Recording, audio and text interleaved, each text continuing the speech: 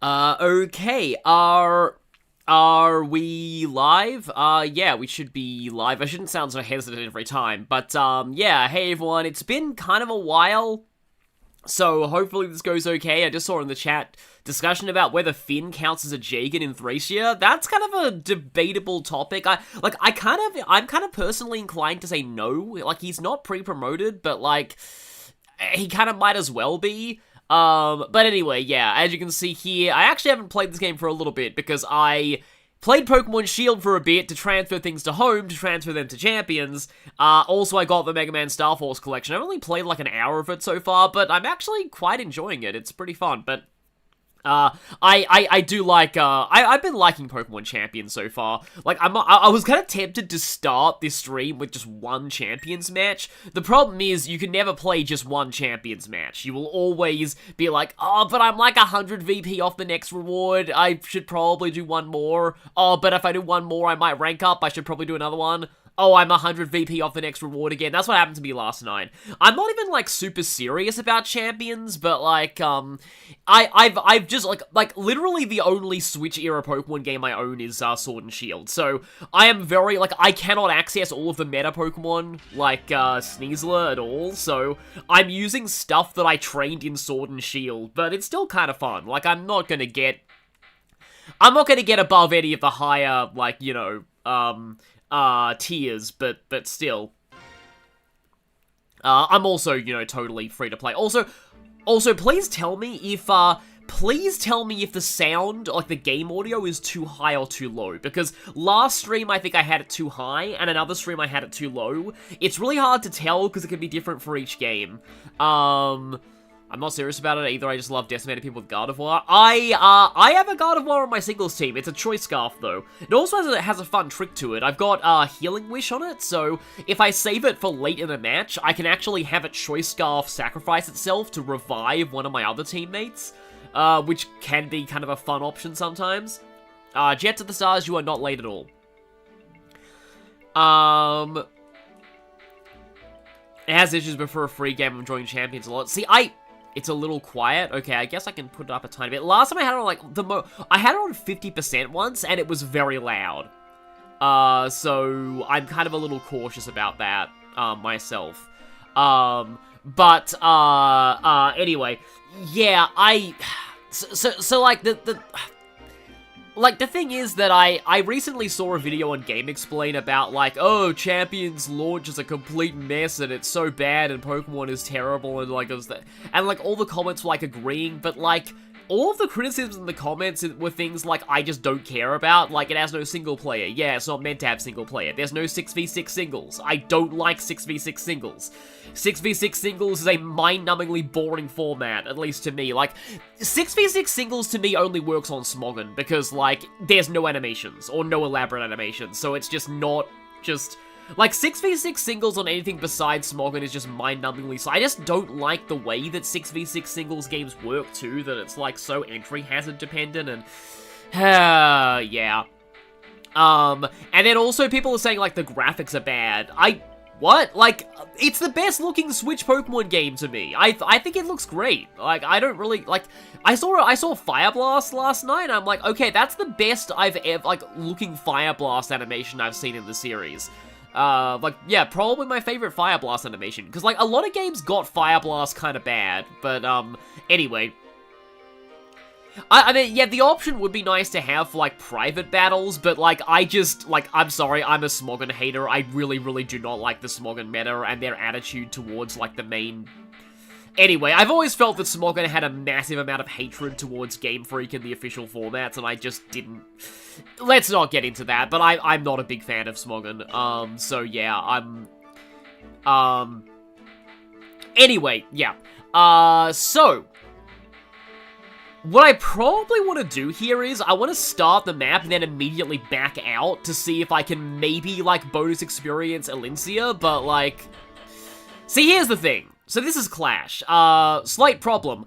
I actually, I was supposed to look up the reinforcements for this map. Oh, right, this is the point where everything's promoted in, hard mode.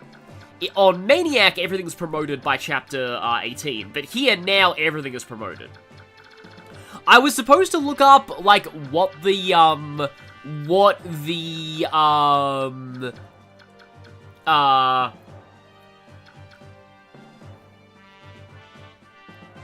6v6 is so that's the thing, 6v6 is not a major part of the competitive scene. It's only a major part of the competitive scene in Smogon, and that's not official, but yeah, I probably don't want to go into these, like, arguments, but I just, like, does the...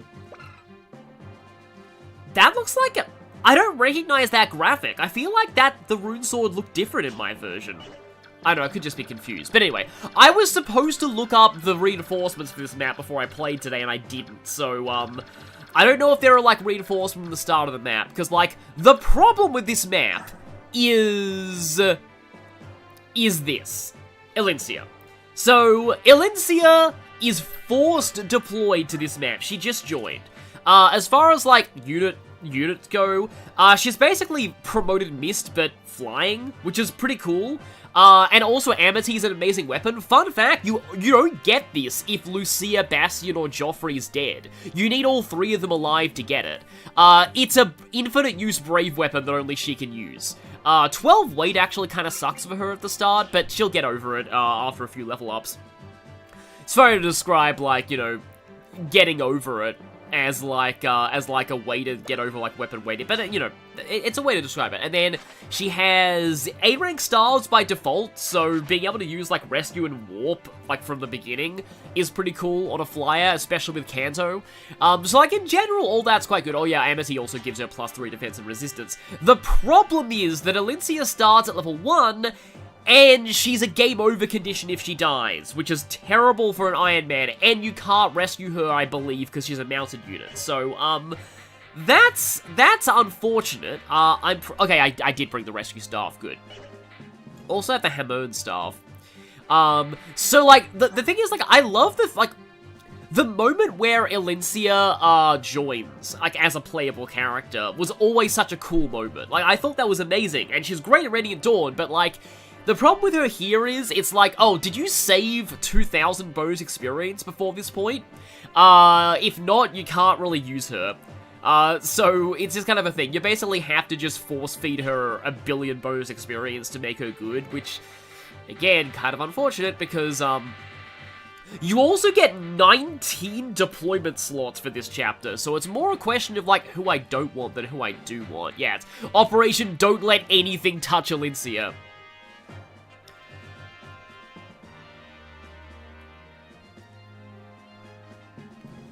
But yeah, so we got Rolf here. See, the problem with Rolf is that, like, he almost died in the last chapter. We're getting to the point where Rolf is actually in danger, so I need to be more careful with how I move him now. We have Mia. Mia's pretty good, I think. Oscar, Gatry, Kieran. I think Kieran's doing kind of fine. Soren. Also gotta be careful of Soren. 6 defense is not good for this point. Does Ranulf? No, Ranulf doesn't have the Demi-Band because I have Morim. Ranulf does transform fairly early, so I'm not too concerned about that. Har... yeah, he's kind of okay. Riz gotta be careful of him. Morim. Oh, here we go. Yeah, Lucia. I mean, Joffrey's not a bad pick. Lucia is a bad pick. I don't want Bastion because he might just, like, die. Tanith, no Tormod. Khalil's okay. If anything, I'd kind of rather have Janeth or Ulki here. Probably Janeth because he transforms immediately. Shinnon. And Largo's also not a terrible idea, but also I don't want to, like, bring people just so that they just die. Largo's probably a better option. Also, yeah, I love the alright crits moment. Largo's probably a better, like, option as a filler unit for this. I don't really care about not having a full roster because, like, I'd rather just not have people die. So, yeah, let's go Gatry at the front.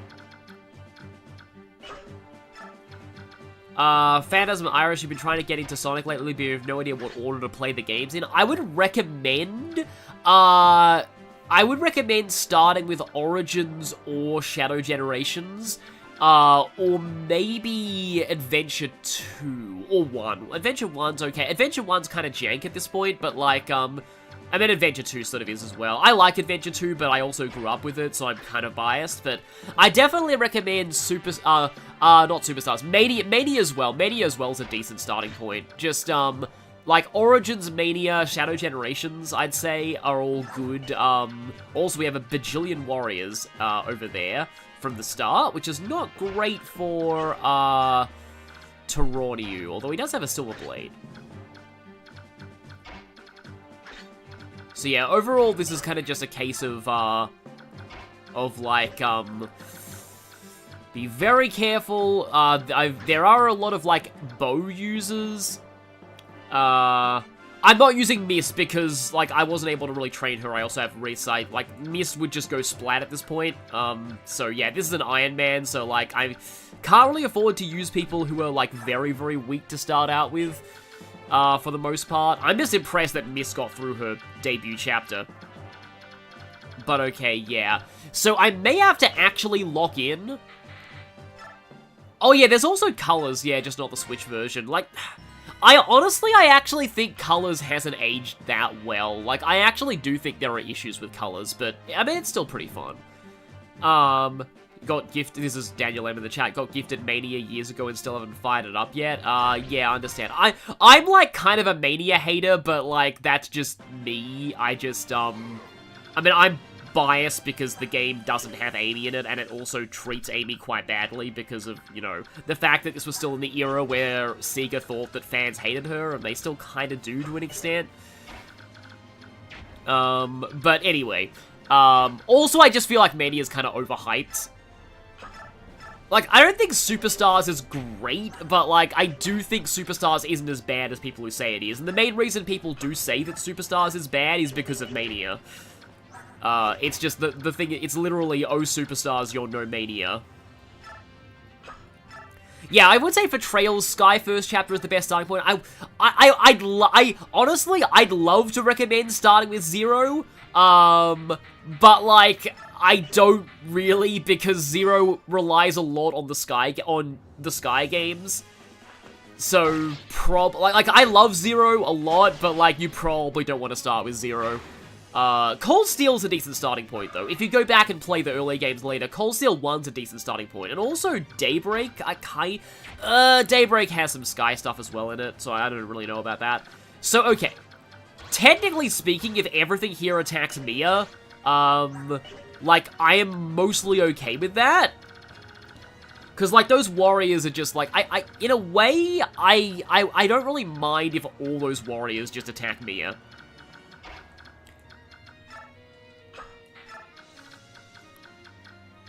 Oh, right, okay. In terms of, like, a less, like, subjective thing, my only issue with, my other issue with Mania as well is that, like, by the time that I got to the point where I was gonna play Mania, I'd already just played Origins, and, like, because so many of the levels in Mania are, like, reused from the original games, that's, like, the other problem that I have with Mania. It's very nostalgia-dependent, and I kind of don't like games that do that, really. Because, like, Fire Emblem Engage has enough original content that, like, I don't mind the nostalgia paralogs. But, like, Mania is, like, about 60% of its levels are, like, reused zones from earlier games in the series, and it's a good thing if you haven't played, like, the originals in a long time, which the majority of people back in the day hadn't. That's the thing, like, when Mania came out, most people hadn't actually played the original Genesis games in forever, so it actually did feel very original, but I just thought probably best not to go into Mania right after just coming off of Origins, because then it's like, oh, okay, now I'm playing all these levels again. Even though, like, they are, like, remixed. Like, the Act 2s of the Mania levels are a lot. And the original levels in Mania are great. Like, Press Garden's amazing. Mirage Saloon's great. Like, the original levels there are pretty good. But, like, and how they handle, what's it called?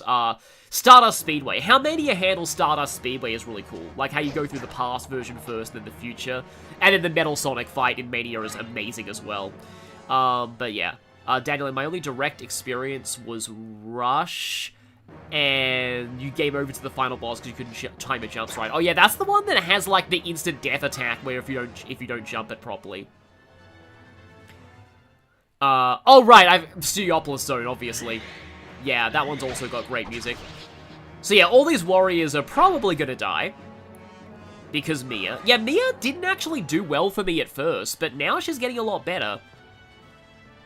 Oh right, we actually finally have this song now. I like this song quite a lot. This is basically the finale song of the game. It's also kind of weird because it still plays in the final chapter. This is one of the few games where the final chapter doesn't have a unique theme. That happened in Fire Emblem 1 as well. Because every single map in that game had the exact same player phase theme. Every single map was do-do-do-do, and that was the entire game. At least I'm pretty sure that was... Oh, did the final chapter have its own theme in the FE1? I forget. Oh, first boss, not final. Okay, Daniel Lamb. That's also... Yeah. Okay, so we have a bunch of paladins coming in. How accurate are they against Mia? They are a little more accurate than I would like for somebody who needs... Okay. It's smite time. Smite Gatry up there, and he still can't get into range. And hence Armor Knights. But... So let me just preview how much Belongal is going to do to Gatry. 10 damage! Yeah! Highest level Fire Tome. Oh yeah, literally highest level Fire Tome, because, also Gatry is doubling this guy, because, lol, he's weighed down by the Steel Blade. Yeah, Gatry's real problem is his accuracy, I feel, but, like, highest level Fire Tome, because, like, Rex Flame isn't in this game. And yet, it still only does 10 damage to the class it's meant to be good against. Low percent hit rate, hits give you Fates PTSD. Oh, yep. Oh boy, Riorma in Fates was a whole thing. I am somewhat concerned about this guy. And now, normally, I would kill him with, Raisin. But I don't have Raisin anymore because I was a dumb and I was talking about Kingdom Hearts and Raisin exploded, from a ballista. Does Soren... Okay, Soren does have one meteor. Oh, right! FE6 also just uses Beneath a New Light for the final map theme. Oh, no. It uses the Path to Greatness. But it also used that for the previous one. And honestly, I consider FE6's two final chapters just two parts of the same map, really. Like, I don't really consider the actual Idun fight to be a separate map. It's like, honestly, it's pretty different. Oh yeah, Kirin's taking more.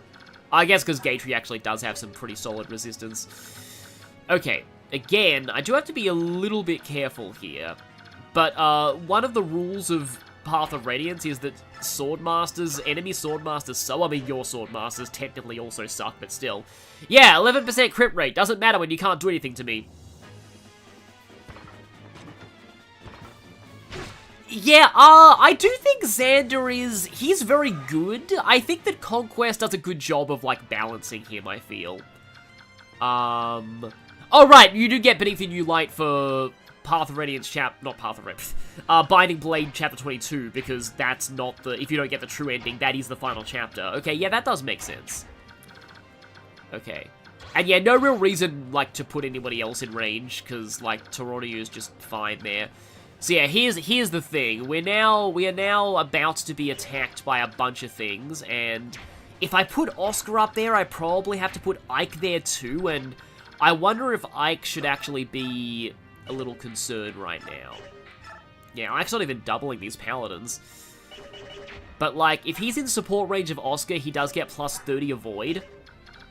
They both get that. And, like, maybe that's a thing. Like, I do want to get rid of that sniper because he's going to be very annoying otherwise. Because, like, not so much, he's not going to be a threat, but, oh, right, I called that Heartless because of, probably should use up the rest of the Lord Dart, though. But yeah, I called that Heartless because of what happened to Raisin. Actually, no, maybe I should just use Heartless here. You get Ragnall during the Black Knight battle, so not yet. Ike doesn't become OP until literally 2 chapters before the end of the game. But yeah, you get, like, Ike had Ragnall the whole time, he just refused to use it until now. Well, until the Black Knight battle. Okay, so, their hit rates are... I mean, they're not, like, the worst thing in the world for me. Okay. I like Delta Dragon up beginning message with, hello! Hello, I spent most of my afternoon trying to fix the config files. My old Trails game is failing. Oh, wow, yeah, that's... I know how much it sucks to have technical issues like that. Like, what happened to Rayson? Poison in his No, yeah, he got shot by a ballista because I was distracted, and he was just barely in range, too, which is the worst part. Like, he was barely in range. I no longer have the... You know, would I rather take out the paladins? Because, like, they're going to be cantoing around and being annoying, but, like, also there's that sage there. There's also the warrior there, and, I mean, all of these guys are going to be annoying, but I guess I can take on this guy right here. Viridian Chill, that'd be my shortlist as well. What was that in response to? Elincia or a miss, maybe Micaiah? I'm guessing this is about Radiant Dawn staff users, somehow? Yeah, Ragnall would be very nice to have right now, I do agree. Oscar and Kieran are supported too, I believe, so... He can't one-shot, unless he crits, but... Okay, let's try this. Yeah, my Fate's PTSD, like, that I was saying before, mostly comes from, like, real... Like, the one RN below 50% means that was not a miss. I can tell, because... Oh, no, it was. Okay, good. Sorry, I'm reading my animations wrong. But yeah, like, Rion would often get hit by, like, 30% from warriors and just get one-shotted because, like, HP is very low across the board in Fates, which is an interesting decision. I do kind of like that. It's a very interesting... Because, like, most Fire Emblem games give people overkill HP growths, in my opinion. Like, I do think HP growths are very overkill in a lot of the games. That is not gonna work so well, but... He does have the full guard. I'm just, like, slightly concerned about Meteor, but we'll see. The Princesses of Heart sure stopped being relevant. Yeah, I do feel that. That was, like, yeah, Kingdom Hearts 1 had a lot, like, the thing is, Kingdom Hearts 1 leaned a lot more heavily on the Disney side of the IP. Oh no, I shouldn't be talking about Kingdom Hearts, because whenever I talk about Kingdom Hearts in these streams, people die, so, let's maybe not do that. And on that note, as tempting as it is to have Joffrey finish, actually... I mean, I probably should save Rescue, but here's the thing. I'm kind of tempted to do this and then Rescue Staff Joffrey, because, like... I sort of want to get rid of the 1 to 2 range warrior, otherwise he's just going to waste time. Oh, yeah, I think this is Route, actually? Yeah, Hana was... Oh, no, it's C's. That's fine, yeah. Hana was getting one-rounded by, like, so many things, but, how big is your rescue range? Oh, you can actually rescue him, so yeah, let's, You get back here. You get back here next to your waifu. Kind of next to your waifu. Not really next to your waifu. But at least pretty close to your waifu, because you have to protect her, because otherwise she'll go splat, and then we'll immediately lose the Iron Man. So yeah, speaking of going splat, yeah, let's... I don't want Ranulf to get attacked before he transforms, but I also want him to be able to rush into the fray as soon as he needs to. I am way too paranoid of, Rolf right now, but, like... I do like when there's this little corridor between, like, enemy ranges. Oh, and actually there isn't, because Meteor... Yeah, like, the idea is Rolf needs to swoop in later. And I'm very, very paranoid of Soren as well, and he should probably be near Ike. But yeah, I'm super paranoid of Elincia. I want to say there aren't any reinforcements that come from the start, and I'm also really paranoid of Tanith, because, like, there are bows everywhere and I only have 1 full guard. Oh, right, Gatri has Provoke, doesn't he? I keep asking why people attack him, and then I'm just like, it's probably because I think I gave him Provoke. So he's following in the footsteps of his very bad choice of friend, Shinnon.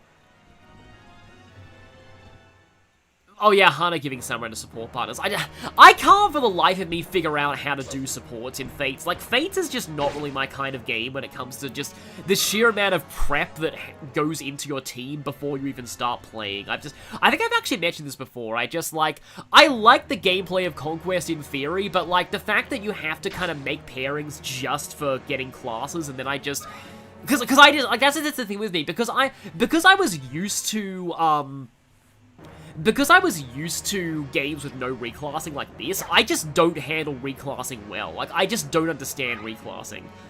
I guess that's probably why I don't enjoy Three Houses very much. Like, Engage I like because everyone has blatantly obvious classes they're good and bad at. Like, oh nice, okay. It wasn't necessary, but it looks cool. Like, you're not gonna put, like, you know, you're not gonna put, Louis in a magic class, for example. Aha! Oh, you actually did damage. Yeah, this is actually one thing I love in Path of Radiance, when enemy Swordmasters just crit you twice and still do basically nothing. Yeah, I mean, again, local man gets crit by everything, barely gets hurt. This is why, even though they're not like the, you know, the LTC meta, I will always love generals, and you can't convince me otherwise. Because it's just fun to do that. It's just fun to run into the middle of a bunch of enemies and be like, oh hey, you crit me! You did nothing, but you tried. Participation award, I guess. Like, it's just like the feeling of getting crit and still taking no damage is just one of my favorite things in Fire Emblem. There's a Laguz bow there, so gotta remember that. And okay, you are way too heavy right now. Except, hang on, so Maureen can shove you sideways, and then you can destroy the Laguz bow man. And then I think you're probably safe-ish. It's so annoying whenever I see these guys with, like staves that I would normally be able to steal if I had actually trained Volk, but, like, This is why I like training Volk, though, because, like, it's just, like, it's not quite as fun as Thracia, but just stealing staves is always pretty fun. I like how in, like, the, like, unused tutorial for, like, Thracia in the game's files, they have, like, a thing telling you, like, oh, why does strength matter on thieves? Well, oh, wait, no, con, like, oh, something like that. It's like, well, staves have weight, so if you have higher con, you can steal them. And then in the final game, staves don't have weight in Thracia, so that actually is a completely moot point, and thieves don't even need to worry about their con when it comes to stealing staves. Soren is, well, I mean, okay, to be fair, my Soren speed sucks, but still. Also, to be fair, I do need to pivot Mia back towards this part of the map, so I think I'd rather get the kill with her.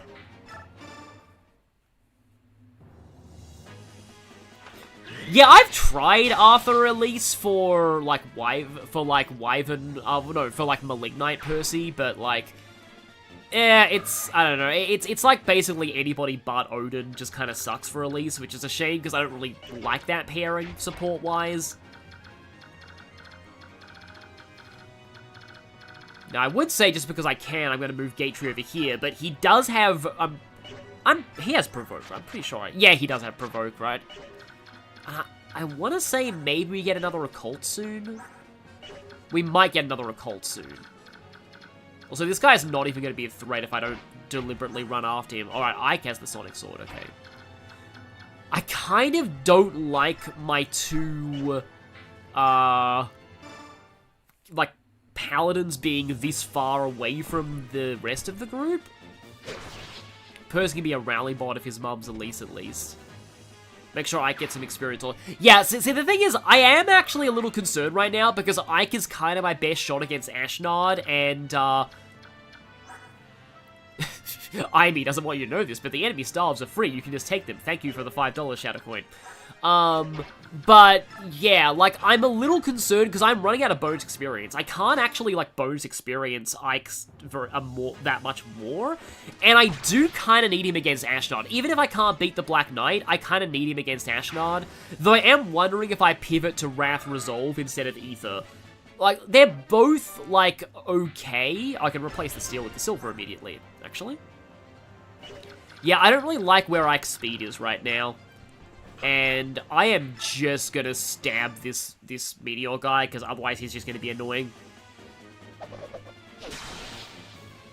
Am I the only one who doesn't do fate supports with eugenics in mind? Yeah, I don't either. Like, I'm like Selena and Keaton for life, even though nearly everyone pairs Keaton with Camilla, but... I'm sure I've said this in the stream before, but, like, from my experience...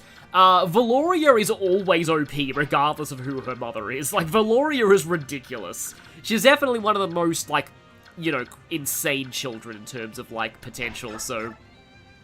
I don't really care about that. He was doing 3 damage on crits, that's incredible.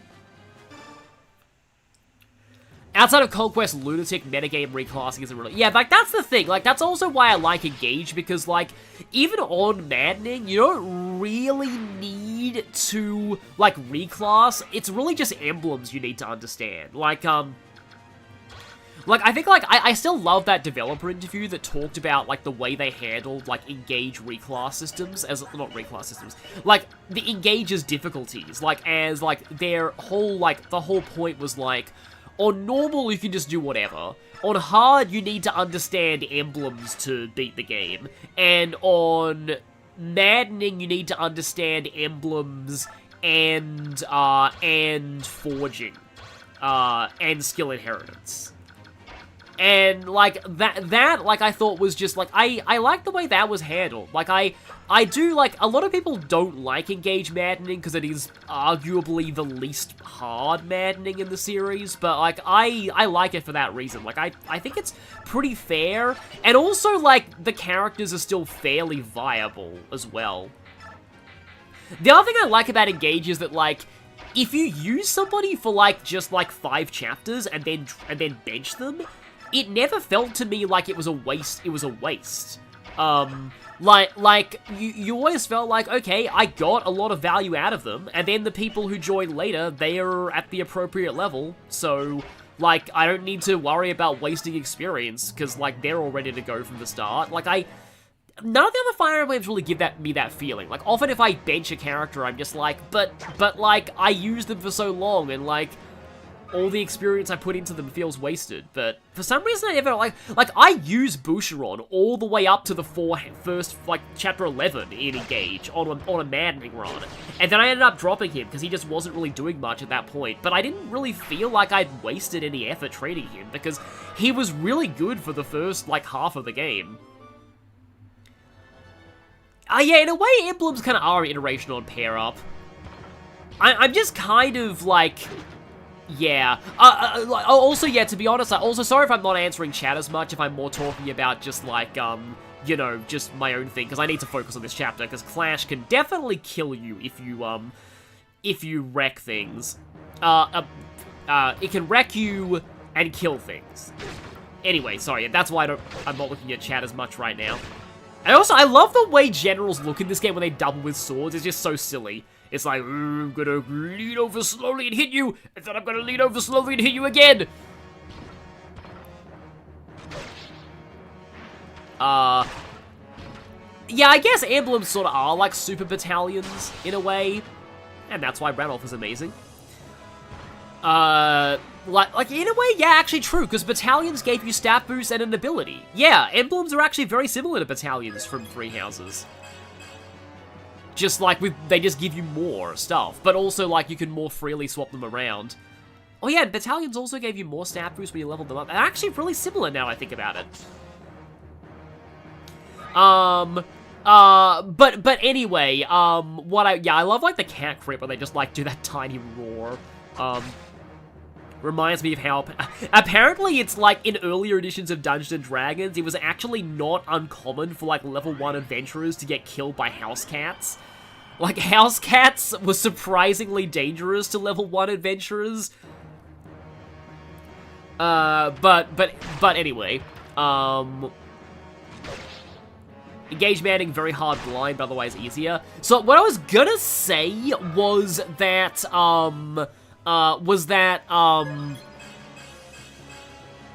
I appreciate engage maddening even more now that I recently, because I was like, what Iron Man do I do after this game?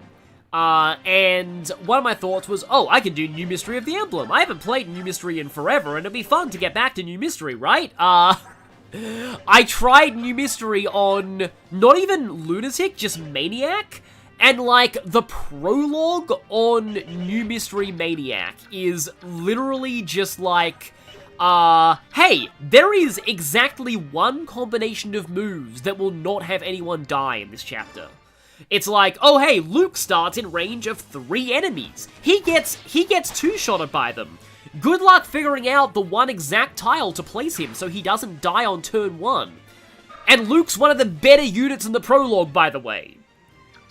Like, I'm just like, yeah, I could like, I do get why that kind of challenge has its appeal. A lot of people do enjoy, like, that kind of challenge, but it's just like, when I was playing, and again, that wasn't even maddening. Not maddening, that wasn't even lunatic, that was just maniac. And then I tried hard, and even hard is actually quite brutal in the prologue on New Mystery. I'd forgotten how rough the New Mystery prologue was. Because, like, and this is why Armor Knight is so good. The maps are really big. No, sorry. I said the opposite of what I meant. The maps are really small. So there's like literally nowhere to hide on those maps. Or very, very few places to hide. And that is legitimately kind of rough. Can she get to anybody if I smite her? She might be able to get to the cat if I smite her. Let's see. Smite and... No, she can't. Oh, but if I shove her, she can. Here's what's cool about a hawks. They can shove people, even though they're in the air. So yeah, Mia can get down here and just finish off this cat.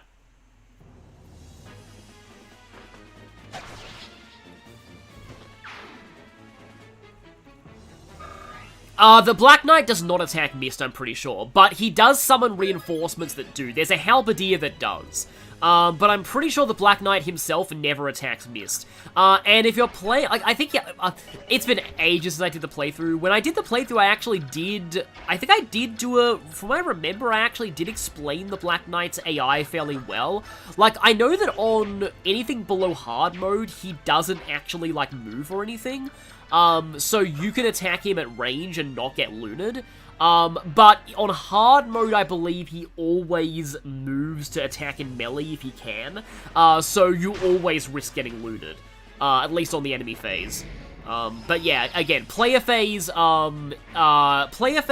can just attack him from range if you're on easy or normal. But on hard, he always goes for melee if he can. Because it means he can get lunated. At least I think that's why the AI does that. I'm not entirely sure about what the AI's actual logic is, because the inner workings of its mind are an enigma sometimes, but I want to say that's why the Black Knight, like, moves to engage in melee on hard. Because, like, normally, like, because you can't get Ether in range either, but, like, the reason why you want to attack from range is if you're using the Wrath method, because, like, you can crit from range, so, it's at least less chance of him getting, like, you know. Anyway. If using the Ether, and, like, my whole thing is that, like, I believe that alright, I was actually gonna attack with Largo. Like, I actually believe that the Wrath method is not nearly as good as people think it is. I mean, to be fair, I had horrendous luck with it when I tried it out in the Let's Play. Also, in these, like, smoother graphics, I can finally tell that Berserkers are meant to be wearing, like, a bear pelt on their head. Because in the original, I couldn't really see that. But anyway, yeah, I had horrendous luck trying to pull that off, so I just prefer Ether. But, like, both of them are luck-based. Also, I love the Wyvern crit animation. Also, I just got cancelled for Guard. It's called Cancel in Radiant Dawn. I kind of call it that out of force of habit, and it's a better name. Cancel in this game is the Hawk, like, occult skill, and that got called... It's basically just Pavese. Like, I think it's called something different in Radiant Dawn, or Radiant Dawn just has Pavese, but it's basically Pavese, the Hawk skill. Why I get the feeling that the difficulty of New Mystery is a reason why they added casual mode. It probably is. Like, the thing is, like, New Mystery is an excellently designed game if you're looking for that kind of challenge. Like, I think New Mystery does... Like, New Mystery is a much better designed game than most of the other handheld Fire Emblems as far as, like, the core difficulty goes. But, like, it's very much, you're only playing it on the higher difficulties if you're looking for a very specific kind of experience. Like, you're looking for that experience where every map is, like, a puzzle with only one solution. And some people enjoy that, but I'm not really... That's not what I play. Like, that's not... Like, I like to have strategy in Fire Emblem, but, like, that's a little too much for me.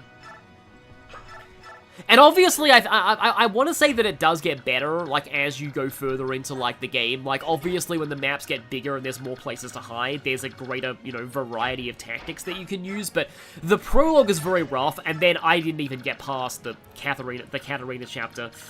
Because the Katarina chapter is like, hey, I actually literally one-shot a lot of your army. I have Elfire, and everyone in your army has, like, 0 resistance, and, you're going to pay, you're going to blarg. And also, like, even the regular bandits that she, like, comes with are like, oh, hey, we have silver axes in the prologue. And we can, like, also kind of one-shot a lot of your units. And also the thieves, which are actually very strong and can double you and can wreck you, and it's all really rough, basically. Pavese is exclusive to Tiban, yeah. I know that Tiban, like, started with Pavese, but it wasn't, like, an exclusive Hawk skill in that game. I think you can take it off of him, though. Might cost 1 billion capacity, though. Like, I think they're very rich bandits, yeah. And then, like, really early in the main story, everyone starts having forge weapons. Like the economy on maddening enemies is insane. Like, all of them are like Fire Emblem billionaires. Because they can afford forge weapons that you can't even get. Because their forge weapons exceed the limit for the amount. Oh, is that? I think that's Awakening. And that's why Largo is cool. I mean, he's a glass cannon, but when the cannon part kicks in, it's very fun. My PC just had a seizure. Did I miss any more Ranulph crits? No. There was a Largo crit just then.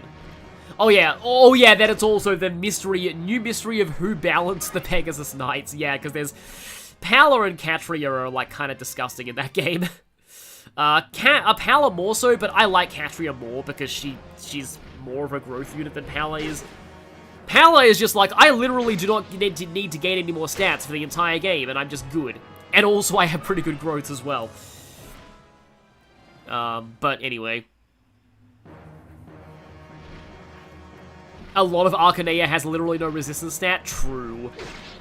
I like how in Thracia, like, not Thracia, why did I say Thracia? Sorry, there are a lot of things to keep track of in my head at once, but I like how in Gaiden, like, a lot of the resistance growths are, like, 1 or 2. I think in, like, Fire Emblem 1, literally magic just did fixed damage. Like, there was no resistance stat. Or everyone had 0 and couldn't get any more. I want to say there was something like that was, like, effectively magic was fixed damage in Fire Emblem 1. Yeah, Power Gaming never stops. Yeah, I was browsing some random TV trope stuff recently, and I found some interesting stuff about how, like, they handle, like, Paula, and, like, it's funny because, like, the game, like, her epilogue tells you that she has an unrequited crush on Abel, but that is never, like, implied at all, anywhere. Like, Paula, like, literally never talks to Abel. She never talks to Abel, she never talks about Abel. So it's like, why? Like, it's a rare case where, like, so there's a TV trope called, esoteric. Again, I'm dumb. I'm like, my head's kind of conflating multiple things together, at the moment. Sorry, I'm just trying to pay attention to chat and the game and other stuff at the same time. It's probably fine. Oh, now I'm just sort of scaring myself because I'm like, I don't have any, like, because I've been really anxious the past few days. I'm like, I don't have any, like, brain problems, do I? Because if I'm just saying the wrong thing. I think it's just a spontaneity thing with the chat. But, like, so yeah. The trope is, designated love interest. And I normally hate that trope because it's... The majority of the ways that trope is used is just, like, as an excuse to say, I don't like this love interest, so therefore they have no chemistry. How heavy are you? 15. I think Ranulph can actually shove you. Yes, he can! Which is amazing. And now Toronio can finish off that guy. But, like, designated love interest is, basically, like, it's one of the rare cases where I'm like, okay, this is where the trope designated love interest actually makes sense, because, like, the game is telling you that this character is in love with this other character, but, like, you don't see it at all. There's no indication because they never even interact. And another example of that I still find kind of insane even now is, like, Raphael and Nyla. So, I went through my entire Let's Play of Fire Emblem Radiant Dawn, and I consider myself to know a lot about Radiant Dawn. Like, it's my favorite Fire Emblem game. As much as I talk about Engage a lot, Radiant Dawn is my favorite Fire Emblem game. And I absorb so much information about Radiant Dawn. Like, and it took until, and then, like, Raphael and Nyla, in Fire Emblem Heroes, they show up as a bridal duo that confirms that they have always been a romantic couple. Like, in Radiant Dawn, they are literally married. And I don't know if that got lost in translation or if it was an extended script only thing, but, like, I have replayed Radiant Dawn at least, like, 6 times at this point. I consider myself a major expert on Radiant Dawn lore, and I never had any indication they were married. Nothing in the game gave me that impression. Like, that, to me, is what the TV trope designated love interest should be about. It's just like, those two were married? What? Like, that, like, how? That makes, like, what? Like, I thought that Fire Emblem Heroes came up with that on its own. That's how confused I was. Because, like, Nyla has that conversation. If you have Nyla... Yeah, exactly, Mario v Sonic. I was just about to say that. Nyla, if you have Nyla fight Tiban, Nyla has that entire conversation that is literally, like... It's a giant innuendo. The whole thing is, like, a massive innuendo. And, like, why is she saying that if she's actually canonically married to Raphael? Unless she's, like, it's like a polyamory thing, but, like...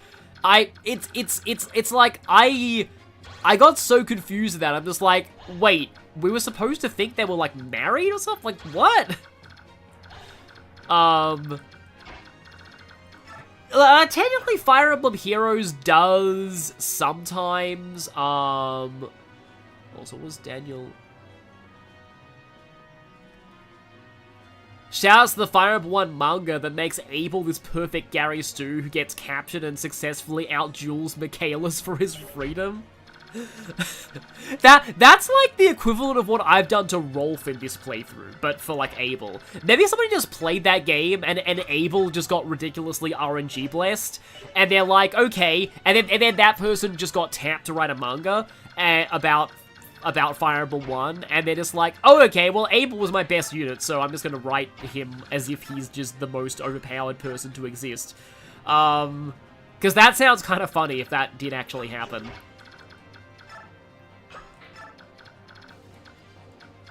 Fire Emblem Heroes is getting weirder? I'm sorry, what? So you're telling me that Book 7, that had a character that is like an Ouroboros fan service magnet who is in love with the main character, is 3 people at once, one of which is literally wants to have a baby with the summoner, and I think succeeds. And the chapters are out of order because of time travel? You're telling me that that it got weirder than that, somehow? But no, I actually do like a lot of concepts of Fire Emblem Heroes Book 7 in theory, but like, I still can't get over the fact that Gulveig won Choose Your Legends when we didn't even know anything about her. Because people are like, oh, sexy snake lady, let's vote for her. And we knew, like, almost nothing about her character at that point. Yeah, that was interesting. I don't think she wanted to, she was told to. That makes it even worse. There's no way any of what you just said is real. Oh, some Asian, it's real. It's all real. It's very real. It's... Fire Emblem Heroes lore goes places.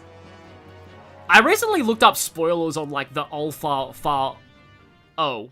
Oh, you were in range. Okay. Don't get double, please.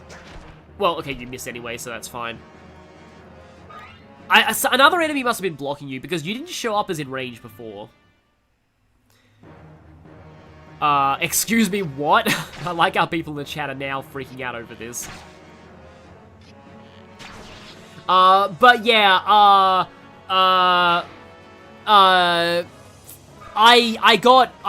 read spoilers about the Allfar, or however you pronounce that. It's like Allfar, but basically Odin arc, and I'm like, oh, that's an interesting twist, but like, it's also kind of funny. Don't want to spoil it for people who haven't like done that, but yeah. Oh, right, you have a sleep staff. Well, that's the last time you'll ever get to use that. I'm getting way too cocky, I shouldn't. Although, okay, they blocked off Gatru from getting to the sleep stuff. But I think Ha might still be able to reach. Especially if, like, I can shove him with Morim or something. Oh yeah, said Char was raised to her sister because time travel, that's also true. Yeah. Therapist, Fire Emblem Heroes Book 7 isn't real, it can't hurt you. I mean, I wouldn't be surprised if people actually did need therapy after Fire Emblem 7, Fire Emblem Heroes Book 7. That it was... Heroes gets kind of weird, but I still have kind of a... I'm still sad that in Heroes, like, Engage didn't get any Choose Your Legends at all, and now that Fortune's Weave is gonna come out, it probably never will, because, like, the next 10 Choose Your Legends are gonna be dominated by, Fortune's Weave, if, what happened with Three Houses with any indication.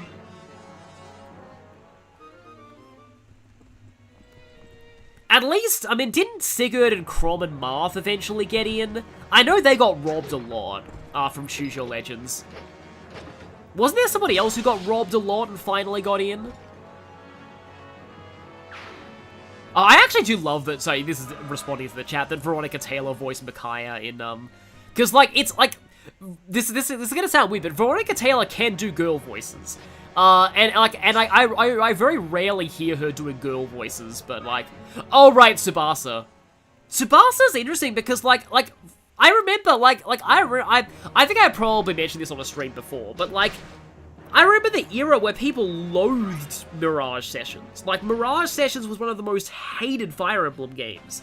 I mean, it wasn't even considered a Fire Emblem game, really. Like, Mirage Sessions was so hated, and now there was a successful campaign to get her into Heroes. And, like, not even get her into Heroes, she was already in Heroes, but to get her, Choose Your Legends old. Like, I'm just like, how did that happen? How did we get here? Okay, good, Ha can actually reach the sleep staff. I'm serious, how did we get here? Because, I remember back when TMS first came out, and the Super Saiyan Marth and Fire Emblem the musical came out.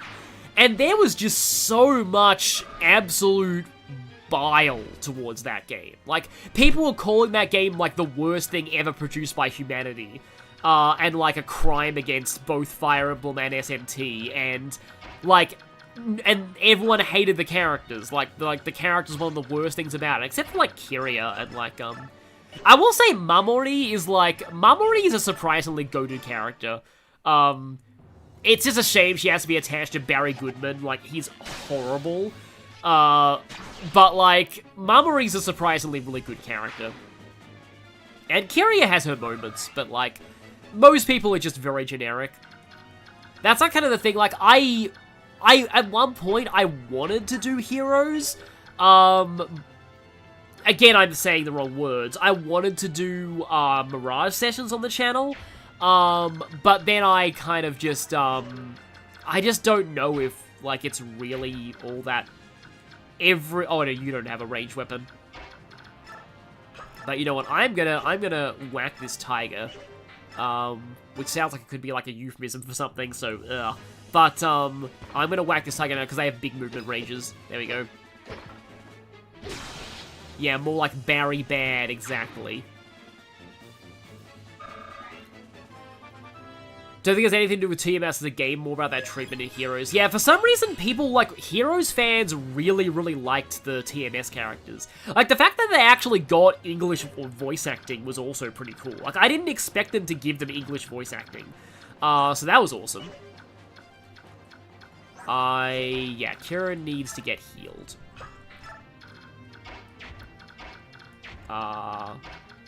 So let's smite you over there.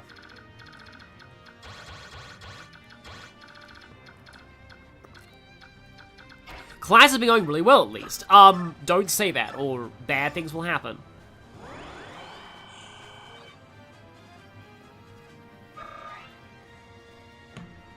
Yeah, Metaphor is somehow the true SMT X Fire Emblem. Well, there's also Devil Survivor. In terms of gameplay, it's Devil Survivor. In terms of, like, Shin Megami Tensei, it's Three Houses. And in terms of, like, overall, like, vibes, it's, Metaphor. So it's funny how there's, like, multiple SMT X Fire Emblems that aren't actually SMT, except for, like, the actual SMT X Fire Emblem. But I do agree that, like, in terms of, like, quote-unquote vibes, that Metaphor is very Fire Emblem in terms of... I mean, kind of, there's no war, but like, Luis is... Like, Luis could be in a Fire Emblem game, and, like, Will could definitely be a Fire Emblem protagonist, but, like, actually, yeah, a lot of the characters could be. Like, Grius is kind of a Jagan, except he, like, dies, so he's more like the dead dad. I like how the dead dad is a Fire Emblem archetype at this point. Okay, somebody can attack Rolf. Two people can attack Rolf. Is probably okay. Also, they're going to go for Gatry because of Provoke. Especially since Rolf can counter some of them. Oh yeah, also Pokemon Conquest. Which, Pokemon Conquest is the reason why we actually got Mirage Sessions. Because, like, they originally wanted to do a Pokemon X Fire Emblem crossover. And then they're like, oh, we actually have that. It's called Conquest. And they're like, oh, okay, well... I guess we're doing SMT then. And then that's how that happened.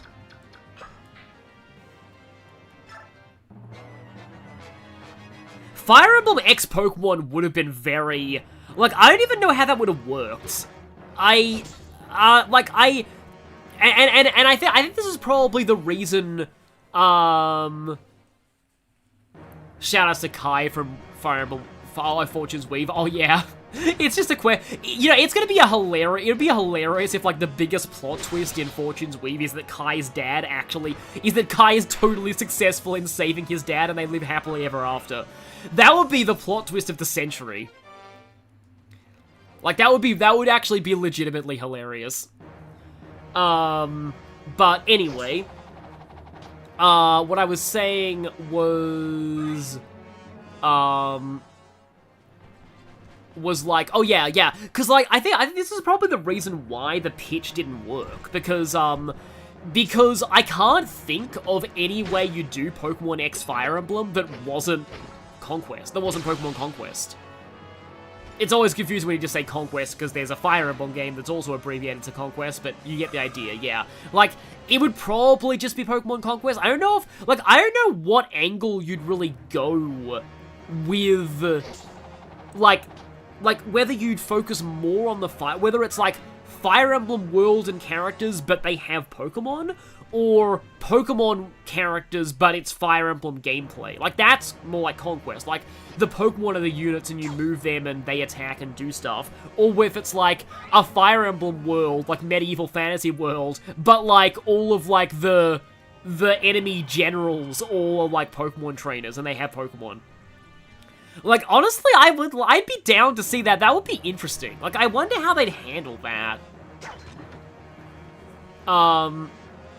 But maybe it's like the thing as well is that like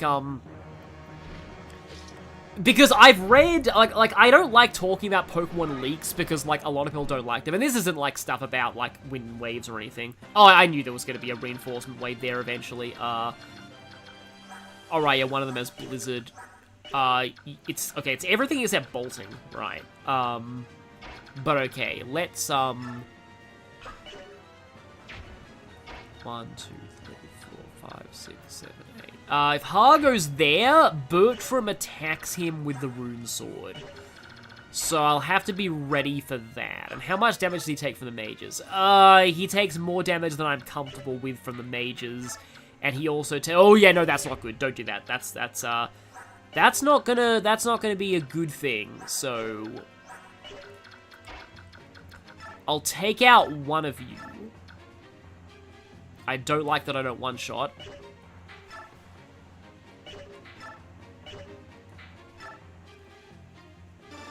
Oh, if Pokemon X FE was the Carlos War that ended with the ultimate weapon, that would be interesting. I had a feeling he was gonna, like, why is K-Tree's accuracy so bad? Okay, yeah, 16 skills, not good for this point.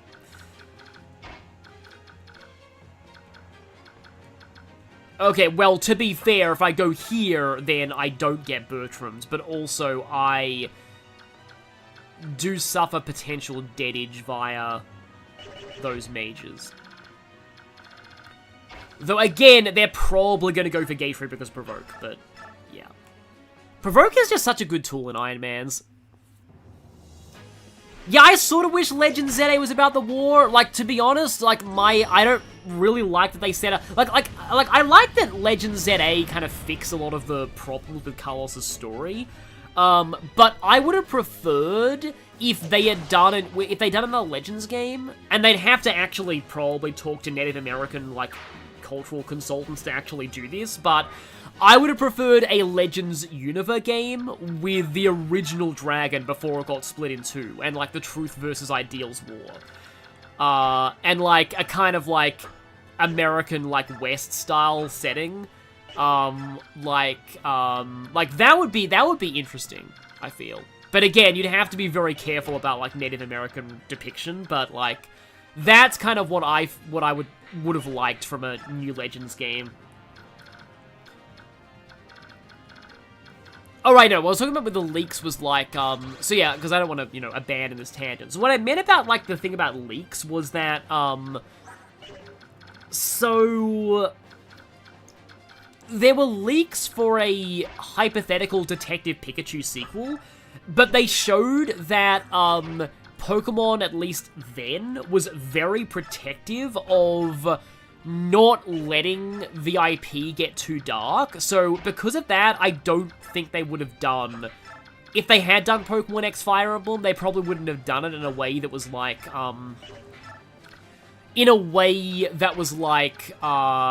actual war with the commanders using Pokemon to, like, literally kill people. Because, like, they wanted the Detective Pikachu sequel to be darker and to be a murder mystery, but then, like, the notes that came back from, like, the company were like, please don't have any actual Pokemon be the murder method. Which, I'm like, if you're doing a Pokemon murder mystery and don't do that, then kind of what's the point of even having Pokemon in the story? At least that's just my take, but, like, I can understand why they didn't want to do that, but, like, it does kind of limit what you can do for a story like that.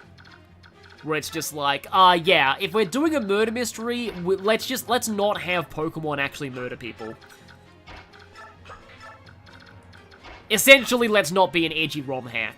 Oh yeah, we did have a Western America Pokemon game, Colosseum, exactly.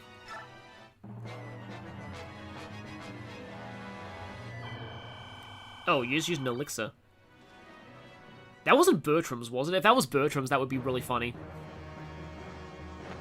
Please tell me that couldn't crit me. Nope, okay.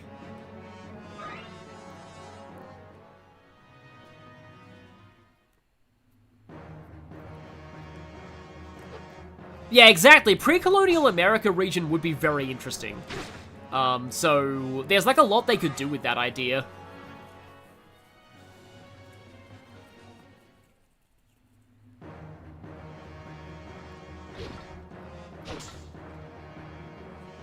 Yeah, they do mention death in, like, Legends Arceus. I think it's, like, a difference between,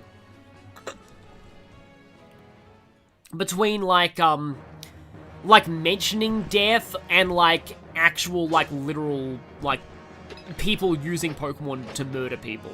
Like, deliberately. Like, I think Arceus kind of, like, implies that people have been killed by wild Pokemon sometimes.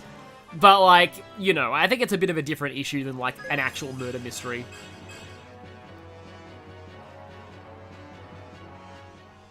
X and Y have flipped the switch, and from Oras on, death is more frequently talked about. Yeah, no, true. I've definitely seen, like the games definitely are a lot more cavalier about that now. Sub-Saharan Pokemon region. Yeah, no, that would be cool too. I'm biased, but I'm still holding out for Australia. Please, Australia. Please, Australia region. I want Pokemon Australia so badly.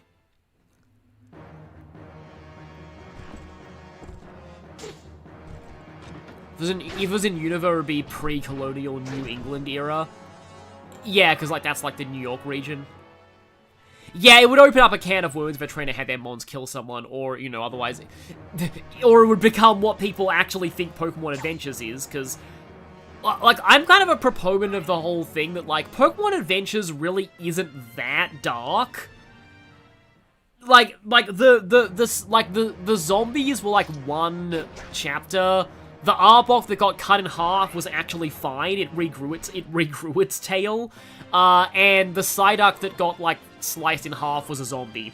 So, like, it actually wasn't, like, apparently, yeah, from what I've heard, Pokemon Adventures was not actually that dark. Although, to be fair, the one actual chapter of Adventures that I've seen, personally, involved the Safari Zone, and, like... a bunch of them, like, trainers almost got sacrificed in a sacrificial ritual by Victory Bells. Because the Victory Bells, like, sacrifice humans to, like, evolve their babies. Yeah, so it could get sort of dark, at least. But it's not, like, insanely dark. And there's another one of those things where I'm like, I've seen this on stream before, but, like, I remember back in the day, there was a forum post, good old Adventure Quest forums. That was when I first learned how toxic forum discussion could be. I only spent my time around the polls section, but, like, they were always doing polls about which franchise is terrible, or, like, which of these popular franchises is the worst? Pokemon? Digimon? Like, I was about to say the Muppets, but... holy crap, this Ike's luck is insane. And okay, to be fair, I use a talisman. But 20 resistance Ike? I'm only just noticing this now. 20 resistance Ike? I have no words. I have no words. The side that got cleaved in half was a zombie. Could somebody please elaborate? That is exactly what it says. It's a zombie. They did a zombie story because zombies, I guess. But yeah, Mage Killer Ike. Only halfway there. Oh yeah, the luck cap is 40 in this game for everyone, isn't it? Good luck actually getting transfer bonuses to luck on any character. Isn't there, like, somebody that it's theoretically possible for? But, like, yeah. Ike wants to be a, what's that class called? Just trying to think what it's called. Dread Fighter, that's the word. Yeah, Ike wants to be a Dread Fighter. Okay, that does have a crit rate that exists, but it's only 2%. Also, I would kind of like 1 damage off. Am I 1 damage off on you as well? I am 2 damage off on you as well, okay. I guess I can try this. Oh yeah, Norman was like super abusive in Adventures from what I remember. Oh yeah, but anyway, what I was saying about the, Soren learned that Ike was weak to magic and made sure to train him. Yeah, exactly.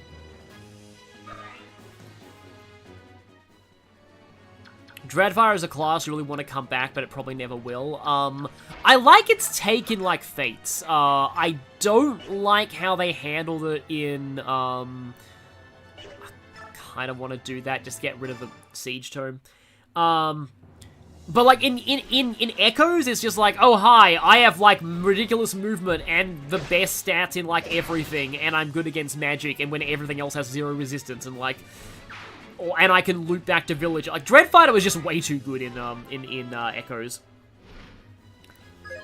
Ike is not fast in this run. He's very slow, which is sad. Norm was abusive in the Japanese version. I feel like they couldn't real. Oh right, they probably did have they censored one of his instances of hitting Ruby? Which is also kind of even more uncomfortable because from what I remember, Ruby is like kinda queer coded. I mean, like, him and Sapphire are, like, absolutely 1000% a canon pairing. Like, one of the few, like, full-on canon ships in all the Pokemon. But, Ruby's also very, very, like, he's like the trope camp straight. Like, in other words, like, would be a massive gay stereotype if they weren't straight. But, like... there's a lot of the ways that, like, Norman treats Ruby that does feel very reminiscent of, like, abuse of queer children, so, yeah. That's also a thing that's maybe a little uncomfortable about that aspect. Yeah, Ruby likes contest. I used to like contests. I soured on contests so much after playing them in the remake. And in the remake, in Auras, they're almost exactly the same as they are in Ruby and Sapphire. But, like, I love contests in Ruby and Sapphire. I play them in, like, Auras now that I'm, like, way older. And I'm like, actually, these mechanics are just terrible. They're all luck-based. And it's just... I don't like contests anymore. And I'm really sad because I used to love contests so much. But it's just like...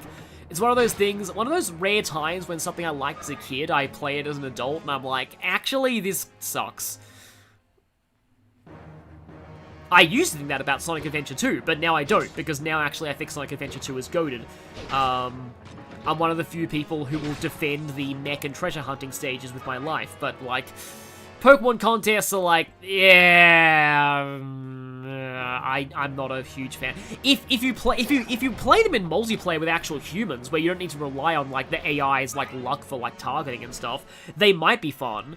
The problem is that contests in Gen 3 were very much designed with, oh, look at us, we can do 4-player multiplayer on the GBA. And basically it's only fun if you have 4 other players and 2 link cables, because you have to plug the link cable into the other link cable to make a 4-way link cable. Oh wait, don't you need 3 link cables? I think you need 3 link cables. It was something crazy like that. And at least in, like, Emerald, you could use the wireless adapter, which came with Fire Red and Leaf Green. But at least I think you could use the wireless adapter for that. But, like TLDR, contests were very much designed with 4-person multiplayer in mind. And if you don't have 4 people and, like, all of the link cables that you need for that, then it's kind of a rough time. Oh, right, there's a cliff there. That's why I can't smite Ike. I can only shove him. Yeah, exactly. Link cable Ouroboros. You have to make a link cable Ouroboros to, actually be able to, yeah, do that well. Okay, steel. There's a bow there. You do remember liking Eggman's as a 2 levels, Tails, no thank you. I'm kind of the reverse. I prefer Tails's to Eggman's. Eggman's are very, like... Eggman's are more combat-focused, which makes sense, but, like, I like that Tails's are a little bit less, like, well, not hectic, but, like, a little bit less, like, enemy spammy. Eggman's are pretty good, too, though. And Cosmic Wall is just such a fun, cathartic stage of, like... Yeah, the hard mode S-rank requirement is something like 80,000 points, and you can very easily get 100,000. And yeah, that's it's just fun. Like, it's just very fun, just stress relief to just plow through all the enemies there. Also, the music is excellent in Cosmic Wall. It's not. I'm just thinking. Am I thinking of Cosmic Wall or Cosmic Fall? But no, Cosmic Fall is Shadow. Cosmic Wall is. And here we see an example of Path of Radiance effectiveness weapons in their natural habitats. Night Killer only does 4 more damage to the thing that it's effective against. Only does 4 more damage. 2 times effectiveness multiplier, everyone. I hate 2 times effectiveness multiplier. I mean, it's good when the enemies use it against you, but like I hate 2 times effectiveness multiplier. It's just so. It's just, the effective weapons are just so, like, just nothing in this game. But anyway. Wally becomes a Hoenn champion later in life. Well, yeah, considering his team in Oras, I am not surprised. Wally is, like, he's something in Oras. Yeah. And he also, that's another thing that yeah, Aura's is one of those Pokemon games that, like, people hate, and I really don't get why, because, like, the fact that he gets, like, an upgraded theme song once he, and then he gets a Mega Evolution as well, and yeah, like, Gallade was kind of made for him, because I always felt like Gardevoir never made sense to me as his ace, but, like, Gallade really does. And then Gallade getting a Mega, and him just coming back and, like, having, like, a Mega Zone, and having, like, his battle taking place in a field of flowers. Yeah, like, Wally's great. In my weird fanfiction challenge run that I was doing on the Maryland forums, I was going to ship him with May, and then I learned that that's a thing that people actually do, unironically. Like, I thought I was being weird by doing that, but apparently it's a thing people do. After seeing that Mia crit, what is your favorite Killing Edge design? I like this game's. Probably this game. This game's is probably my favorite. I don't like there's one game where it's this weird, like, big, like, saw-looking thing with, like, or that's the dragon killing weapon, maybe. There's one game that I don't like the Killing Edge in, and then there's one game where, like, it's literally just a katana. So I think that's Awakening, and, like, that one's not really my favorite, but I like it a lot in this game. Like, just the red, like, the very, like the Killing Edge in this game literally looks like it could, like, it's, like, lethal. Like, I mean, you know, by definition, every weapon is, like, every sword is a lethal weapon, but, like, it looks, like, really, really sharp. It looks like a sword that you don't want to, it looks like even looking at it could cut you. Like, I like that design of it. So yeah, this game is probably my favorite Killing Edge design.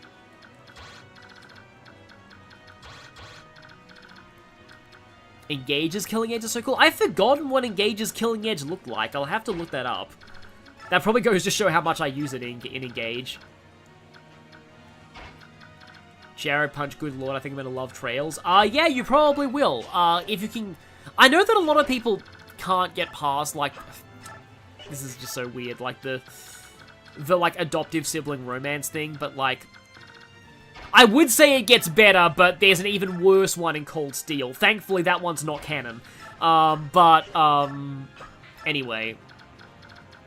It's like, that is one thing I'll complain about. The remake did make that worse, but yeah, let's not go into that too much. Like, Trails is pretty good. I've been playing Reverie so far. Reverie's very good. Like, there are some low points to Trails that you will have to deal with, I'll just say. But the high points are worth it. Like, I was watching a stream of, oh, Fallen Male Aaliyah has the Engage Killing Edge, okay, yeah. I also ship Wally with Elincia if I knew Elicia's age. Well, yeah, the reason I didn't do that in my challenge run is because in that run, Elicia was the villain. I made Elicia actually, like this full-on, like, evil eldritch abomination in disguise because it was kind of funny. Not that, it wasn't because I don't like Elicia or anything. I do like her, but, like, I just thought that, like, I needed somebody to be this particular character that I had in my made-up lore for my stories, and Elicia was just the best fit for that. So yeah, I had Elicia, and that's why, like, when I didn't I actually do all the master rank contests in my playthrough, on this channel? Yeah, I did, and the reason for that was because that was part of the lore. Did I ever explain this? Oh, yeah, Jet to the Stars, that one sucks, but, like, I understand you there, but, like, right, so that was part of the lore, so let me explain. The idea was that Elicia basically goes full, like, Monokuma, and is like, you all have to beat me in a contest, or I'll nuke the entire region. That's what I turned the Deoxys Delta episode plot into, the Meteor. Is Elicia threatening to nuke the entire region if everyone can't, like, defeat her in a contest? And so, the idea is that, like, the main protagonist enters the cool contest with Sceptile, Wally enters the smart contest with Gallade, May enters the beauty contest with Blaziken, and then Maxie enters Archie enters the toughness contest with Sharpedo. And is that all of them? Oh, and no, there's the cute contest. Maybe May was in the cute contest, and Maxie was in the beauty contest with... No, wasn't May the beauty contest? I'll have to look up my videos on the channel, like, look up Master Rank Contest, and you'll probably find the ones that I did. But the idea was that everyone, like, had one of the contests, and all of them, like, had to, like, win, or otherwise Elicia would, like, nuke the entire region. Oh, because that was why! No, that's why I did it! Because Elicia, so the concept of my villain for that storyline, it was a giant take that at everyone who complained on Mariland's Nuzlocke about things not dying. Like, that was the whole point of the character. She was so obsessed with the idea, like, her whole character was, without death, there is no challenge. Like, her whole, like, villainous motivation was, without the threat of death, everything is boring. So, like, the Pokemon world is only fun if there is a risk of death. So I'm gonna trap everyone in a deadly game where they and their Pokemon can die, because that's the only way that this is fun. Like, it was basically a deconstruction of the Nuzlocke mentality. And, yeah, I'm remembering this now. And then my idea was that Wally was the one who actually beats her, and she has a absolute breakdown at Wally, of all people, being the one who actually won. Because, like, in her mind, Wally was just this pathetic weakling who could never, like, do anything to save his life. So, like, she refuses to accept losing to Wally. And then, if people are asking about the, what the heck is this storyline? Yeah, it was something that I came up with when I was, like, at university. Like, it was from my experience on the Mariland forum. Not forums, not on the forums, but, like, cause, like, like, back in the day, so like, if you watch Mariland's Nuzlocke back in the day, you would understand this. The comment section was awful. Like, really awful. Like, people would watch the video, skip to the end to see if anyone died, and if no one died, they would skip the video. And everyone, and also, like, it was a thing, like, he couldn't win, because when something did die, everyone would complain that he was playing badly. Whereas, when things didn't die, people would complain that it was boring. So, it was like a no-win situation. So... Anyway, I'll finish what I was saying about the plot. The whole Delta episode was her, like, being a sore loser and just wanting to destroy the world anyway. And then, the Deoxys fight in space was actually her, the lore's gonna go crazy now, was actually her transforming into a glitched out abomination, because, she's not really Licia. She actually imprisoned and impersonated the real Licia, or, like, replaced her in some way, because what she actually was a glitched version of Ikey, the protagonist of My Leaf Green Wedlock. The idea was that Ikey used the PC right after one of her Pokemon died, and all of the feelings that she felt when her Pokemon died, as she was using the PC, it was very Persona as well. All those feelings that she felt, because while she was grieving, there was a small part of her that felt thrilled at that. And that small part of her merged with, like, the glitches in the PC, because everyone who's played Pokemon knows the PC is an abomination realm. The PC is, like, where all the cloning glitches happen. So, basically it triggered the cloning glitch, and it made a clone of her. But a clone of her with the mentality of, like, I must kill Pokemon because that's fun. And, like, challenges are all about death and excitement and thrills. And that clone then took over Hoenn and turned it into a death game. Yeah, this lore went weird places. I never got around to actually writing the whole story. I think I've actually said this before, because also in this, I can't believe that I'm actually talking about this now in a Fire Emblem video, but, like, yeah, this was my plan. This was my whole plan. What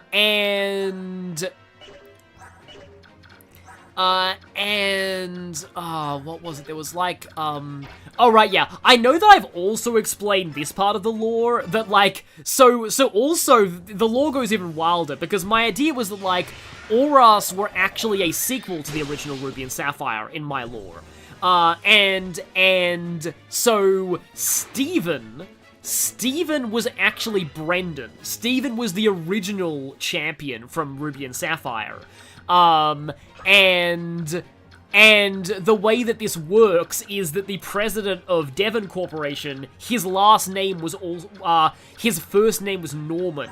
He was President Norman Stone, so he was the original Norman. And the idea was that, like, he, like, was the original champion, and he was desperately trying to, like, stop the death game, so, like, everyone had to, like, beat him to, like, stop it, because I think somehow he was, like, forced into it as well. And also, Maxie and Archie are actually just random people who, like, took up the identities of Maxie and Archie, because they just wanted to, like, they were, like, Maxie and Archie 2.0. They admired the original Team Magma and Team Aqua, and they decided to, like, and that's why in my playthrough on the channel, that's why, Archie drops his pirate accent after I beat him for the last time, because he didn't originally talk like a pirate. He actually put on the pirate accent. It was like a fake accent. He was imitating the original Archie. But, like, that's why he just suddenly dropped the pirate accent, because that's, like, it was just him just being so shocked about what have I done that he goes back to his normal voice. And, like, and he was a weatherman originally, and, yeah. And then Maxie was a scientist whose original name was Demetrius Boggs, because I saw that name in the localization, like, credits of Auras, and I thought that was the coolest name ever. Apparently, he still works at Nintendo Treehouse.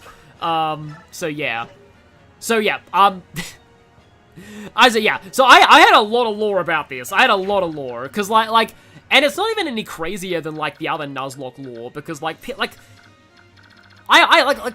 you, like, I used to read a lot of Nuzlocke comics, like, the actual, like, not just the original Nuzlocke, because the original Nuzlocke comics lore was great, too. Like, it has a lot of deconstruction in it that a lot of modern adaptations just forget was actually a thing. I feel like if I do this, he's probably gonna be able to just adept crit every time and kill him, because I'd like Ike to finish this. Mad ass, I'm so sorry that, like, this all spun off from you saying Wally, I think Wally x Lissa is a cute ship. But yeah.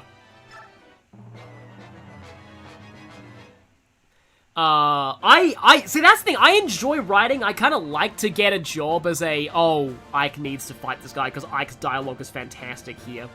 I'd kind of like to get a job writing, but, like, it's sort of hard. She didn't get a death or crit at all, okay then. But yeah, there were a lot of really interesting Nuzlockes that have very... I mean, to be fair, a lot of the Nuzlocke lore was like, I'm gonna play waifus with my favorite gym leaders. But also, there was some Nuzlockes that did have some pretty cool lore. I think Petty Nuzlocke was... I really liked Petty Nuzlocke. That was one of my favorites. There was another one that had a Combuskin that was a frat bro. I don't remember the actual name of that comic, but this sounds really weird out of context, but if you remember... If anybody remembers a Nuzlocke comic that had, like, a frat bro Combuskin,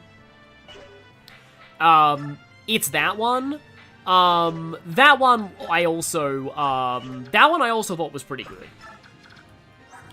There were a few of those that I liked. There was also one as well that like just kind of died and never got updated. That also had some pretty good lore. Literally at uni majoring in writing arts. Frat bro Combuskin works actually. Yeah, there was like a weird thing where also Ha will just barely survive that if he gets crit, which is funny. So I think I might actually do that just for a little bit of extra experience. Is that not just Waffles from Maryland's one? Kind of. Yeah, he has different dial. I don't know. I thought he only said, I will eat your soul for Lagoos, but no, he says that for Ha. Maybe it's for Dayan people that he says, I'll eat your soul. Yeah, he has different... Speaking of which, the lore on Bertram goes kind of crazy, but, we'll find out about that in Radiant Dawn, if I ever decide to play Radiant Dawn. I think I'll actually try this, and then have Oscar in range for the support.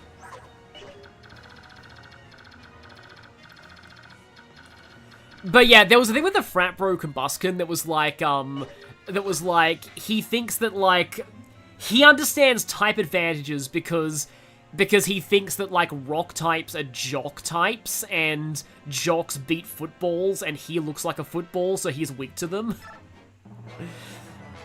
So, like, he gets the type advantages right, but for the wrong reasons. Okay, here's the legendary dialogue. Perish. Is Bertram in Heroes now? Because I'd like to hear how they would voice him if he was in Heroes. He would make a good fallen hero. I want to say he's not in Heroes. So you're Bertram, are you? Sorry, but I can't perish right now. Ike is the best character. Ike is the best lord, by the way. But yeah, this is when it suddenly goes dark. Yeah.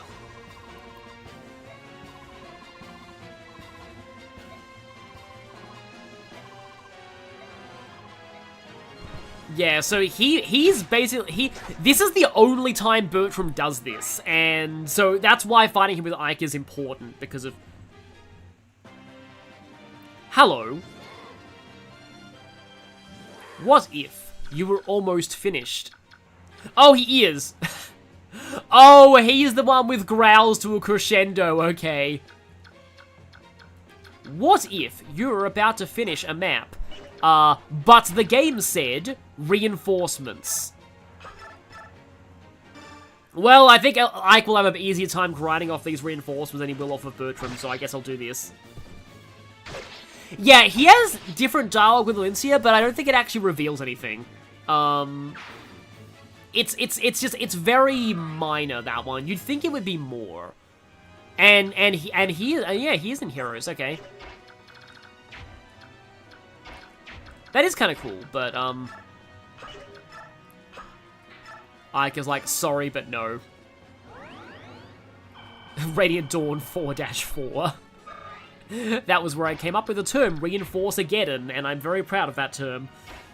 Because it accurately sums up, like, how this goes.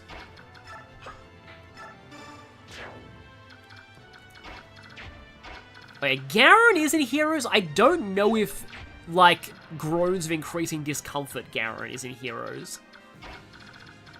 Like, you know, that version of Garen.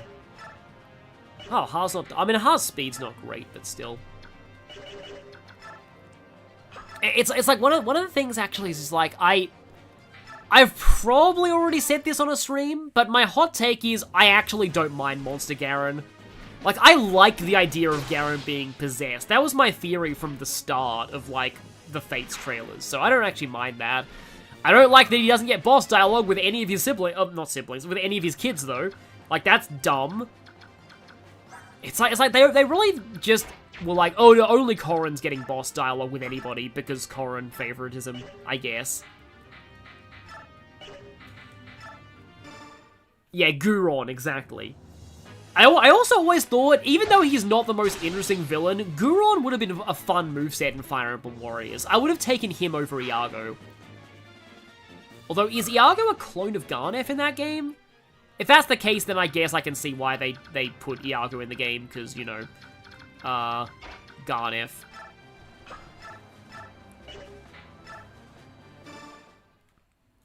Apparently Patrine being Tiger branded, according to the chat last stream, was actually stated in developer materials. Taking Tormod to the tower in next Radiant Dawn run? Yeah, that's cool. Yeah, you can really take anybody to the tower in Radiant Dawn. I kind of like to take Vika, because, like, Vika deserved better. She has interesting, like, potential as a character, but she's like, eh. Like, she barely does anything.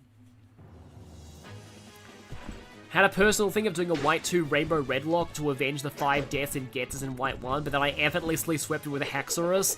That can happen sometimes. And then sometimes you can just have Pokemon die to a random trainer. Like, for example, Cauliflower the Seal, the legend in Mariland's playthrough. Soloed Ho-Oh was a seal. Died to a random Slakoth in Kanto that used counter. Rip Cauliflower. Okay, yeah, Rolf's luck is not great, it looks like.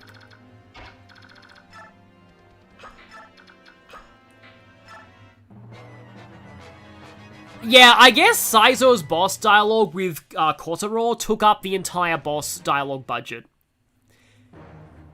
That's my headcanon and I'm sticking to it. Because, like, that one was so good. That is one of the few things I would unironically describe as fire. It was, they were just, a lot of the other Fates boss dialogues are just not there. So, okay then. Do you double me? You might actually... I think you exactly double Soren. Yeah, that's not good! I probably shouldn't even done that because I might have misclicked if I had done really badly there. No,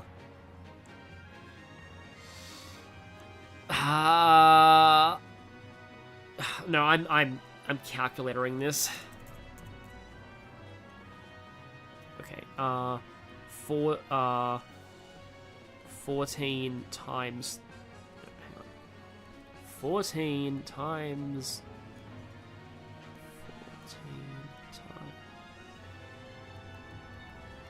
Okay, 14 times 3.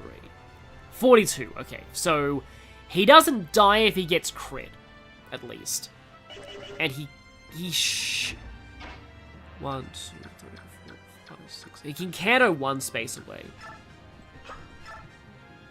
I don't think Corrin should have been able to air support the siblings either. Also, yes, I love that line from, like, chat from Nocturnal Decay. Soren, please, this isn't Radiant Dawn. Oh, there's the non-crit Paladin, the non-kill Paladin crit animation. I'm thinking of playing Fire Emblem 4. You think it's a good game to play as the second Fire Emblem I ever play? It was like the third Fire Emblem I ever played, I think. So it's probably fine. Yeah, I think it, like, Genealogy is not that hard, so it's a pretty decent game to play for, if I move Soren closer, maybe I'll have better, I'll have better against you. No, I want a better accuracy, though. But, like, yeah, it's not a very hard game. I didn't enjoy it at first, but then I started to like it a lot more later. When or the more I played it, the more I liked it. Like, my first impression of Genealogy, I actually hated it. I thought the graphics looked terrible, I thought the music sounded bad, but, like, then everything grew on me and I loved it. Seeing the gay Fates mod and seeing some of the non-gay supports of Boro X Keaton made me realize Fate should have more time to cook in the story development. Like, the thing with me is, like, I'm not really that big on, like, mods like that, because, like, that's literally just fanfiction supports, and, like, the thing about fanfiction supports is that, so, let me put it this way. Like, essentially, those supports are kind of only for, like, one person. They're, like, only for the person who wrote them. They're like, this is my idea of how an Oboro and Keaton support would go. But that's not everyone's idea of what an Oboro and Keaton support would go like. So I feel like adding gay supports is one thing, because they weren't even, like, a possibility in the original. But, like, somehow I just, like, I don't know, I don't like the idea of, like, the gay mod adding supports, like, more straight supports that weren't in the original, because to me, it just feels like that's just kind of almost wishful thinking of, like, oh, okay, yeah, I wish these two supported, but, like, unless it was, like, a group effort, unless it was, like, people voted on what supports they wanted in the hack, I just, like, it's more I just feel like hacks should kind of be more aimed at, like, everyone. This sounds really... Also love how just there's a generic green guy here. This sounds like... It sounds really mean, like, but it's just kind of how I personally feel. It's like, if I wanted that, I'd read fanfiction. I wouldn't get a mod for that. Yeah, that was Deathless Clash. Like, Clash on non-Maniac is not that bad to me, but I'm glad that Elincia didn't explode, and because of that, we now, guess what? Elincia is no longer a problem! Yay! Yeah! We no longer have to worry about Elincia. Because she's not a forced deployment. You can just undeploy her in every other map, so, Elincia's safe for the rest of the game. So now, Moment of Fate. Alright, this conversation. This is literally just telling you, if you can't beat the Black Knight, there's no shame in running away. And Elincia only has... Elincia originally had way more support. See, again, this is where I would be okay with a mod writing more supports. Because, like, Elincia, like, if a mod put in Elincia's supports for, like... I know she had Nephany, didn't she? Or was that only Radiant Dawn? I know Elincia had a lot more cut supports, but she only, like, kept 2 in the final game. So, putting in, like, restoring the cut supports for Elincia, that's, like, a thing. I don't know, like, I'm very weird in that, like, I generally just like to keep things to, like, what's canon. Yeah, Elincia has, like, almost no supports at all. Oh heck, yet you'll be with Rolf. Was this also mistranslated?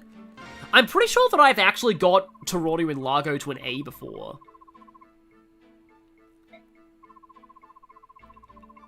Oh, Elincia and Jill would have been so good. Like, that's probably the support that I'm most sad to lose.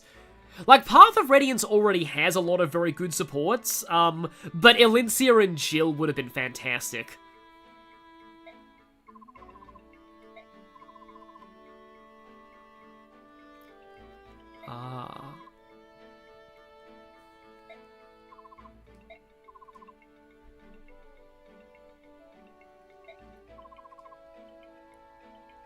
Oh, wow, interesting.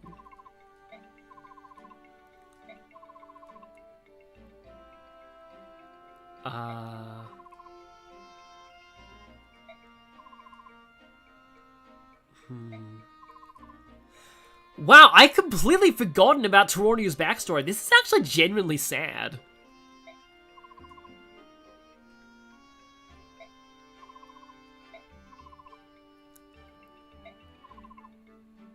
Yeah. Wow, I'm actually feeling kind of like I can understand why his wife left him though. Like and he admits that he made mistakes, but it's been so long since I've seen that support, or have I ever seen that support? Like that's like the fact that like Toroniu is like, okay, yeah, I'm this renowned war hero. I'm in I have a mansion, I have all these medals, and yet my life is absolutely miserable now. It's like that is actually really deep to me. I'm just like, oh, that is, like, a lot of the late joining, characters have very good supports in Fire Emblem. It's kind of a tradition that often the late characters get really good supports. Like, see Morvier in, and Vale in Engage. I mean, not all of their supports are gold, but, like, some of them are. And, of course, Renault in, pretty sure that I have seen this one before, because I often bring these two as filler units. But, like, of course you have Renault in Fire Emblem 7, but, like, they often do give the late game pre-promotes really good supports. Although, yeah, I do admit it is kind of funny that Toroniu's just venting his entire backstory to this random kid. Oh, it's because Rolf reminds him of his youngest son, I think.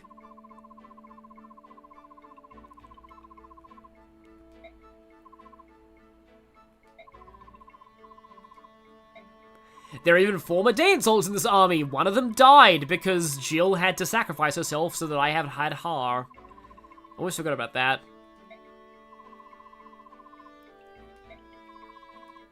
Yeah, I forgot that Toroniu's backstory was that interesting as well.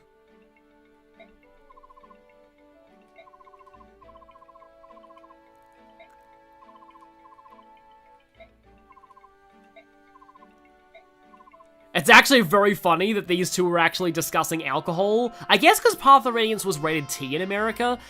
Because there was a support in Sacred Stones with, I think it was Garcia and Dosler. In Japanese, they were just trying different kinds of alcohol to get drunk, but they censored that, and in English, it turned it into a joke about reclassing before reclassing was a thing. They were trying to use starves and hilariously failing. Which is a funny idea for a support, but it's like not what that support was in Japanese at all. Although granted, I say that and I still defend some of the supports for, Engage, because, like, I don't like the original concept of the Japanese, what was it again? It was Etier and, Goldmurray, that's it. Goldmurray, yeah. Also, yeah, Volk's only support is Bastion, and the whole thing is just, let's set up Radiant Dawn. A plot point of Radiant Dawn that doesn't pay off until literally one chapter before endgame. Oh yeah, Largo and Mia is a support as well. Who does Mia have as other options? I'm not gonna get Ileana at all, so I might as well do this if I bring Largo as a filler unit.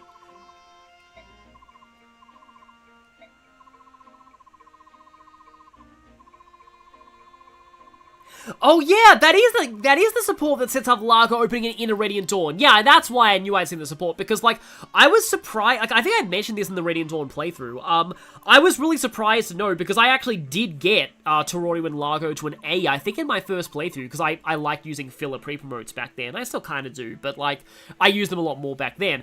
And I was surprised to find out that, like, their A support is fully canon. In fact, I want to say that, like, almost every support in Path of Radiance is canon, because there are no ending splits, so I think every support in Path... Because I know that, like, you know, Brom and Zehawk is canon because of Meg, but, like, also, I'm not sure I feel sparring with a girl, that's just, like, reminds me of Sanji, but,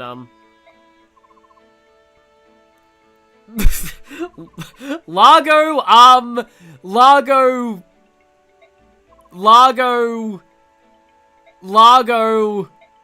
I hope you got over that when you married Khalil. I really hope you got over that when you married Khalil.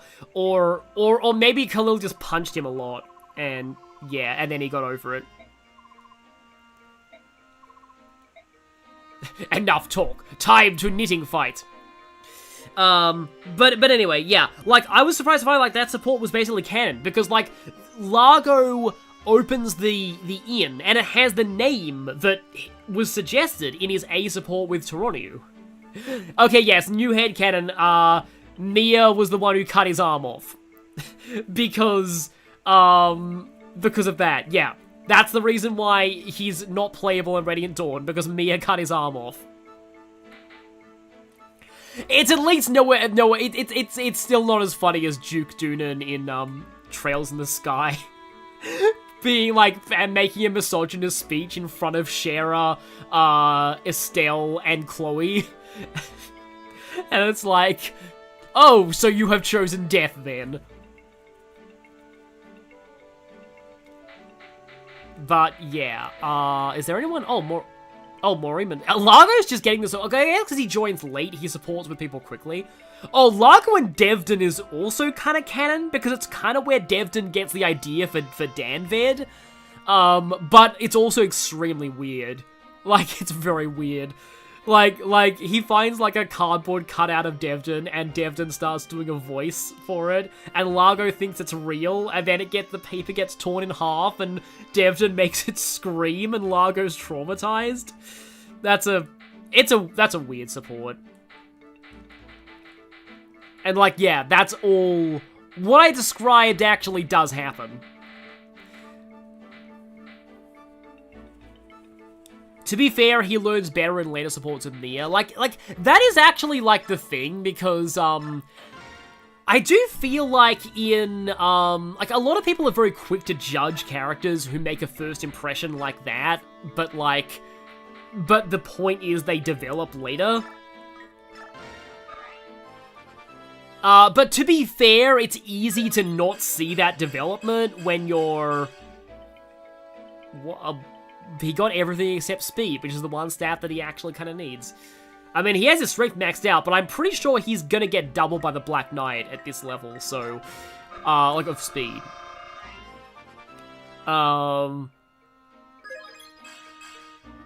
Ike just does not want to gain speed. Okay, then. Okay, well, at least he has max strength and skill, but, like, the Black Knight is going to double him, I think, so... yeah, and I normally like Ike to have capped HP if I do the Black Knight battle, so... I think I can probably only afford one more level. Ike, you need to fast! Nope! Okay. Magic! Yeah, magic's good. Oh, and he's capped defense too, so he... This is hilarious. So he's capped everything that I normally like him to have capped before the Black Knight, except for speed, which is probably the stat that matters the most for the Black Knight, because you don't get doubled. But, like, strength, skill, defense, I mean, that's not actually horrible, but that speed sure is.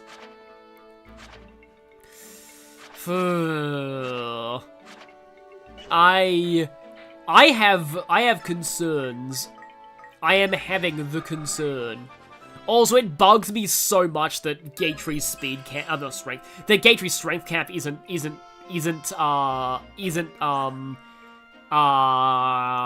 30, because, like, its defense is 30, but for some reason strength is, like, 29! Do I have any secret books in my... I'll have to check. Grail is absolutely rolling in his grave. Live footage of Masahiro Sakurai's playthrough, exactly, yeah. It's like, oh, I'm gonna make Ike slime. But, like, to be fair, Ike in Smash is based on Radiant Dawn Ike, who legitimately has a 30% speed growth, but that doesn't actually matter, because Radiant Dawn Ike has nearly capped speed to start with, so, yeah. His speed growth being low, it's like power in New Mystery of the Emblem. Speed growth being low doesn't actually matter, because it's almost capped anyway. I mean, I can level up. If Soren actually gains speed, that would be amazing. Of course his boyfriend gains speed, but not Ike himself. Of course.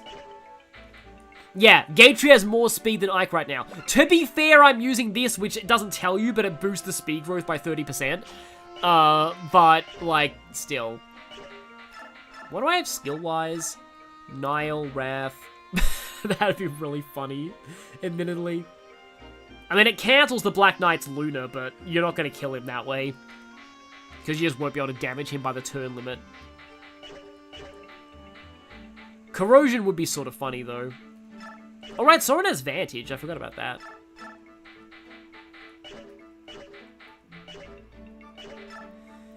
How much money do I have? Let me just check. I have... Oh, I'm actually running low on money somehow. Can buy silver X's and hand X's. I still think that Muston's face is the most horrifying thing of all time. One of them, at least. Can't buy silver lances, though, right now. It does look like a bush with eyes, or a beedoof. I mean, I guess you could take the javelin.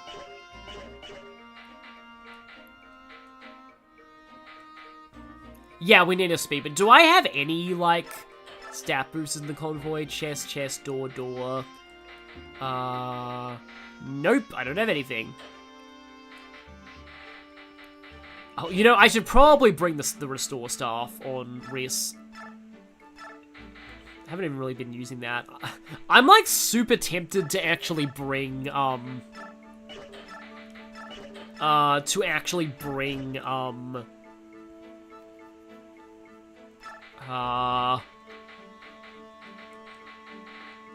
wow, I completely lost my train of thought there. I'm super tempted to actually bring... It was something silly, but, like... I mean, I'm probably not going to use you, so... I think I can swap that over.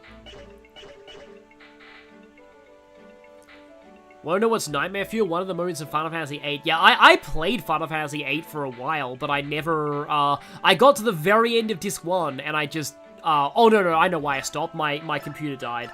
The computer that I had the game on died, so I stopped. And, I have never played any further than that.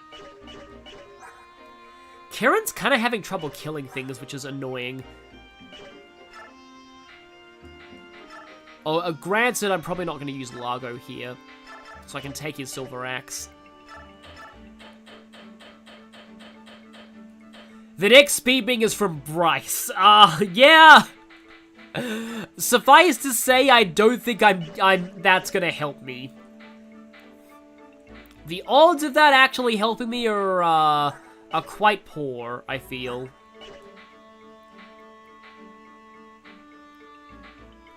I guess you can take one of the other chest keys.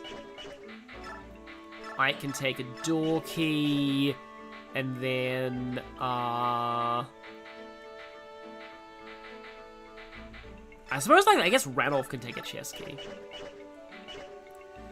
Yeah, I don't think I can win, with 22 speed.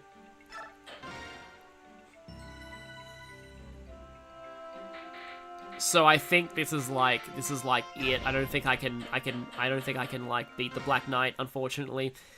I'm actually generally scared for Ashnard though, because like 22 speed against Ashnard with Ike is like, I think he might even get doubled. And you don't get the Laguz Royal until phase 2 on hard mode. And Ina is gonna suck against Ashnard, so like like, Wrath Resolve is sort of my best bet, I feel, maybe, but we'll cross that bridge when we come to it. Well, we've already crossed the bridge chapter, but you get the idea. Choose units, okay. No Elincia! Rolf, Mia, Oscar, Gatry, Karen, Soren, Randolph, Harbiss. No Morim is a little eh. Because I like the Smite utility, so I guess I should do that and then trade... Ranulph's chest key over to you. You need enough speed to not get doubled. Yeah, it's just like Ike needs, like, I should have speed winged Ike earlier, but that is gonna be... It's going to be a bit of a problem. I feel like... And Ike... Okay, so Ike has 4 more levels. So if he gets speed on every level, he'll have 26, which is still not capped. But it's not horrible. Third augmentation, I think most people are comparing it to Showdown. Is that in response to something I said about Pokemon Champions right at the start of this stream? I think it is, and that was like a long time ago.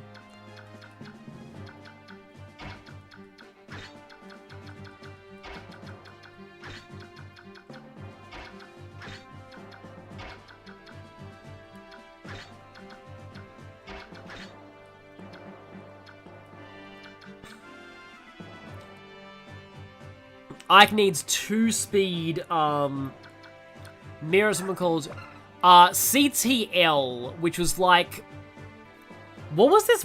I forgot what this stood for.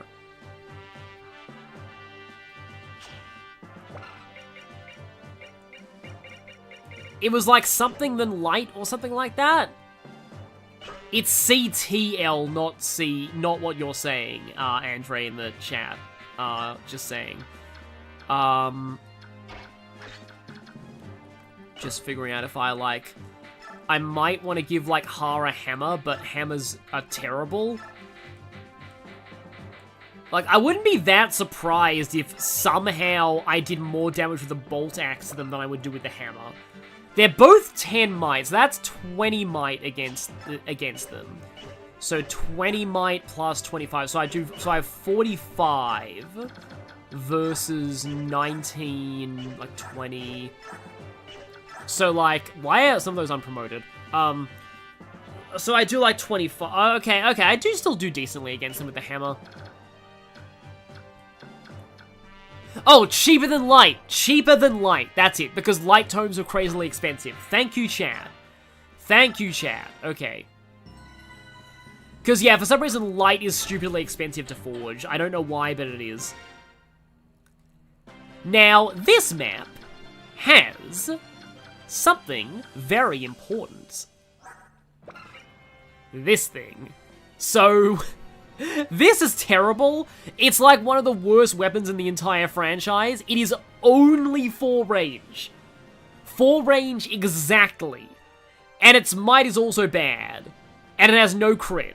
And I don't even think Rolf can use it right now. Is Rolf even oh, no, he is. No, Rolf can use it. But, like, the actual situations where you need exactly 4 range are so few and far between that it's just completely hilarious. Oh, right. I gotta remember. Titania died to a Killer Axe warrior. So I actually need to be careful here.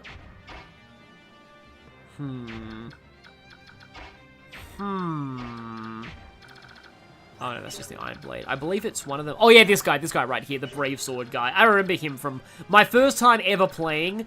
That guy, he seemed scary, and then he went, no damage, miss, no damage, miss. I got rid of the Lagoo's bow, didn't I? It's on Joffrey, I think.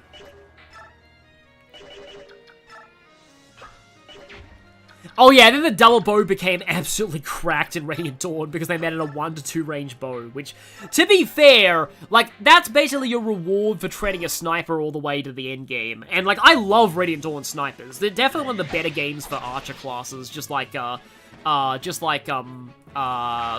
But, like, they made the double bow ridiculous. Again, like, it was great because, yeah.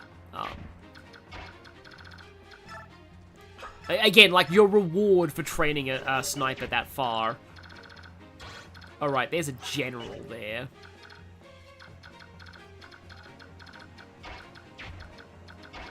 Speaking of general, it's hammer time. Oh, I have 100 accuracy against them too. Oh yeah, there's the sages with siege tomes behind the trees in the next chapter. Spies Yumi exists entirely for Shura to almost always proc Heimer. Yeah, Fates has some weird joke weapons. Like, some very weird joke weapons. You know what? I sort of want to just do this. Just to get you into the action faster. I guess I'll just do the spear.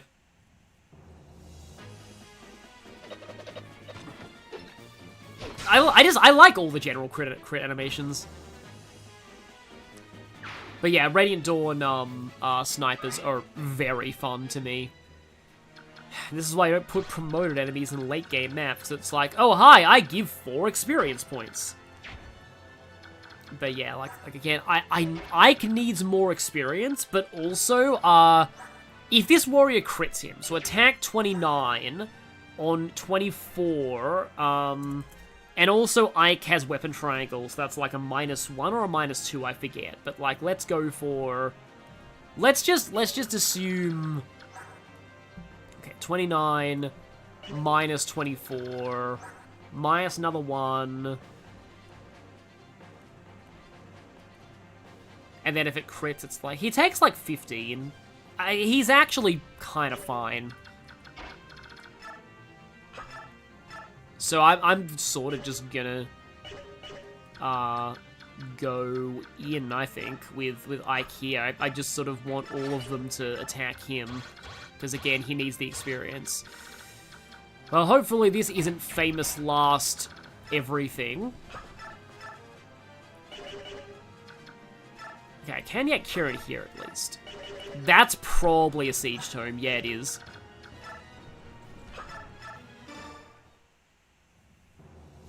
Mechanist Shura would despise Yumi is really good at being a jerk with debuffs.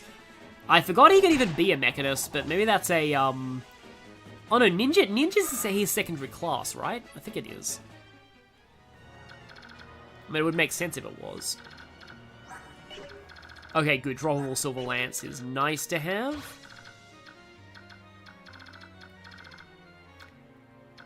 Okay, yeah, that's fine, Kwang Ko. Also, nice passer emoji there, Mosmero. I don't want Rolf getting hit by a cat and bolting in the same turn. That would probably not end well. I'm just gonna move you back around here just so that, like, everything attacks Ike. Again, I am slightly concerned. Oh, hang on. If only I had an extra use, if only I brought that... I got rid of the Hammer'n Staff.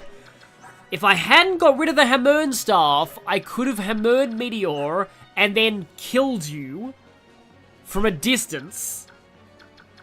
That is annoying. I mean, I don't think Adept obeys weapon uses, so technically speaking. But also I don't want Soren getting hit by a cat. Oh, he doesn't get doubled, though.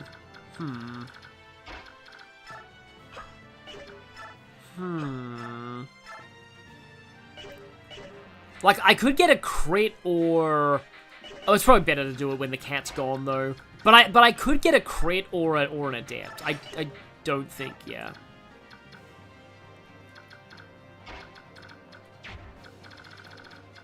Oh, I have Purge on Riss. I did not realize that. Okay, yeah, I can do that. Yeah, Purge and Meteor. Okay, well, again, that'll be next turn. Because I sort of want the cat to be out of the way. This reminds me how I always kind of like the expression, while the cat's away, the mice will play. Thank you for not... I mean, that probably wouldn't have crit anyway, but still, I was a little scared there. Whenever I see Thunder Magic, I'm like, oh, that could crit me. Because, like, Thunder is just the thing that likes to low percent crit people, so, yeah. So, this is the map that when I played this on my dad's TV back in the day, the map was, like, completely black. I could barely see anything, because his TV was very, very dark. Also, hi, cat. Rare time when I don't like saying that, because, you know, I love cats in real life. I saw a nature documentary yesterday. It was Planet Earth 3, I think, and it was funny because, well, not funny, but there was a cute bit that involved monkeys and monkeys huddling together for warmth in the snow, and it made me realize that, like, hugs are actually an evolutionary adaptation. I'm not even exaggerating, they pretty much are. But okay, yeah. Well, I mean, at least this Ike is fairly tanky. He's gonna get poisoned, isn't he? Nope, okay. Man, he's doubling you at least, but your speed sucks. So yeah, I'll just do Purge and Meteor. Oh yeah, his Heartsteel class is Ninja. I've said it before and I'll say it again, I'm so glad that Engage actually made antitoxins heal HP, because, like, you just never use them in a lot of the games if they only cured poison. In Engage, it's like they heal HP and also cure poison. You are giving, like, no experience. And he didn't crit it. Well, he hits, and I healed it up with Ether anyway. And goodbye. Okay. So yeah, all those warriors attacking Ike was like, oh, it's still worth a solid amount. Hello, cat number 2. Only 10-16 for you? Why are you so tired all of a sudden? I mean, I've been really tired at that point. I've been tired early in the morning sometimes. Not, like, recently, but at times I have been. Oh, wait, you guys do move. I should have figured. I thought there was maybe a chance of you not moving because you're on a door, and sometimes enemies on doors don't move. I do like how later games are entirely transparent about what enemies do and don't move. Like if an enemy won't move, it'll just show you no movement range on them, so you'll know which enemies are stationary. And it's always so weird to me whenever I say that, because it makes it sound like... I'm gonna kill you with the Sonic Sword because it's funny. I have never used Sonic Sword Ike before, and it's actually worked out surprisingly well. Mostly because this Ike loves getting magic. Okay, there we go. I don't know why, but like the thief dying animation always looked funny to me in this game. I'm gonna get rid of my Slim Sword because I want to give that to Rolf because, you know, like many things, it's funny. Okay. I should probably leave you in case I need to smite somebody. Then we have these two thieves that, like, they're not gonna get away. They're, like, kind of a joke. Yeah, they get doubled by Gatry with a javelin, and, like, one shot with a javelin. And there we go. Ike has not gotten speed yet. Okay, so that's gone. Other thief is gonna just, okay, yeah, gone. Oh yes, because you have daggers, so you don't even have sword weapon triangle advantage to save you from axe users. This is like the slow creep into axes being broken, but like Radiant Dawn really broke axes. I think at this point, though, Har is actually kind of demonstrating this, like... A thing in Mecha's video on, I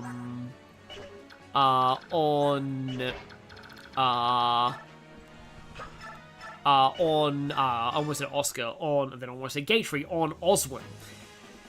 In that, like, yeah, like, higher level characters get less experience. But if you are higher level, you can actually take more fights, like, safely, which means that you gradually do get more experience funneled into you than you otherwise would if you were weaker and could only fight, like, one thing per phase. So, actually speaking, yeah, having a higher base level isn't actually as bad for experience gain as you might think. Was there ever a game where lances were the best weapon? Yeah, that's what I want to think, because, like, in Genealogy, they were really heavy. In Fire Emblem 1, they were mostly inferior to swords, I think. Like, a few of them were, like, objectively... Like, I think, like, the Iron Lance is...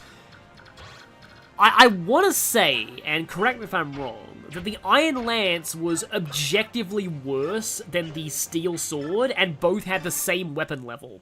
So, if you can use one, you can use the other, basically. Or the Steel Lance or something like that. So yeah, Fire Emblem 1, no. Gaiden, I'm not sure.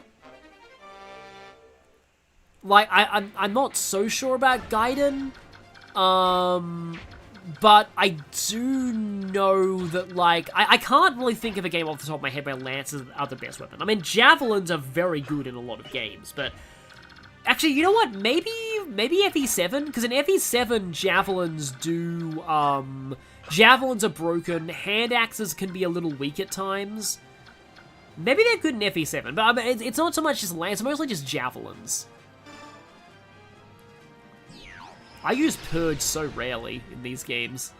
By these games, I mean this one game specifically. But I think in all the games I don't use Purge very often, because it's just kind of rare that you have a competent bishop like that that's able to actually, you know, use... And some games just don't even give you Purge. Yeah, I think Lances are pretty good in Awakening, now that I think about it.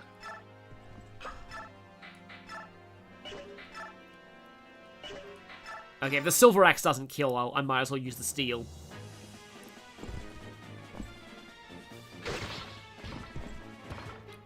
Yeah, I guess FE6 Lances are pretty good as well, because, like, Axes have the really bad accuracy issues, and not a lot of Axe users are, like, that great. But, I mean, I do think FE6 is pretty, like, more balanced than people say it is.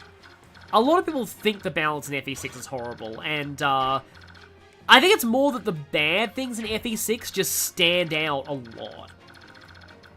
But the good, but also the good things in FE6 aren't, like, that ridiculously OP.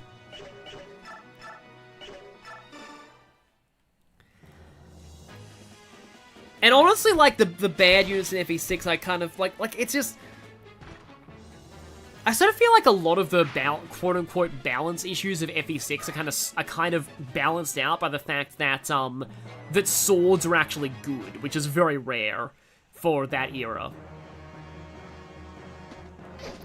Even outside of Fire Emblem, you legit can't remember any RPG, whether JRPG, SRPG, or Western RPG game, where Lances weren't like, you know, were never the best weapon. Yeah, I'm just trying to think about that. Like, I know that, like, in the Lord of the Rings tabletop, like, strategy game from Games Workshop, Lances were a thing, that, I think that was a crit, actually, that only cavalry could use. They gave you +1 to your wound rolls while charging, but if you fell off your horse, you automatically threw away your lance, which was kind of funny. Because, like, and in real life, actual lances would not have been usable on foot, like actual cavalry lances, so I guess that makes sense, but I always thought it was quite funny that you could actually buy, like, an option for a unit, and then it's like, oh yeah, if the unit ever loses their horse, like if it's killed or if they have to dismount, they just throw their lance away. They're just like, nope, don't need this anymore.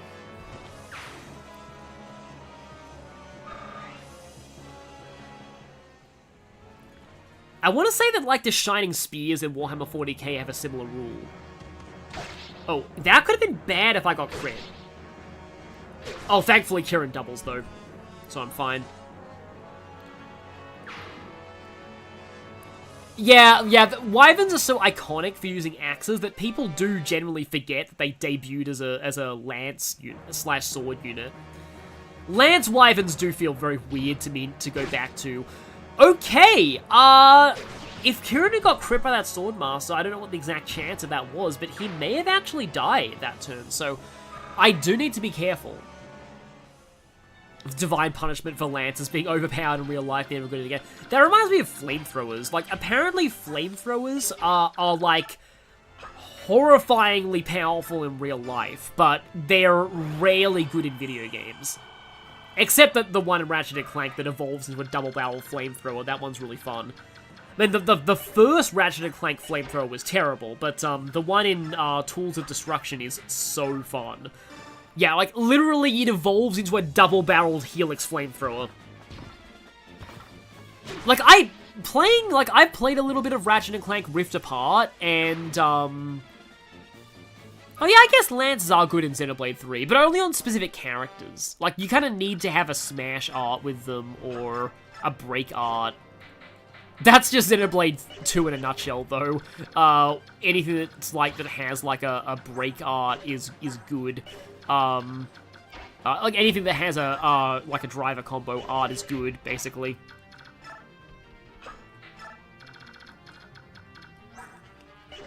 I like how Spider's Sonic is saying that, like, is effectively talking about, like, Brave, body Echidna with body ring as if she was a separate unit from regular Echidna. It's kind of like, okay, so here's the sad thing, okay? So here's something sad. I want to Let's Play Fire Emblem 6 on the channel at some point.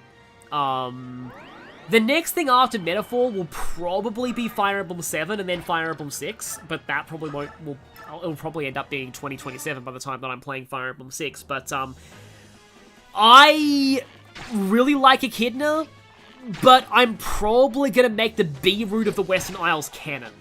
For 2 reasons. One, Elfin is infinitely a better character than Larum. I'm sorry, Larum fans, but Elfin has amazing lore in the story. He's a male bard, and those are rare, and I just like his, like, harp-playing aesthetic as well, and, like, I just like his story. He has really great, like, story relevance. And also Larum is annoying and, like, a bad tsundere stereotype, and her romance with Roy is terrible, so I'm not a big fan of Larum. But 2, because Bartray. If I'm treating the game as a sequel to FE6, dumb, sorry, I'm dumb. If I'm treating the game as a sequel to FE7, I should use Bartray. Because Bartray I have to train Bartray in my FE7 playthrough. I know that he's bad, but I have to do it because I want to show all recruitments on Hector mode, so I need to get Carla. So basically, yeah. And honestly, Bartray in FE6 is actually pretty good. Like, another example of FE6's balance being better than you think it is, like, FE6 Bartray is a very fun unit. Like, 22 base strength is insanely high. Oh, great, it's the Brave Sword guy. Oh, great, it's the Brave Sword guy, he's dead.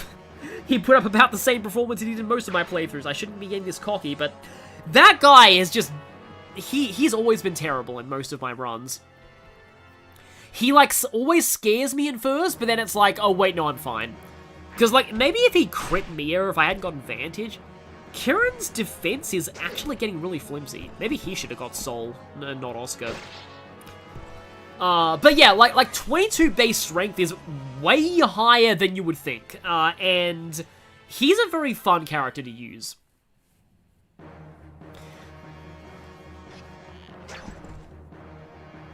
But anyway, yeah, also it does mean that I'm stuck with, like, the B-root version of Gonzalez, but, like, also the B-root version of Gonzalez is a better unit than most people think he thought he was, because, like, people are like, oh no, he joins with the same base stats as the level 5 version of himself. He's obviously terrible, right? Actually, he can insta-promote, and that's pretty good, because Berserker's promotion gains are insane, and it gives him the critical bonus immediately. And actually, the B-root version has its advantages. Yeah, which I do like. Oh, it's gonna take forever for me to actually get the Brave Bow onto Rolf. Okay, yeah, Oscar, you help Kieran a little bit here.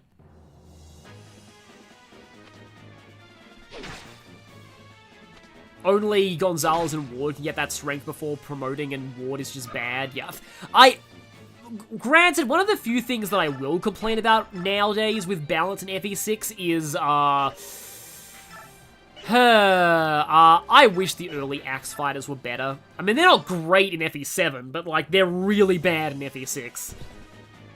Which is why I kind of liked at one point when I played a balance patch that buffed Lot and Ward, but, that patch was made by somebody who, you know, has controversies. You can probably tell who I'm talking about.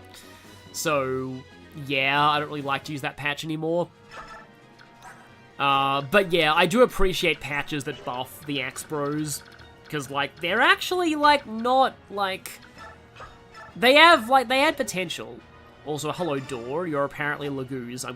That did more damage than I expected. I mean, it's just your raw attack stat, isn't it? Just gotta be... I think Kieran's okay.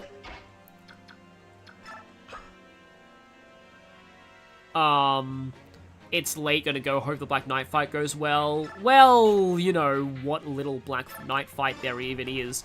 Oh, that opens everything. And they have status staves. I forgot about that.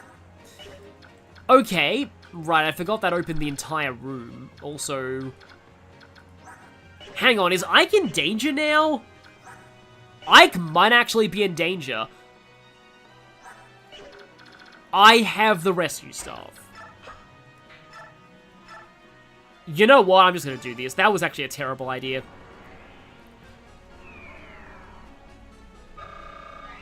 That was my last rescue staff, which could come back to bite me later, but, like... better to be safe than sorry. Because that was legitimately kind of scary.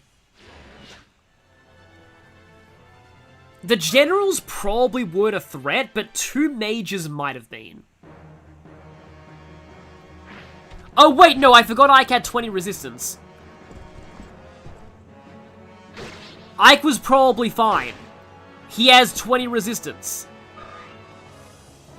Well, okay, that, I may have used rescue for nothing, but oh well.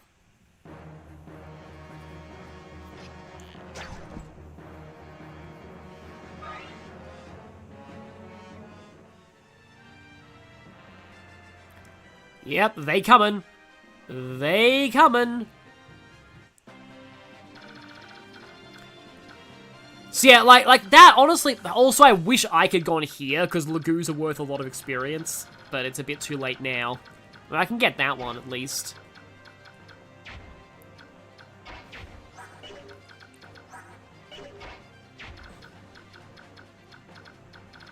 Okay. So. Okay, it would be hilarious if... No, you can't shoot through these walls anyway.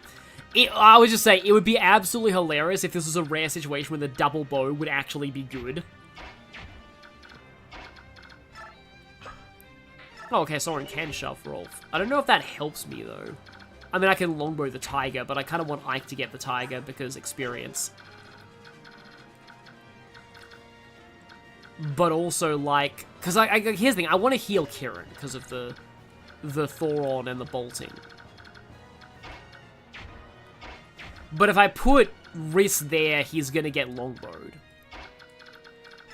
Oh, well, I suppose Oscar can just, snipe the... I think that's 45 damage?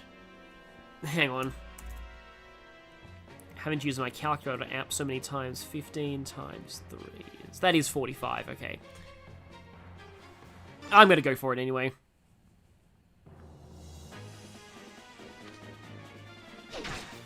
Yeah, FE6 is pretty anti-newbie, I will give it that. It's a game that gets a lot better, like, the more experienced you are with the series. And in a way, that's kind of why... And like, FE7's a game that gets a lot worse the more experienced you are with the series, but it's also a great game for beginners, and that's what it's really meant to be, because it's the first Fire Emblem in the West, so... I can't exactly fault it for that. But yeah, okay, so here's the problem. Like, I don't want Rhys to get longbowed.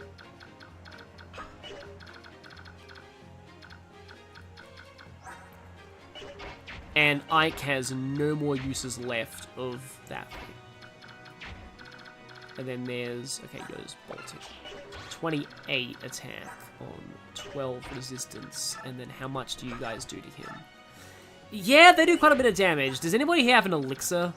No. I mean, Ike has one, but, like, I can't really get it to Kieran without... I mean, maybe...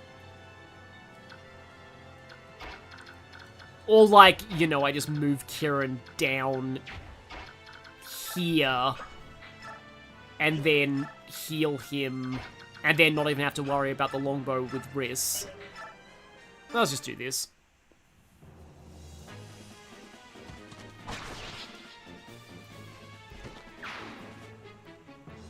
And then I can give the double bow to Rolf, exactly. Because, yeah, we're getting really close to being able to do that. Oh boy, it's Rolf, it's the ultimate in Rolf gaming time. Oh, okay, right. So a few of these people, and by a few of these people, I mean quite a few of them will be able to attack Rhys there. Right. I may have been dumb. I may have been very dumb.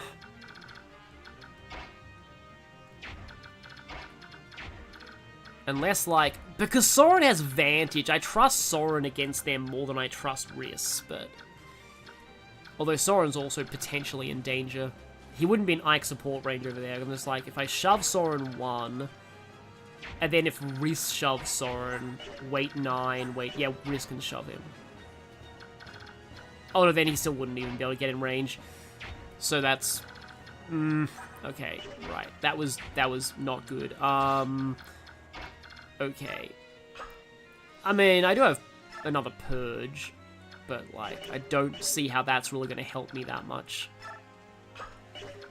Unless I purge that door just so that Mia can get in there faster. That's admittedly a funny use of Purge. Alright, Purge is only attacking thing. Is it? Okay, it is weighing him down a lot, so he is going to die very horribly if anything reaches him. I don't like having to use of this just on... I forgot you could get Adept on doors. But I mean, if you can trigger the Devil Axe backfire on doors, it's funny how Soren's, yeah, wow, his Thunder is way higher than his win rank, because Forge Thunder is just so much better than, like, most other things. So your crit is 25. Okay, it's still a 5% crit rate, though. I don't really want Mia to get crit.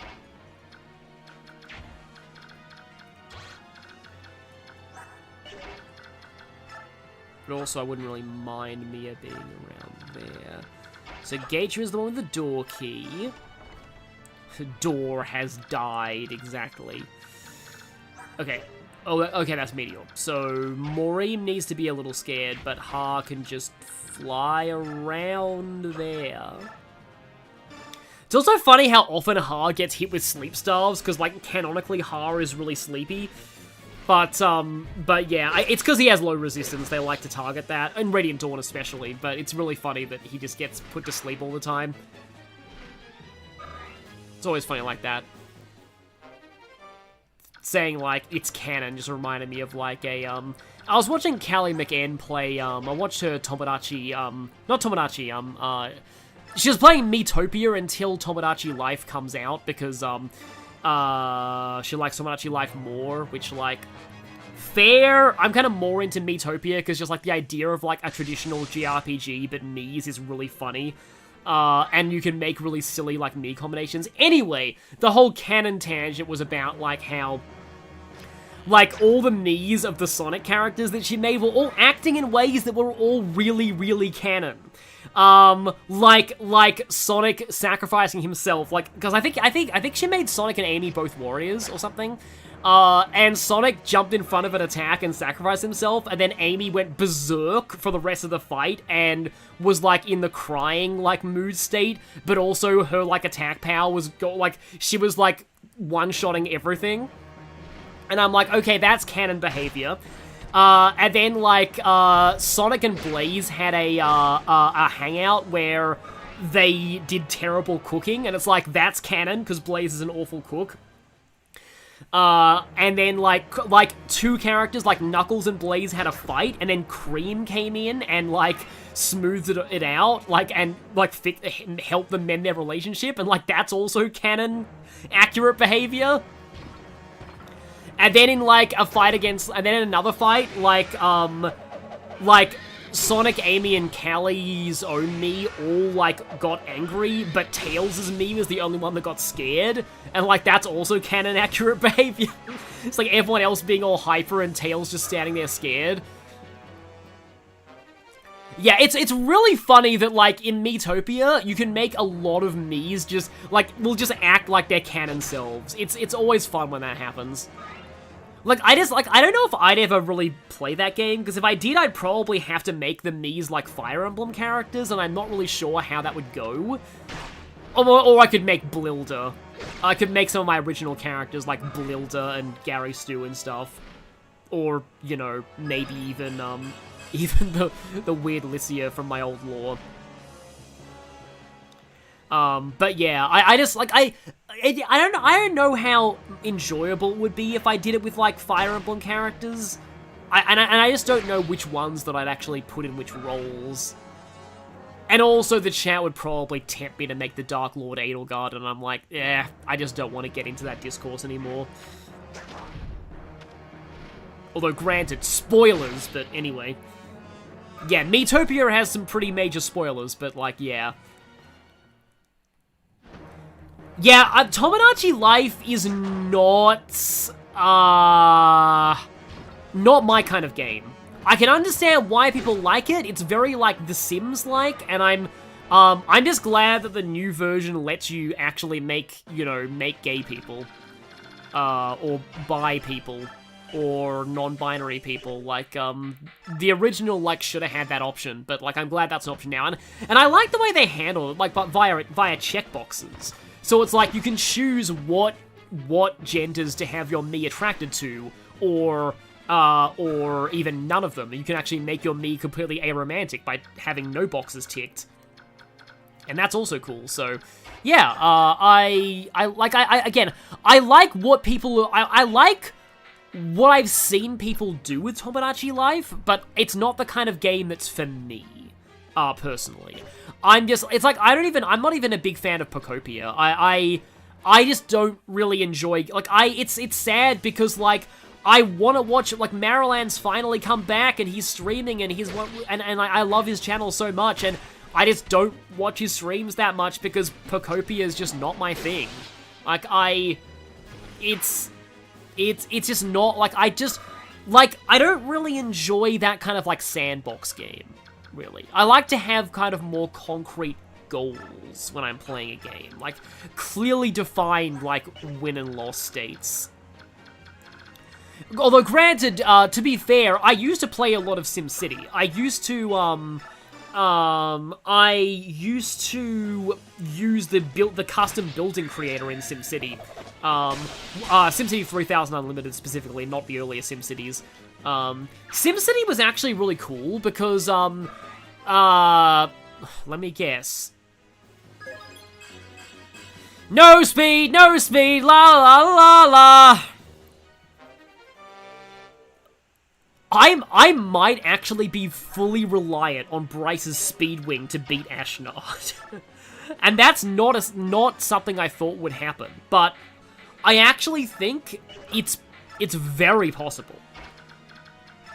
Because, like, my original plan was to beat Bryce with Rolf, because, like, Rolf can't kill Ashnard, but there is one other boss on the map that he can kill.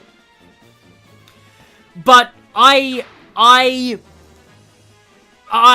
feel like I might actually be dependent. He can't res. This is the first time I've actually seen Ike do this. Even if I hadn't used a Speedwing, that would have been still like, unless Speedwing's like +4 in this game or something. Not Speedwings, Talismans. Unless they're like +4 res in this game or something. So, like, if this run actually wins, I get res transfer bonuses to Radiant Dawn Ike, which I've never seen happen before.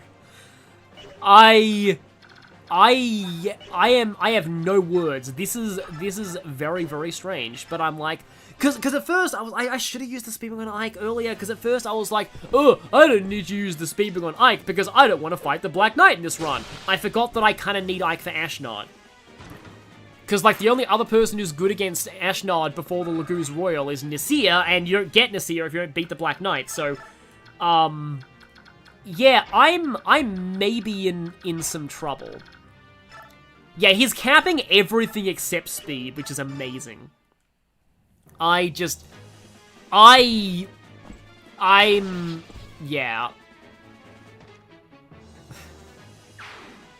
Oh, so that was the first time you ever played Magic the Gathering. It was very fun.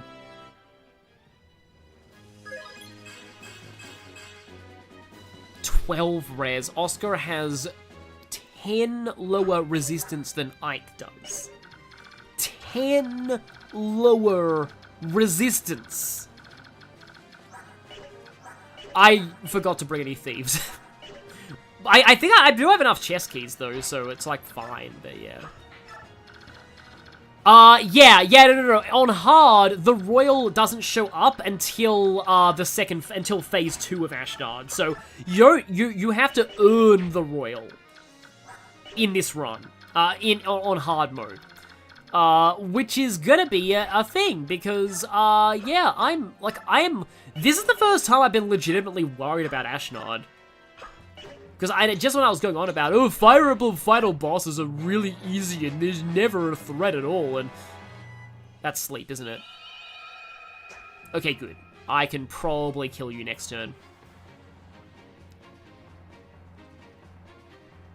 Now, Har is probably gonna end up getting trapped in that corner by the cats, but he should be I think he's okay? I think he's okay, we'll see. And of course, I don't want to lose this run when I have such a good Gatry.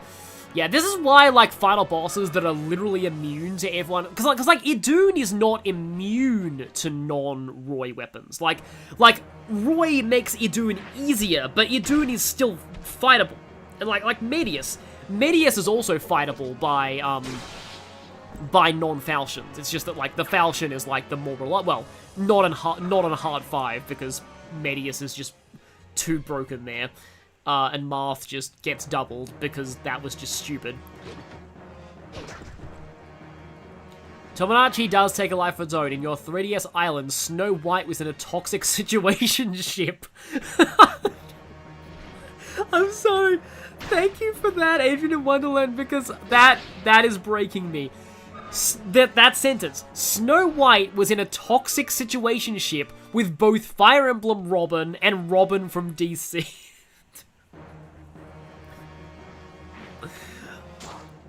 Just, yeah, Tomodachi Life does do weird things. Gatry is doubling cats. Cause like, oh yeah, Medius and FE11 is stupid, but like, what I was saying is, does Tomodachi Life have a way to, set it so that two Miis are family and will never be interested in each other romantically? Because I've heard of players being horrified at, well, that's Gatry's one weakness, being horrified at, like, Miis of, like, their sisters or, like, them and their parents offering to hook up, because I want to say the original Tomodachi Life didn't let you do that. I could be wrong, but maybe not. Saw a clip of somebody trying to make their Miis fall in love and living the dream, only for the Cupid arrow to get blocked by WD Gaster. It's like reasons like that, and also why that's also why Miitopia is fantastic. Callie's Run had, for example, the legendary Genie Springtrap, and among other great things. Like making Solid Snake one of the 3 fairies, because why not? Snake is like, I'm in deep cover. Truly the deepest of deep cover. No one will ever suspect a thing.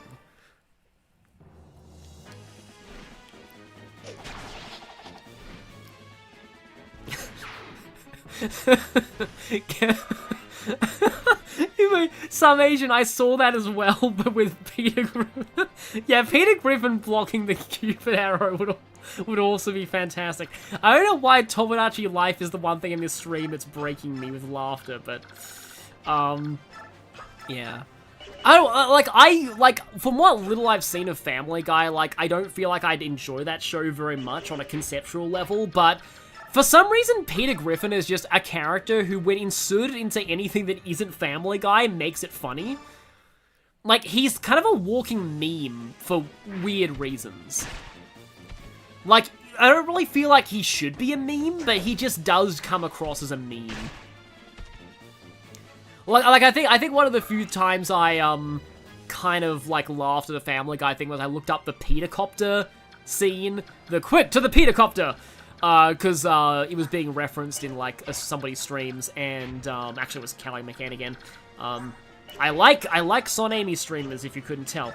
But, I didn't think the actual Petercopter moment was funny, but the follow-up with the Hinden Peter with, how can you afford these things? That made it a lot funnier.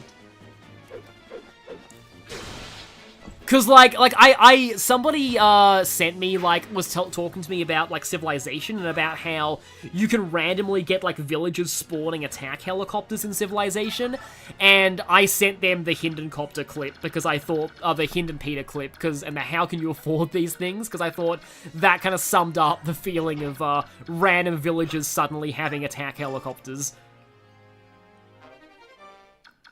Another Silver Lance, okay. Can I double bow anybody? Doesn't look like it.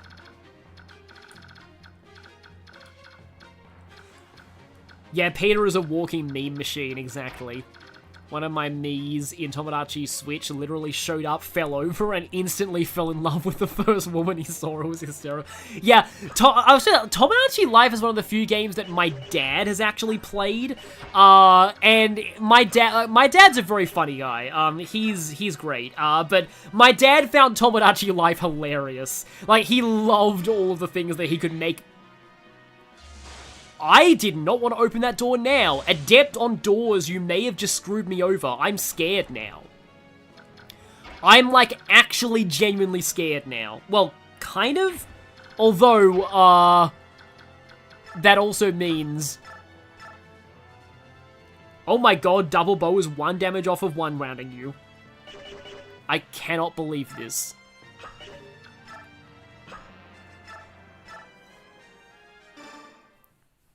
Yeah, I did not want to activate that. Oh yeah, nice crit, okay. So, I talk about how bad the double bow is. My first usage of it, is actually, like, a genuinely good use case for it. So, because, yeah, that brave bow was probably a real threat to Soren if it had actually hit him. So, yeah. Double bow good, somehow. Exactly, Rolf Gaming. That would have been 1 damage off without the crit. How close are you to getting S-Starves? If I had an arm scroll, I could watch an arm scroll be in this chapter. Oh, I just realized Resolve is in this chapter. I need to make sure that I get Resolve. And for that reason, I weirdly need Oscar to not die, because I lose Oscar's chess keys, I might actually lose Resolve. Okay, I don't have a ranged weapon. Let's see. I'll just use the regular Silver Lance. And I was about to say, oh, maybe I should use the Brave Lance because I don't want to take any damage. But no, this is a one-shot anyway because Oscar. And then now it's a really one-shot anyway because Oscar. Yeah, double bow's like the weird version of Spy Yumi. Nice that my dad enjoyed the game, only Nintendo. Oh, it's not living the dream. He played the original Tomodachi Life on 3DS.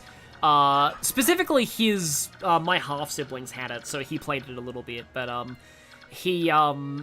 yeah, he remembered his Miis forming a cult over mashed potato, which I think is the same dream that was All Hail the Virtual Boy in the actual Nintendo trailers.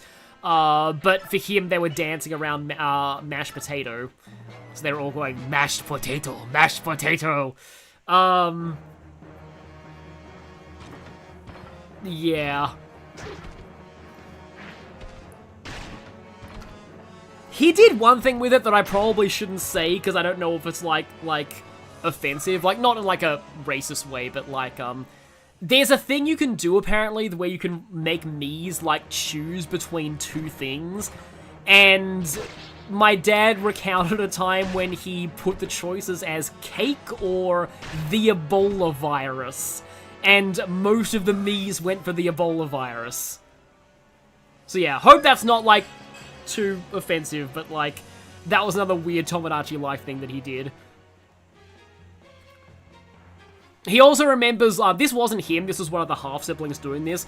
There was, like, a default, oh, Judgment Bay, that's what it's called, yeah.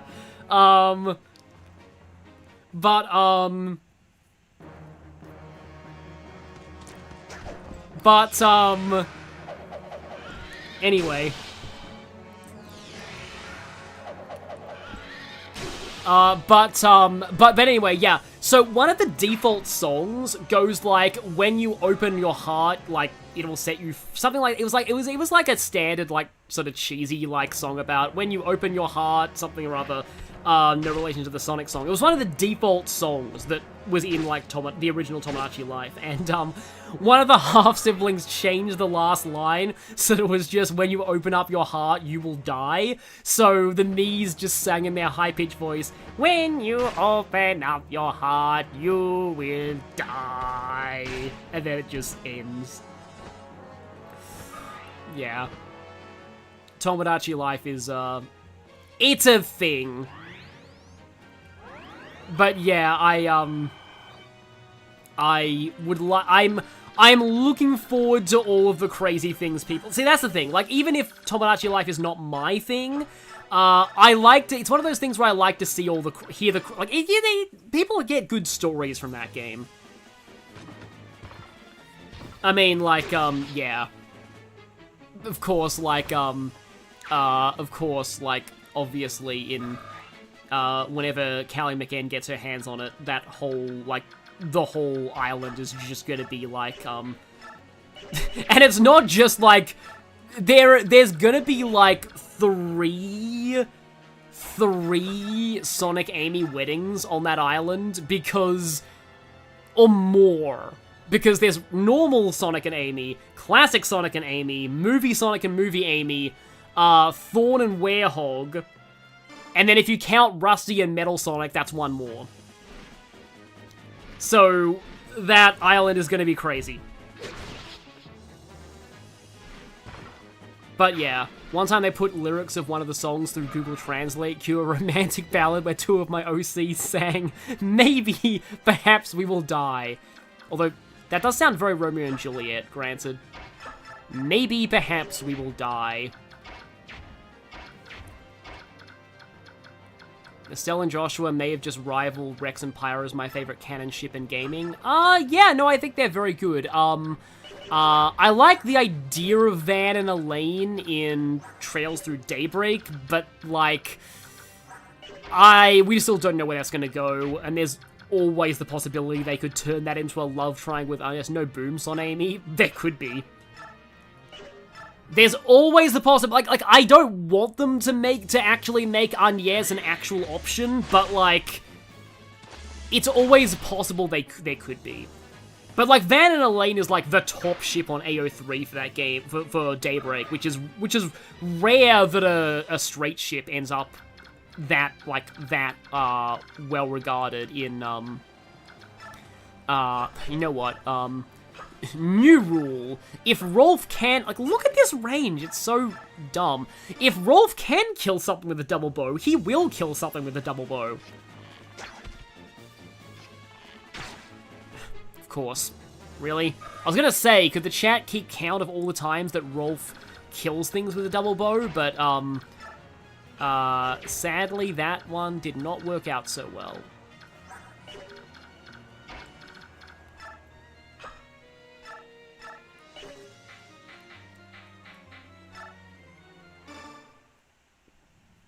Yeah, the checkerboard, exactly. Oh, so amazing. Your plan is to add Rex's family, but to make up for the lack of polyamory, I guess in, yeah, Living the Dream, I'm assigning Mithra as Nia's partner. Yeah, that works. That works. Have, like, the Rex Pyra thing, because, like, I feel like most people focus on the Rex Pyra aspect of, like, the Rex Pyra Mithra Nia thing. And then, yeah, you can just have Mithra and Nia. I think that's an exact kill. No, nobody can do damage to Ashnod. Nobody can even damage him except for Ragnall and I forget if it's Royal Lagoos or if it's just... I think it's just dragons and Royal Lagoos, because the weapons, like the Lagoos, it has to be a specific type of weapon, and only dragons and the Royal Lagoos have the can damage Ashnod flag assigned to them. So, like, nobody else can even damage him. It's the same with the Black Knight. Like, you can't just do any damage at all, which is a shame. Like, yeah, I like Rex and Pyra a bit more. The thing with Mithra is that, like, I like her as a character way more than I used to after Torna. Like, after Torna, Mithra might be my favorite Xenoblade character of all time. I've said this before, because, like, in Torna... And, like, it makes Pyra a much more tragic character, because, like, Pyra literally only exists because Mythra hates herself. Like, she created Pyra to be everything that she thinks is unlikable about herself. Like, she's bad at cooking, Pyra's a good cook. She's mean to people, Pyra's really overly nice. She's too powerful and destroys everything she touches, Pyra's weaker. Like, Pyra is literally just everything Mythra hates about herself, which is just so sad. Okay, so Ike has one more use of the chest key. Oh, right, this is Arrive, yeah. It's not like it's a time limit or anything. I need to make sure I get the chest, though, because, okay, that's the important one. Resolve may actually be necessary. Like, absolutely, literally necessary to me. So yeah, let's go trade that. Yeah, Mythra does need more love. Like, Mythra is actually an excellent character. Okay, Hara has enough use on the chest key to be, like, fine here. Gage doesn't really need to level up. But, like... Okay, hang on. No, Smite won't be enough to get Soren there. But Riz plus Smite might.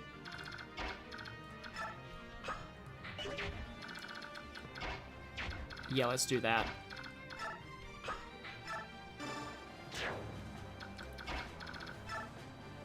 Yeah, Ina can damage him, but good luck actually getting her to damage him is the thing. Because, like, Ina's not great. Like, her stats are just not particularly good. And I want to say if Ashnod... Does Ashnod double her? I'm not sure. So, okay, yeah, chest key. I got Fortirity, which actually may be useful later on. And, okay, I gave over the chest key to 7... Oh, 6. Okay, I think I can actually get this chest via shoving. I can. Okay, good. Personally, don't like her gameplay, but really enjoy her personality. Yeah, I'm kind of the opposite, because I wish Pyra was better in gameplay. I mean, she's worse for a reason, because she is literally meant to be Nerf Mythra in story. Yes, I need another physic. But, like, she's, like... she's just completely insane in gameplay. She's one of those few broken things in games that I just find genuinely really fun. Okay, let's do this.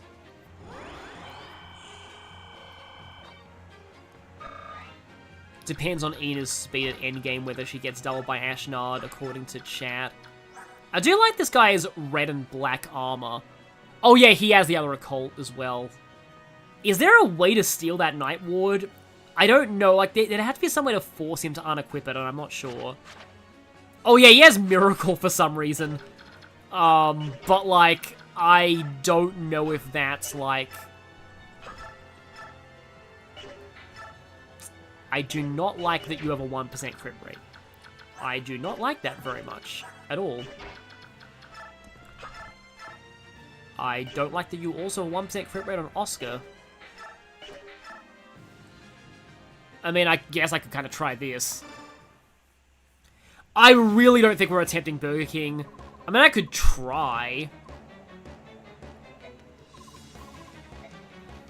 Oh yes, this guy's very much like SMT Chaos. I like to serve Ashnod because Ashnod gives me, you know, more fighting. Okay, at least I hit 2 out of 4, which is not great.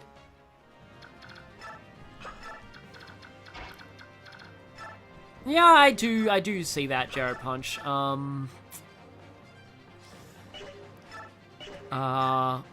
Yeah, I don't need to crit, so I may as well go with the better accuracy option. Although, if he gets 1% crit, then he will... I mean, to be fair, Kieran dying to a 1% crit is like...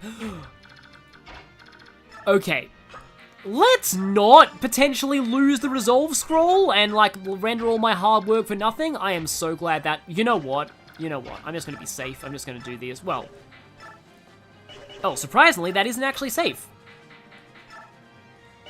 Oh, that is relatively... Yeah, I think that's pretty much safe, yeah. Oh, wait, no, he has Miracle.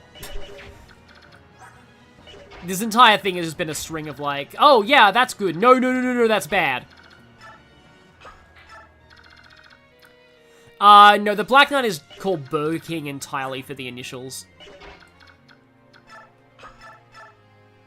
18 times 2 is like 36, right? She has Vantage. I can try for this. What Ike's stats so far? He's cap resistance for some reason. If only that was helpful in this next fight. Okay, yeah. Vantage. Okay, there we go. No, crits, though.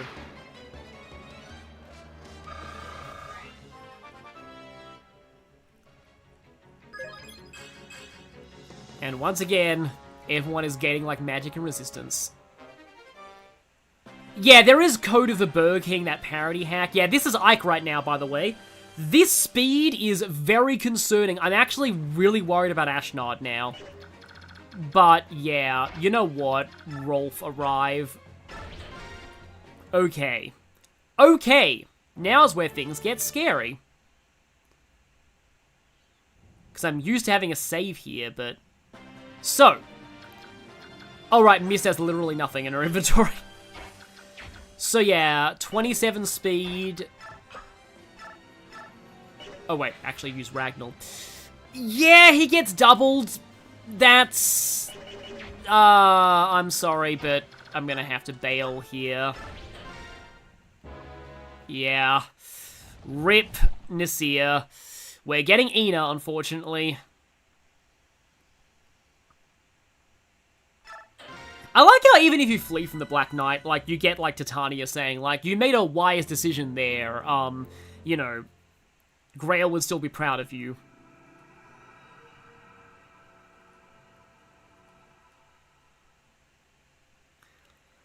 Like, he'd survive a single round, but, this is also not canon, by the way, because Nasir surviving is canon, for Radiant Dawn. But, I mean, this playthrough isn't canon anyway, because Jill died, and... Well, Raisin's not dead, but still. In terms of other supports, Gatrin, Shinnon, Maureen and Largo, Joffrey and Elincia. Don't really have a lot of good supports here. So yeah. So Ina, is she at the bottom of our list right now, or does she only join at the start of the next one? Like, is she even here? I think she doesn't actually appear until... So maybe I should actually, like, try and go to the next map and then immediately retreat. Nasir faked his death for fun. I guess we could include Nasir in the death count. Okay.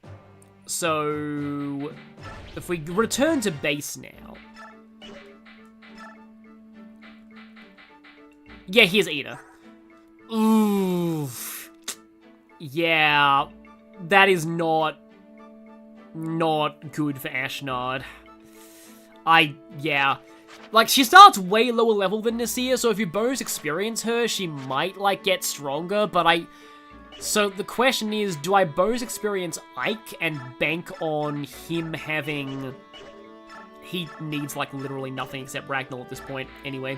And bank on him, getting speed? Or do I think I might do this chapter, and then I'll leave the final chapter for its own stream, provided we even get there, but still. I have another occult. I feel like I kind of want to give that to Gatry.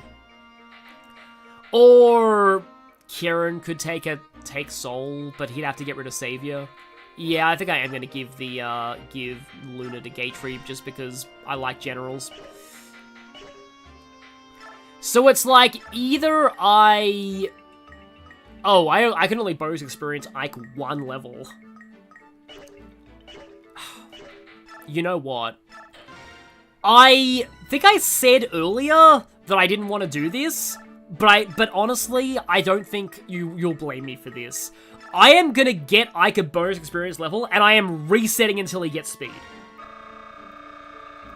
Because this is actually vitally important. He needs at least 1 more... Of course, he didn't get it. Of course, okay. Okay. So... I'm gonna...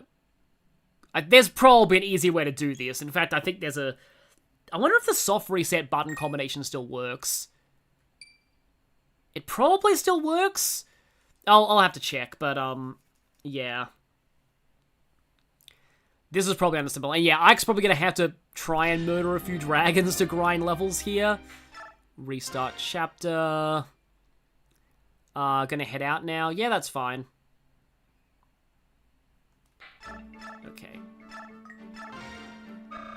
Ironically, if this was Radiant Dawn, it'd actually be way easier to get Ike's speed because you're rigged to get exactly 3 stats. There we go! Okay, and he still gained luck. So that's 1 more speed. So our maximum possible speed at level 20 is going to be 25. So the strat might actually be we need Bryson's Speed Wing. Not Bryson, that's a Pokemon character. We need Bryce's Speed Wing. Yeah, it's on the spirit of an Ironman, but like, yeah, I kind of need that. It's funny I missed this at the top of the deployment order now. And nobody else can really get, like, do we have more money?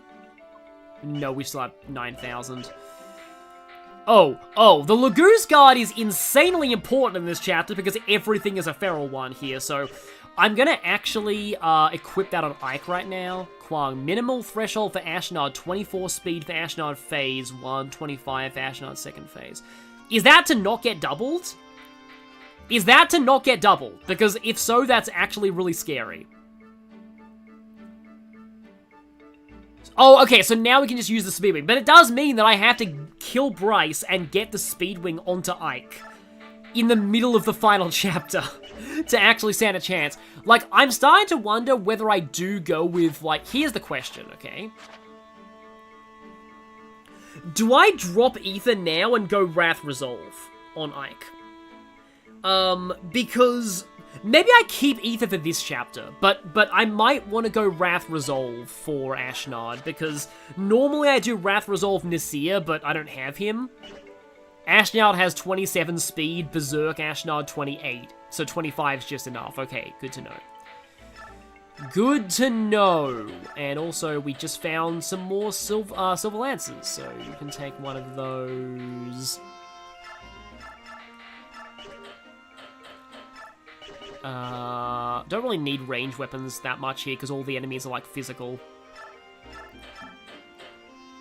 You take another silver lance.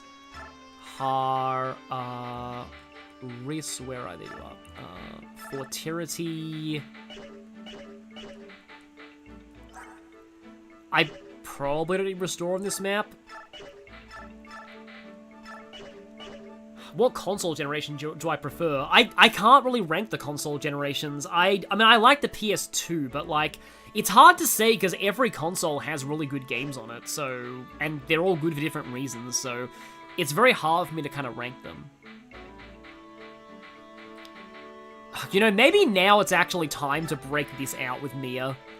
Although, does she even have... Oh, she has an S rank now, that's fine. Okay, so... I'll take that over the Killing Edge, I suppose? Ina can pull off Wrath Resolve.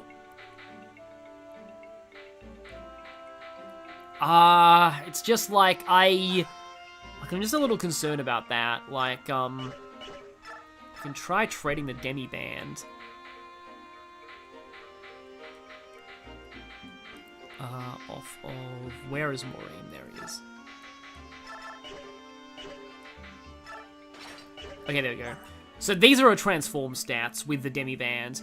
I mean, actually, that defense is not bad. Okay.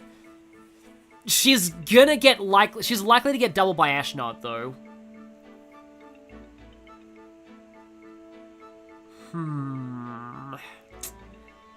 I guess I'll think about this for now. I'll have to try and think if, like, because, like, these stats aren't, like, horrible.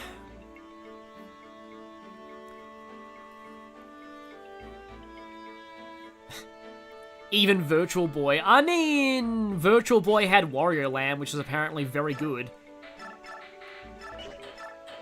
Like, from what I've heard, the worst thing about Wario Land is that it's on the Game Boy, on the Virtual Boy. Like, literally, that's the worst thing about Wario Land. Virtual Boy Wario Land, I mean.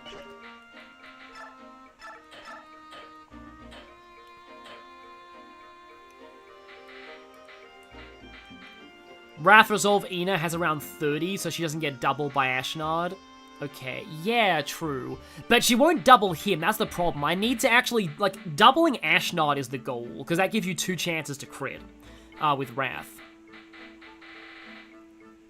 Oh yeah, there's Jack Bros. Jack Bros is great. Jack Bros was like the first, I think it was the first Shin Megami Tensei game to get localized, which is funny. In Justine's words, not terrible, but not impressive. Just think this setup is, like, decent. Oh, right, I don't think we need chest keys for the rest of the game, so we may as well just sell them all.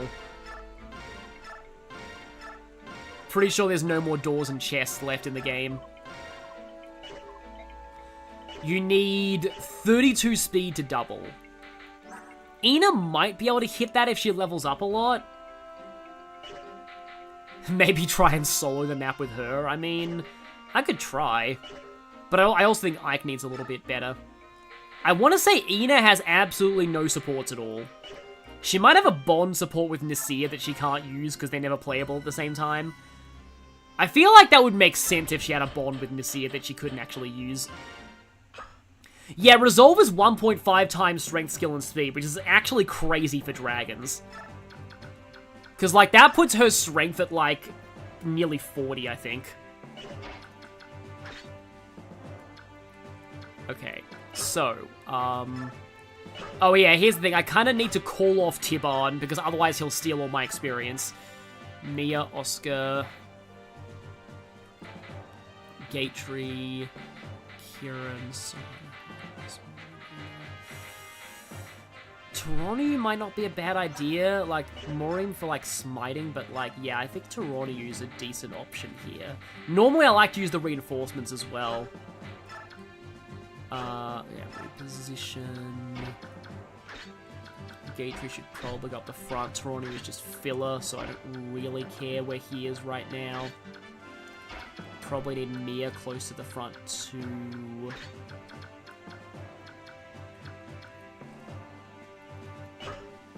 Okay, so, like, all of the... Oh, there are actually non-Laguz enemies. Oh, and then there's that guy, who I kind of like having Tiban kill him because he's just annoying, but, I forgot this... I forgot not that the entire map wasn't Laguz. I thought it was all Laguz, but no. There are also these guys, so, fun fact about these guys, on easy mode, they accidentally have their maniac mode stats. So these things are actually way worse in the English easy mode than they are on the Japanese normal mode. I want to say, like, I think I read that somewhere. I don't know if it's entirely true, but, like, even still, 38 strength, holy crap, wow. And, like, their speed is not trivial either. Maybe I am gonna need Tiban. Also, yeah, you have this guy, who I always thought looked really funny. And he does have Rex Bolt, which is like the one S-rank tome the game lets you have, for some reason. Yeah, the red dragons are really, really scary. On this map. Gave Ina Adept, Wrath, Resolve, and Vantage of the Man Emperor was glorious. Oh, does she actually, hang on, let me just check something. She has the capacity for that, doesn't she? Because Laguz have a bajillion... Oh, yeah, she has 40. And... Oh, right, so, again, remember what I said ages ago about Raisin and the Miracle Scroll being pointless in the Japanese version? Because the only people who could actually use the Miracle Scroll in the Japanese version were Ina and Elincia, and they both already had it. Oh, wait, no, Renewal. Renewal, I mean. The Renewal Scroll. So, yeah, she has Renewal. She's the only person, I think, who can have that besides Elincia, and it's not even that great anyway. And then Boon is curing ailments for adjacent allies, which is kind of situational, but it's technically the Dragon Occult skill, so if you removed it, you could use an Occult to teach it back, but, like, yeah. She does have Miracle, though. Which explains how she survived being hit by the Black Knight, actually, in that cutscene. But yeah, you can actually give her stuff like Vanish and stuff. Nobody's died yet, but like, I am getting very concerned about the Black Knight fight. So, yeah. Okay. I think we're gonna go to this one. So let's see, we'll do this chapter, hopefully we survive this chapter, and then next time will entirely be the finale. So, Ikey. Oh yeah, he has 29 defense, so he's a lot tankier at this point. So let's go with that, and then... I sort of want to take things very slowly, because, like, I can maybe Ina? I sort of want them to do a lot of the fighting here. Of course, dragons don't actually have, Oh, she takes, like, nothing from some of those enemies. Well, she takes something, but not, like, a huge amount. I'll just put Ina there and just see how this goes. And I forgot to... Oh, no, I think I can still do this. No, I can't. Right, he has to be able to move. I think we ran into this problem earlier in the game. But yeah, at the moment, I'm just gonna, like, take this a little slowly and see if I can feed Ina and Ike some kills. And it's fine if you need to sleep. Andre Mello, good to have you around here.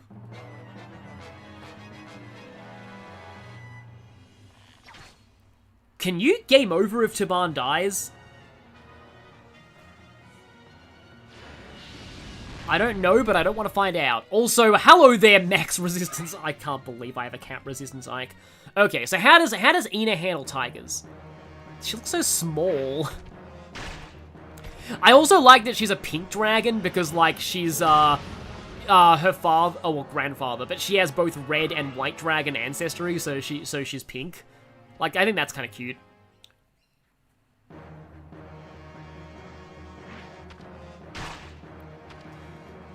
She's taking, like, a little bit of damage, but she's not doing very much in return, is the problem.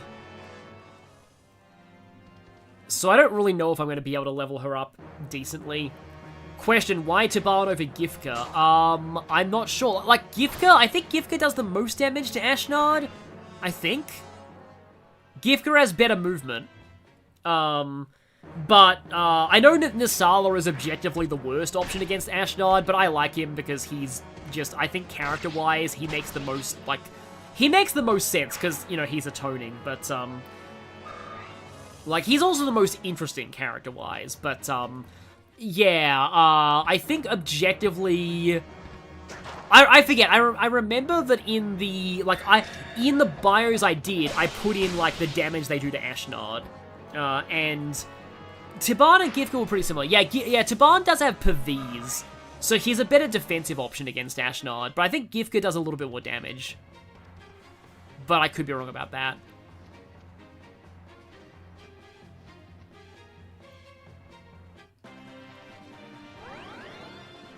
Oh yeah, there's Renewal. It also wastes time at the start of, like, phases, which is annoying. Okay, there's a feral one over there. I kind of want to take out the warrior, otherwise he's going to be a pain later on. Yeah, good old backstabbing King Kilvis. Like, Nisala is legitimately one of my favorite characters in the Tellius series, and, yeah, that really says something given how many good characters Tellius has. Okay. So,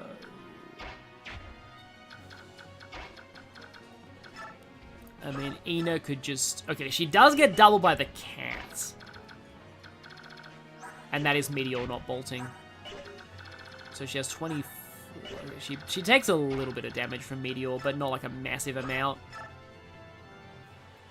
She does take 8 from that, though, which is more than I'm comfortable with her taking. And that is bad. I do like this part of the song. This song is ultimately just like trumpets going crazy. And strings. Trumpets and strings. Is this MIDI or is it actual It's probably just MIDI. I don't think the GameCube could have handled, like, real orchestral music, except maybe for, like... No, I don't think Twilight Princess was actual orchestra. I want to say it probably wasn't. Because not a lot of Wii games... Like, not even a lot of Wii games were. That just reminds me of a... Radiant Dawn review from back in the day being like, oh, the music is decent, but it's all MIDI. Like... The entire Radiant Dawn review was just like... I still can't believe Gage doubles cats, but like... Was just like... IGN just finding... and GameSpot just finding excuses to be like... Well, it's not a real Wii game. It's a GameCube game in everything but name. Therefore, it's a terrible game, 6 out of 10. Like, what? Like... Radiant Dawn's reviews were very weird. Like, I will admit. They were very strange. And, like, a lot of the criticisms that fans had of the game back in the day are just not the criticisms that reviews had. Reviews were just saying, like, it has little to no improvement graphically over Path of Radiance and doesn't make use of the Wii Remote. And, like, that's all they said. Like, I think just back then, reviewers just didn't really understand strategy games. Like, they didn't like the genre, so... Fighting games as well, I feel. Like... It was really just because, so like the graphics and that were like really the only things they could actually criticize. Because, you know, like they were the only things they really, you know, understood. You get what I'm saying.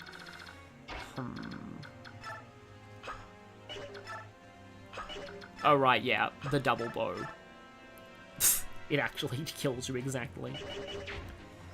25... Those are some pretty slow crows. They're only barely slower than Ikey. Yeah, they were complaining about Mii's, about the game not having Mii features. And my favorite comment on that was like, what are you gonna do with Mii's? Feed them to Ileana?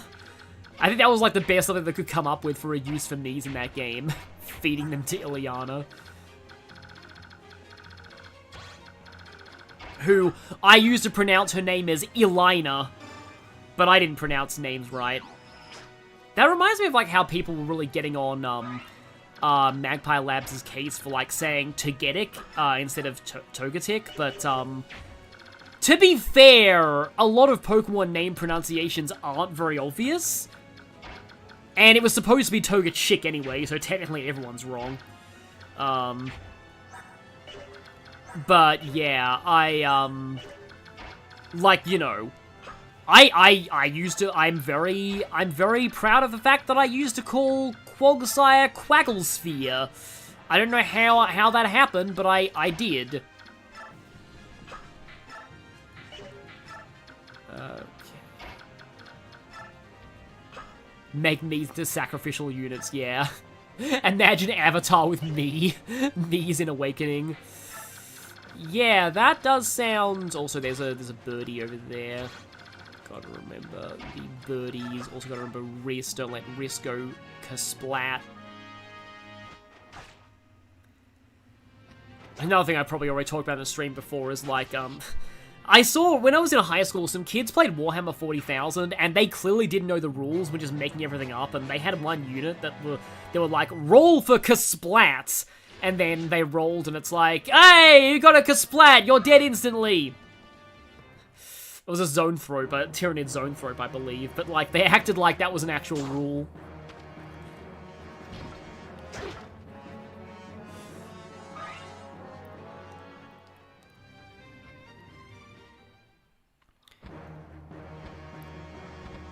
Started replaying Path of Radiance. I've seen Man's play. Like, yeah, I do like Path of Radiance. It's definitely not my favorite Fire Emblem game. I do think it's my favorite like intro. Like it's the game I would recommend that anybody just getting into the series play first if they can. Cause like you probably know who Ikey is from Smash Brothers. Sorry, I've talked a lot. That isn't a sickness or anything. And, like, the characters are very good, the story is basic, but it's the best basic story in the series. It's not too difficult, you can use basically anyone you want. yeah, it's a pretty good time. But, like, I do sort of overall prefer the other games, because, like, if you're not Ironmanning, and if you're just playing the game normally, Path of Radiance is very easy, especially even on hard mode. And then Maniac mode is just, in the Japanese version, is just dumb rather than actually hard. It's just, everything is just too durable, and they just spam enemies, they just run around using vulneraries and wasting time. Which is actually very similarly to how I felt about Three Houses Maddening, which was just like, hey, every enemy takes an hour to die, and even the early chapters will go on for like 2 hours. Like, yeah, that was not my favorite. Alright, that's when Nasala rescues Leanne. And we get the moment where, if you can understand the Heron speech, she calls him handsome. She says, "You are very handsome, Nasala." So to all those who feel like the Nasala and Leanne ship in Radiant Dawn came out of nowhere, it does make sense, but you just need to understand Heron speak to get it. Meanwhile, if you understand Heron speak, Volug in Radiant Dawn becomes hilarious. His dialogue is just so unhinged. But, like, you can't understand any of it if you don't have, like, a cipher to decode the Heron speech. They should have done it like Albed in, Final Fantasy X, where, like, after you've beaten the game once, or like, that's how they handled the ancient script in, Wind Waker, wasn't it? Like, after you've beaten the game once, then you can understand the ancient Hylian speech. They should have done that for the Heron script, because that way you would actually be able to see, and also, like, you'll see that, like, Leanne is not, like, I love, like, how, like, the way that the language is set up, like, in the game, it leads you into getting the wrong first impression of Leanne, because, when you see Leanne, you think of her as this, like, you know, demure, like, super innocent, pure maiden, type of, like, too innocent for this sinful world kind of character. And then if you can understand her dialogue, she is not that at all. She's actually, like, extremely plucky and the whole time with, like, lots, like, the random Hawk who gets murdered by the Black Knight in that cutscene, when he's trying to help her pack because they're fleeing, like, the whole time, like, and he's like, "Do you want me to put it in the bag?" Like, she literally says, she laughs at him and says, "You're not very smart, are you?" So, like, yeah, Leanne is extremely sassy if you actually understand what she's saying. Which, like, I love that, like, how the language barrier gives you, like, kind of, like, sort of pushes you into misunderstanding the character at first. It's a cool idea. But yeah, it kind of explains why she and Nasala kind of make sense. Yeah. The first, like, Heron who actually fits the stereotype is Raphael. I wanna say that, like, when Tiban meets Raphael in Radiant Dawn, he's really, like, confused because he's like, "You are, like, the only Heron who actually acts like the Heron stereotype. Like, Rayson is the guy who would be a barbarian if he could. Like, if he actually had the strength to punch things, he would be punching things. And then Leanne is, I already described her. Meanwhile, Raphael's like this, like, "I am so pure and wholesome and innocent and peaceful and stuff," and yeah, and like, that comes across as major whiplash to Tiban because he's never actually encountered a Heron who did that before. But, like, Rayson was practically raised by the Hawks, though, so, like, it kind of makes sense he ended up that way. It's kind of why, like, I'm not really... Apparently, Tiban and Rayson is a very popular ship, but, like, I don't really see it. It does feel a bit more familial to me.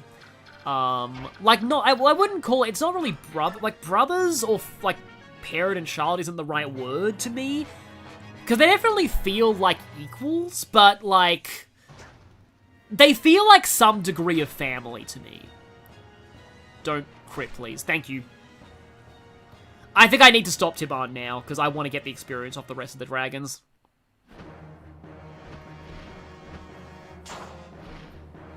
Firecraft, I have a headcanon that Leanne and Rayson pay attention to any insults Hawks use so they can use them later. Yeah, that would make sense. If you gave Rayson a gun, he would use it even if it would break every bone in his body. That's true. That is a true statement. That's why it's kind of cool that he can actually fight in Radiant Dawn.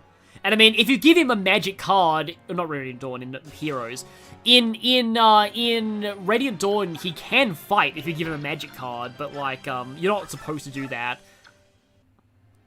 Okay, I like that that's an exact kill. Also, I should be using that from range, because Dragon Breath has no range in this game. I love how ranged Ragnar is just sword beams. Forgot what age Tibon is. Yeah, I know that they're both adults. I'll have to check my old bios, because my old bios listed the approximate age of them all. I knew it. I knew it. I knew it. I am gonna be at literally the bare minimum to not get doubled by Ashnard with the Speed Wing. The Speed Wing is actually gonna be, like, crucial. Oh, for a moment I was like, okay, can I shove Ina to get her in range of that? But I'm like, oh, right, dragons weigh like a bajillion tons. So, no, I probably can't do that. I'll do this for the 2 shots. Janeth is 130, but like in equivalent human ages, I mean. Getsuha, Tenshaw, I'm gonna guess that's a Mega Man Zero thing, because I know Zero has a lot of, like, sword beams that he has Japanese names for. I mean, Ha's actually doing pretty alright. Yeah, he's actually getting pretty good. Okay, well, if Ina can't kill, then we're using Rolf. And we're using the double bow, because why not?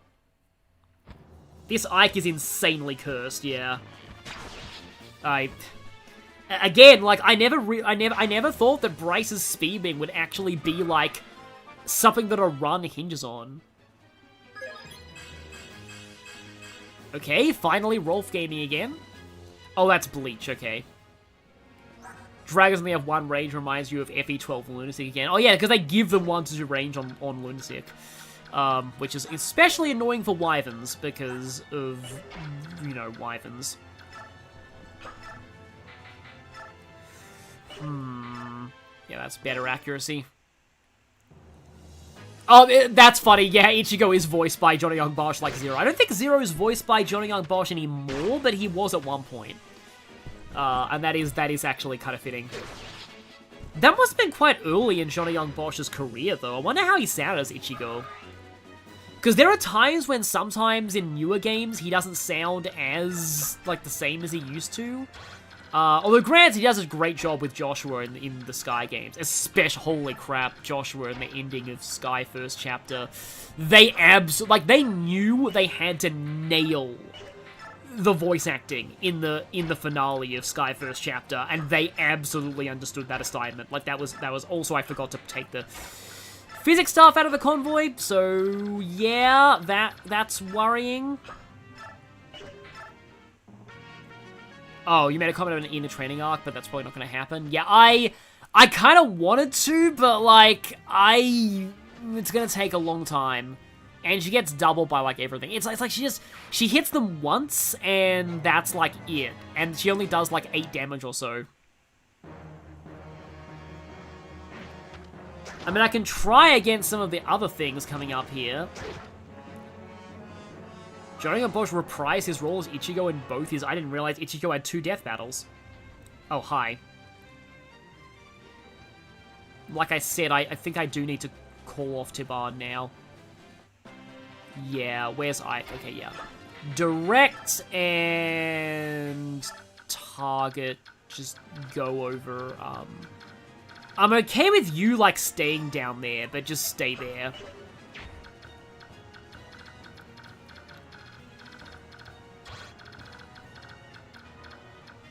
Because, yeah, Ina's very far behind. But she could try and go... Okay, that's Tornado, that's fine.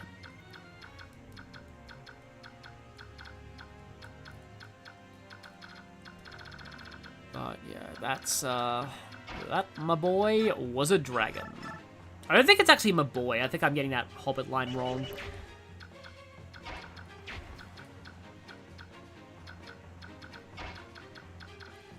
Speaking of The Hobbit, I still think it's really strange that, they made a Hobbit reference in, Fire Emblem Awakening. That was, like, to the movies as well. Like, that really dates that game.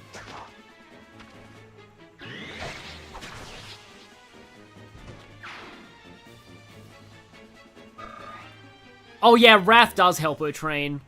Oh yeah, no, I know. I love that Johnny Young Bosch did the "What am I fighting for" speech and actually did it genuinely well. That was great. Like actually good. What am I fighting for?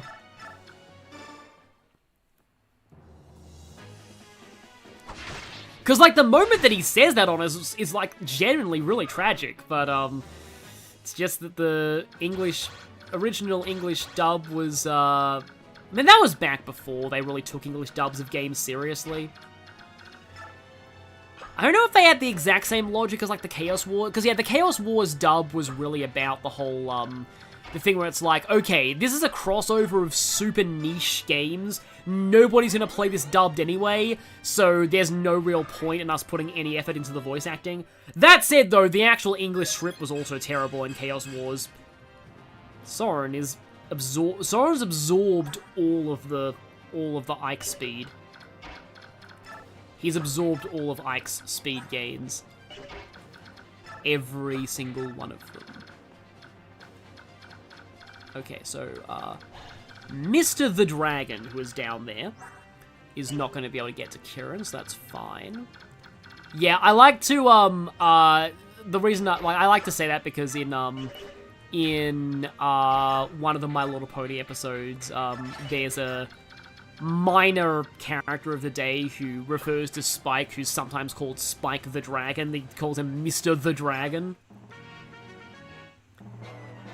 I'm surprised they haven't done that. I'm surprised they never did that joke in... Did they ever call Sonic Mr. the Hedgehog in Sonic Boom?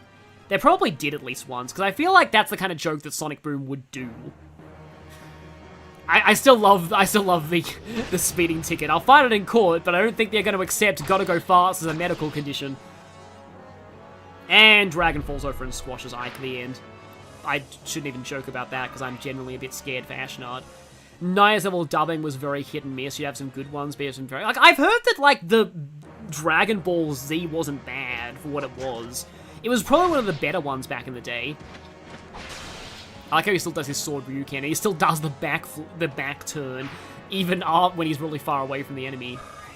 No, oh yeah, they did do that. They did do that joke. They did have like Sonic saying something is my middle name, and then Knuckles is like, I thought it was the.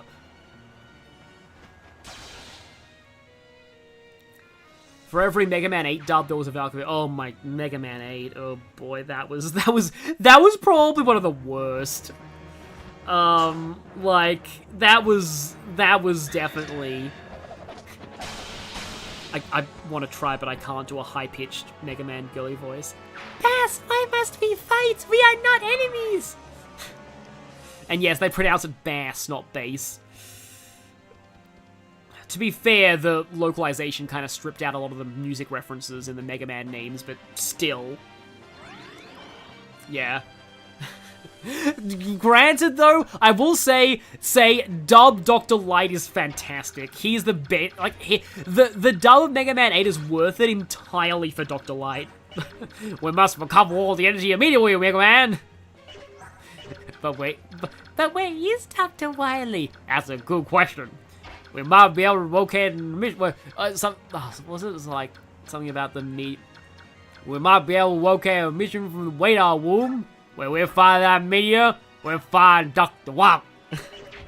I made him sound Australian, but like, yeah, he's amazing. He does stumble a lot of his lines, and that's the brilliance of it. I remember, like, Kevel, it was kind of sad that, like, Kevel stopped doing, like, because Royal Mithril didn't want to do no damage runs of Mega Man X, so this guy called, YouTuber called Kevel did them. And for a while, he gave the Dr. Light holograms in Mega Man X the voice that he has in the dub, like the Elmer Fudd voice. Enter this capsule X. This armor will greatly improve your capabilities. It kind of reminds me about how like literally everyone headcanons DDD is having his anime dub voice, even though it was like for kids. Cause like, yeah, basically literally every Kirby fan headcanons DDD is having the southern accent.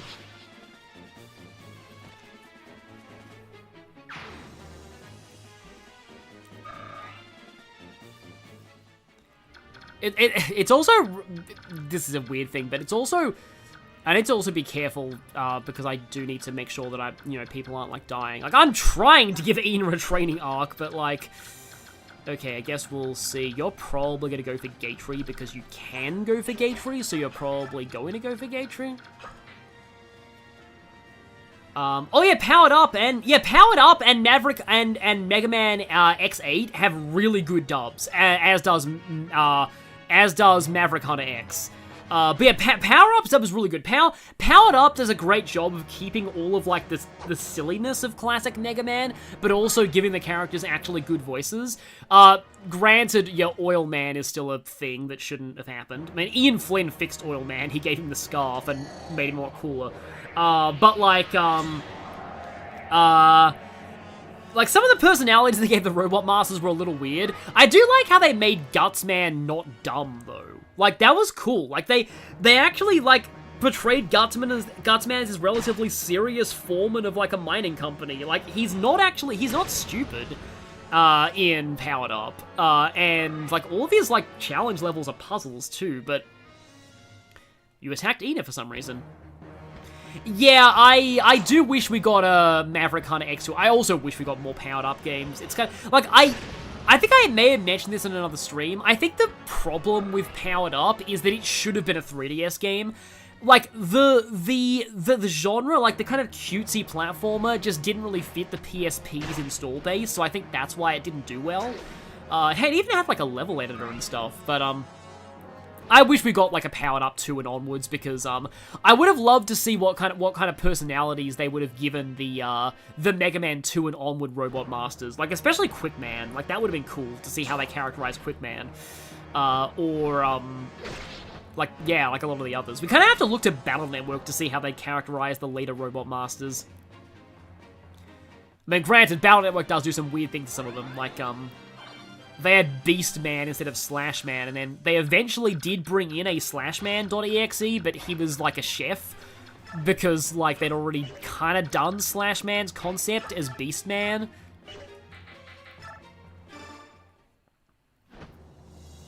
Powered Up was 2006, okay, yeah, that was a while ago. Oh yeah, Gutsman fights you because he's afraid he'll get fired for letting a kid wander around the construction site. And also, he's brainwashed by Dr. Wily, but, like, none of them really know that.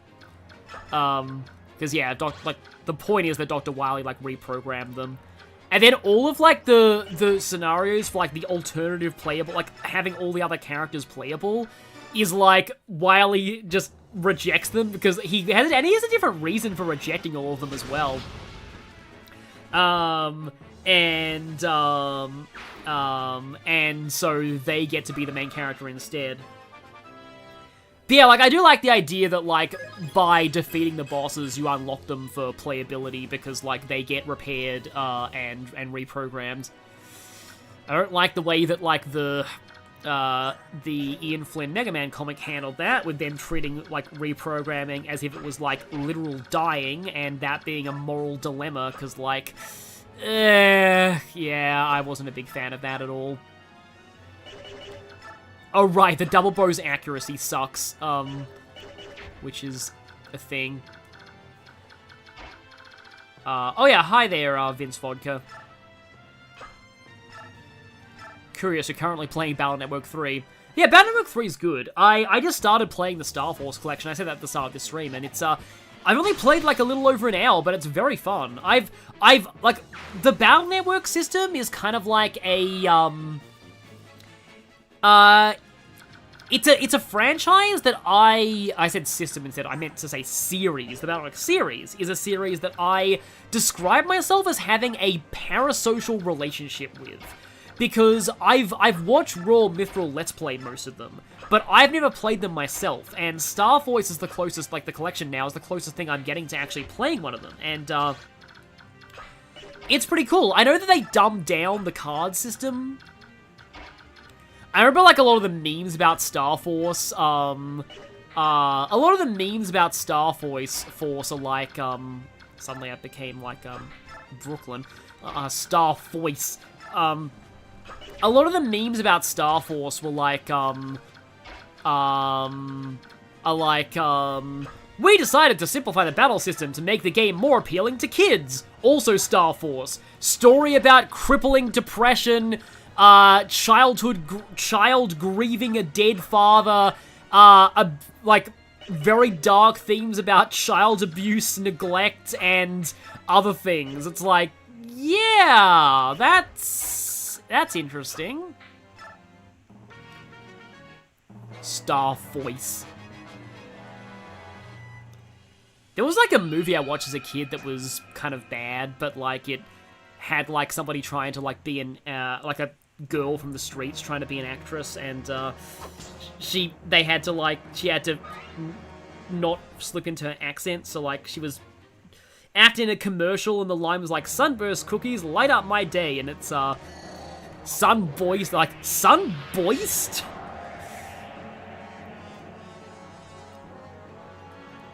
Yeah, that was a really weird, I don't even know what that movie was supposed to, like, be, but it was, I think it was called Life with Mikey. It was about, like, an actor who starred in a fictional Dennis the Menace-style kids show, and then has to mentor this young girl into becoming a child actress, but it was one of the many, like, kid-appropriate movies that my parents showed me as a kid, that weren't, like, great. Oh yeah, Gutsman does sort of speak like a cowboy. They even say yeehaw in Battle Network mostly because I think it's a localization, because in Japanese he says, like, gutsu a lot at the end of his sentences. So they kind of had to localize that as him saying yeehaw, but they made him sound like a cowboy, which I suppose kind of fits. Yeah, one of the other films like that. I'm doing weird tangents right now, but this is kind of a training arc for Ina at the moment, sort of. One of the other films like that I watched as a kid that I actually thought was kind of decent was Max Keeble's Big Move, which, like, I think the main people that I and most kids who grew up with that film remember is the McGoogle scene. Basically, the bully in that film was traumatized as a child by a Scottish talking frog mascot called McGoogles. And he's still terrified of him. So at the end of the movie, when they, like, do their whole plan to get revenge on him, they have one of them dress up in, like, the costume. And, like, legitimately, it's, like, it's pretty scary for the same reasons Five Nights at Freddy's is scary. Like, mascots are creepy to kids. But it's just, like... And then they play the song, so it's like, McGoogles is me name, and it's like this Scottish accented song where this guy dressed up in this terrifying frog, like, mascot suit, and the bully is, like, traumatized and is screaming about McGoogles. That's the one thing I remember from that movie, but it's like the one thing that everybody who grew up with that movie remembers, because I think it's like one of the few good things in that movie, but like it's, yeah, that was at least kind of funny. Also, Geo X Sonya is OTP. I am looking forward to realizing why. One of the only things that I've heard about going into Star Force is there's a love triangle. And apparently, and this really shocked me, apparently in the West, Luna is more popular. Is her name Luna? The other one in the love triangle. And that really shocked me because, like, normally characters like Sonya are the ones who are hated in the West and loved in Japan. But apparently, and like, because Luna's a tsundere, like an Ojo type, you'd think she'd be more popular in Japan, but apparently Westerners like her more than Sonya. According to TV tropes at least, and that really confuses me because that very rarely happens. Because, like, I've heard that, like, people hate male in Battle Network. But, yeah. in general, I just don't like love triangles. Which version am I going for? For the first one, I've gone Pegasus, because I used to be a brony, so I'm like, I've gotta honor the brony.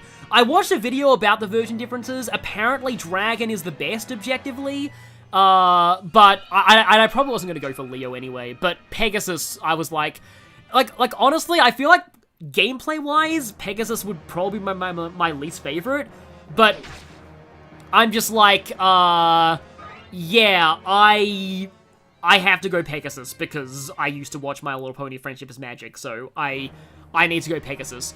Pegasus is truly the manliest of all mascots.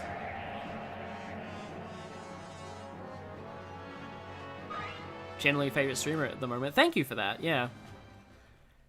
Yeah, my only concern about tangenting right now is if somebody ends up dying. Yeah. I will say the Dragon Lagoos are one of the aspects where I kind of might agree with the graphics criticisms of this game, because the wings look like they're kind of made of paper, and they look a little silly. Going Pegasus because ice equals water, honoring your Beyblade-loving kid, yeah. Like, because water's usually not my favorite element. I usually go for fire or wind in games where it's an option. Speaking of which, it is kind of funny to me how, like, the wood element in Battle Network usually covers wind attacks as well. I don't know why, but it kind of does. Like, wood element is usually, also, it has, like, tornadoes and stuff. Have you run out of sleep? You have not run out of sleep yet, okay. And I can't get Little Lord Ikey into range of you.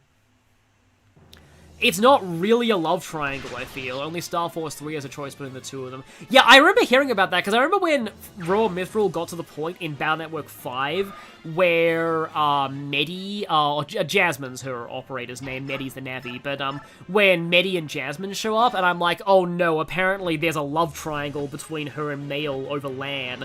And then I was thankfully informed by other commenters that that was only in the anime. So, yeah, and the animes of Battle Network really changed a lot about them, so that I'm okay with the love triangle being restricted to the anime. But yeah, apparently there's a love triangle in the Battle Network, but only in the anime.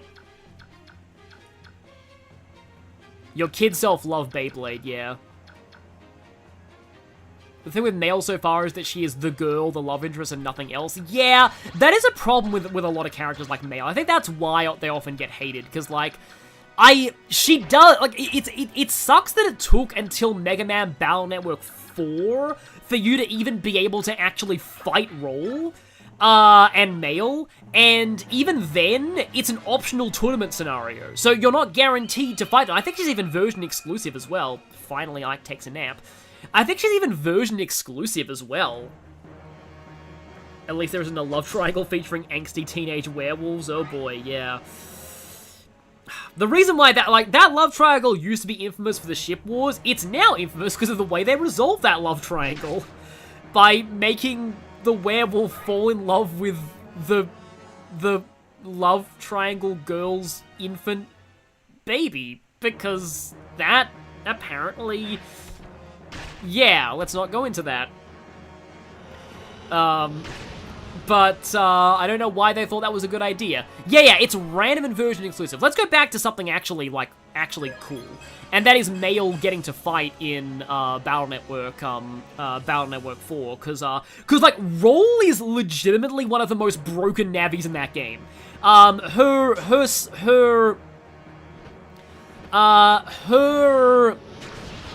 Yeah, that's a thing in Twilight, by the way, that actually happened in the last book, but yeah.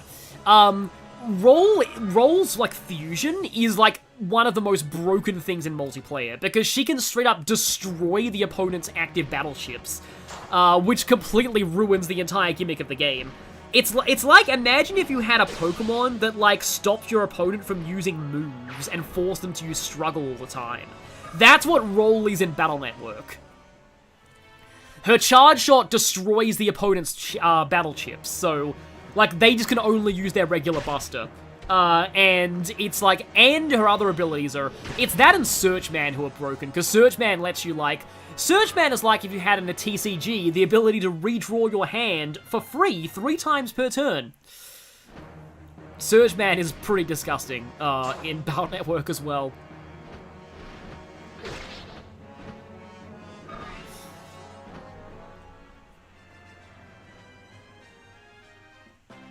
How long does Ikey sleep for? Is going to be like 10 turns or something. I know that's not 4, yeah. I think I've heard sometimes that sleep duration is actually based off of,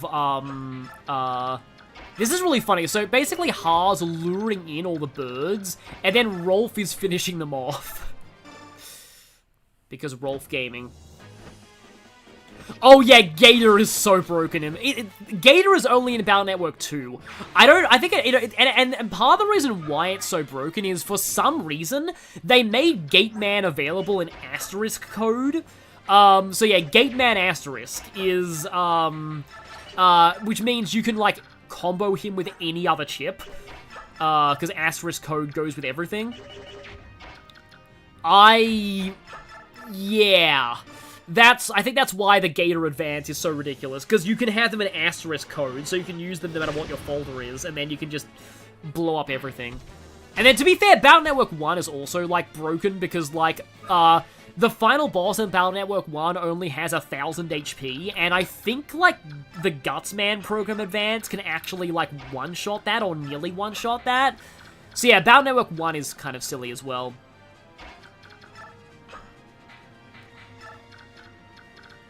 Blue Moon's got some good double souls in Number, Wood, Junk, and Proto. Oh yeah, Junk's pretty good too, from what I remember, yeah. Number Man's pretty solid. Wood's, yeah. I forgot what Proto Soul does. But I just remember Search Soul and Roll Soul, which is hilarious, because, again, Search Soul is literally, I am in a trading card game. I get to redraw my hand 3 times per turn. And it's even better than that. It's like a poker thing where, like, you can pick chip. If you select a bunch of chips and then reshuffle, you still keep those chips. So you can basically, like, pick some chips, redraw the rest of them 3 times. It's so dumb. But it's also very fun in single player, at least. Almost as fun as the folder-back chip in single player. That was in Battle Network 3. I don't think folder-back's in any other game. I know that folder-back is in Battle Network 3, and folder-back is basically... Yeah, I know that those two are Red Sun exclusive, but, like, folder-back is like, So let me describe how folder-back works. Imagine that there was a Pokemon trading card game card that was... Shuffle your entire discard pile back in your deck and draw 7 new cards. That's what folder-back is in Battle Network. It's like, you get your entire deck back for free. And also, and then it even reshuffles itself back into the deck. So, like, you can repeatedly use it in the same battle. It's a Giga Class chip, so you can only have 1 in your folder, but still. I also just realized Ha is, in a little bit of trouble right now, damage-wise.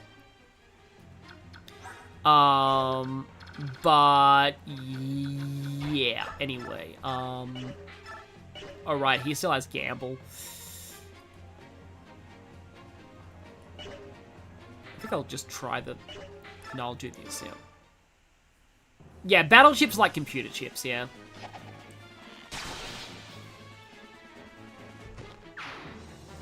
Yeah, folder back is one of the most broken things I've ever seen. It's version exclusive, and the version you get in the other game is nowhere near as good.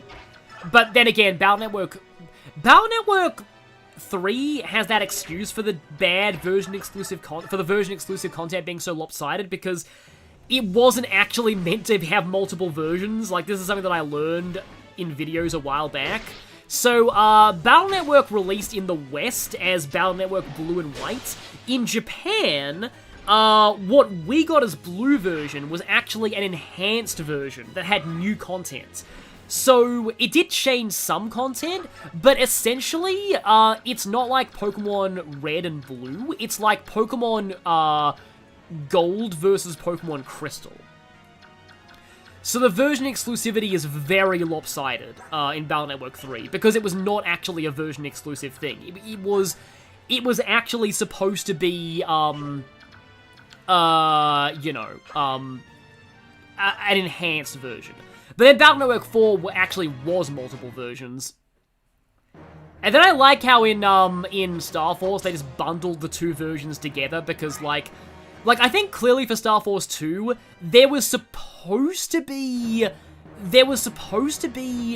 3 versions, but they thought that, because I think, like, the sales were already kind of flagging then, they thought that it would be too much, like, of a hassle to make 3 versions. It just wouldn't be enough for the market, so they bundled Zerka version into the others, so it's Zerka X Ninja and Zerka X Saurian, so whichever version you get Zerka, because Zerka was probably supposed to be sold separately, but it actually wasn't. Ina's actually getting very good. Yeah, that's why so that's why Blue version has, like Mr. Famous's Navi, is only in Blue version, because Blue version was an enhanced version. In White, they're like, oh, Mr. Famous isn't here right now, come back later. Oh no, he's there. No, he's not, because it's his apprentice, yeah. So it's like Mr. Famous's apprentice.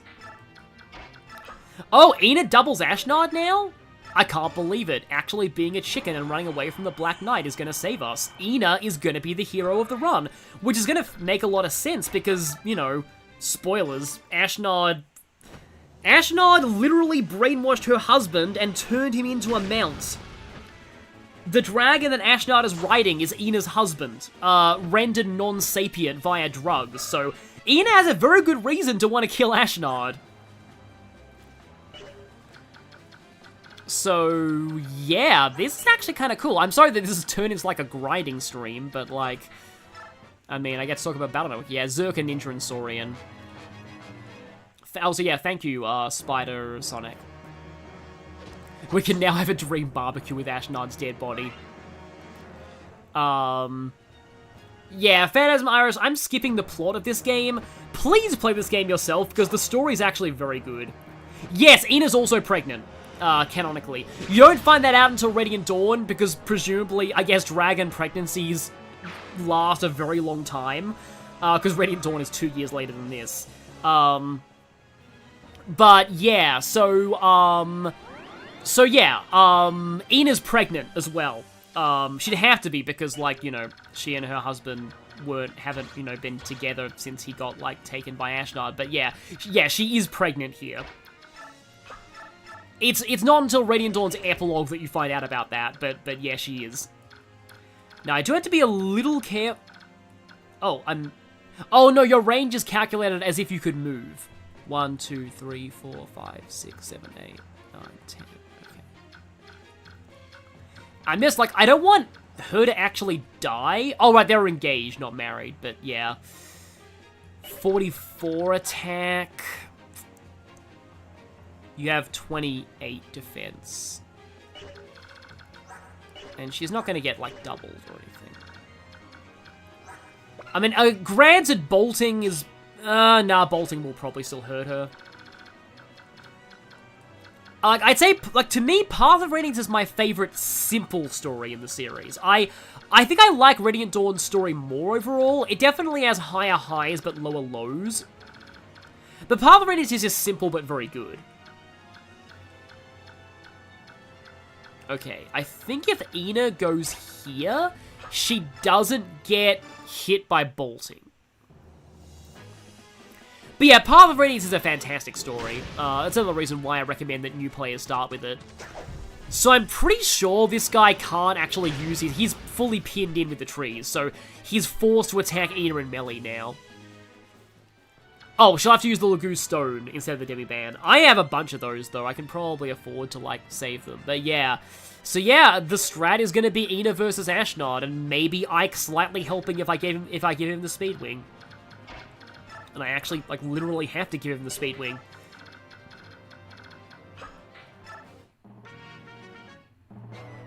How I played any of the Japan-only games for reference? The only Japan-only games I'd say that story approaches Path of Radiance are... Thracia's pretty good. And Genealogy has its problems, but it's alright. I don't think Genealogy's story is as amazing as a lot of people think it is. But it's not... It's still pretty solid. Oh, hi, Rune Sword. Nope.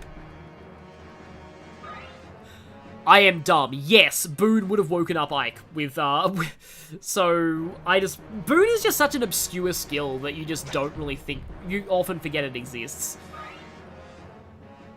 But it does have a use case here. Okay, hi there, other dragon. Yeah, problems equals incest, exactly. Yeah, the extra Lagoo's backup lord comes later. On hard mode, you have to wait until Ashnard Phase 2. So that's why I'm worried about, like, my Ike being bad. But he recovered from sleep anyway, so yeah.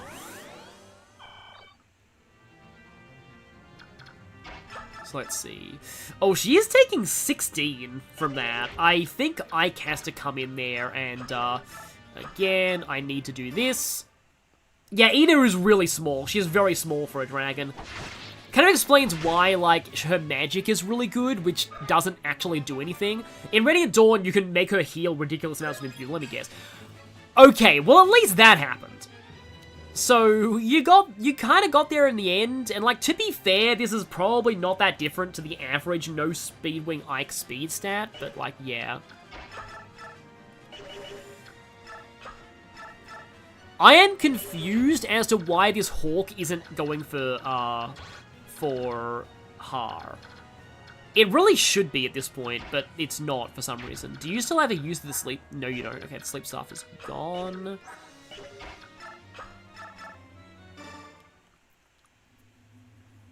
Yeah, a little too late, exactly.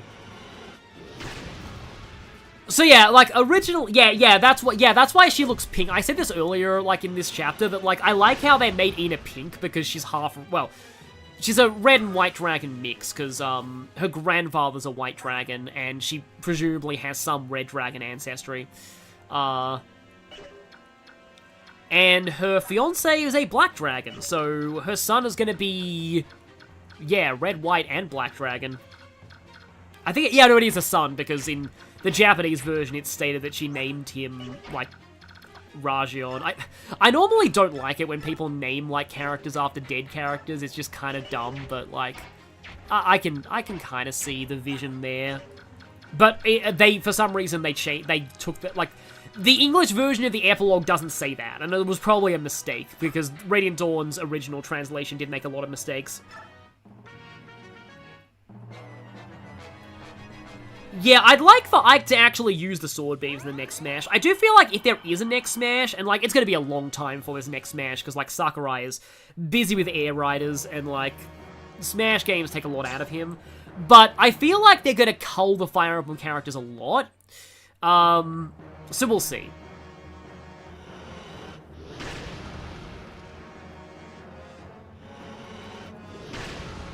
Oh, she doesn't even, like, finish him off. Well, at least she leveled up again. Oh, Ike does cap speed on average? Okay. Oh, look, Ina, a big bulky dragon, is almost as fast as Ike. How incredible. Gohan's named after Goku's late adoptive father, yeah. Who is named after rice. Like, I remember thinking it was kind of funny when I found out that, like, Gohan in Japanese is rice. But Goku's named after the Monkey King from, you know, from Chinese mythology, which is, the kanji becomes Son Goku in English. In, Japanese. Technically also in English, because that's Goku's English name. But we always pronounce his, yeah. One time you could try to combine their hair colors in a color mixer program. We got a weird pink-green. Knowing modern Nintendo, they'll just release Smash Ultimate Switch 2 Edition and make... they'd probably include the DLC if they did. I feel like they probably would. It'd be like, oh, Smash Ultimate Ultimate! Smash Bros. Ultimate Edition.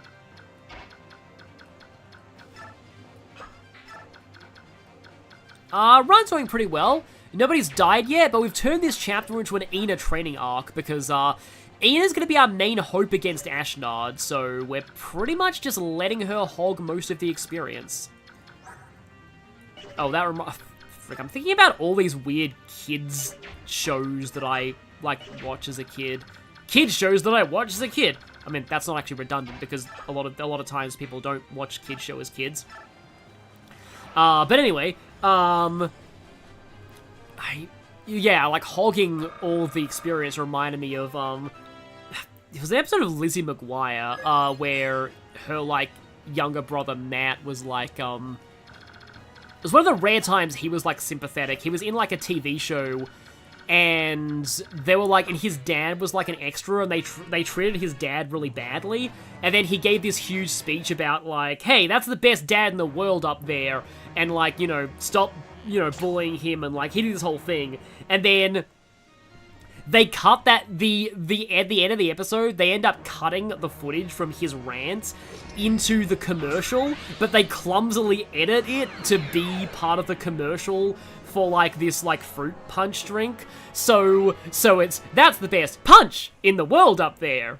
So I would like you to stop hogging all the punch.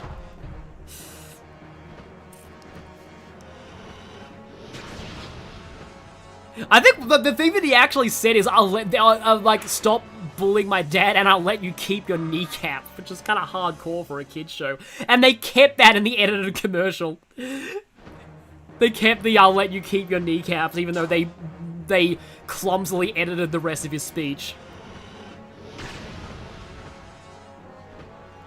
Yeah, Kirby Air Rider's story mode, from what I've seen, does feel similar to World of Light. I do love that it has very deep lore, though. I also love all the memes that have come out of, like, how hilarious they made Nova. I think it was still Nova, but it's like, how, like, Nova is, like, one of the most evil wish granters of all time.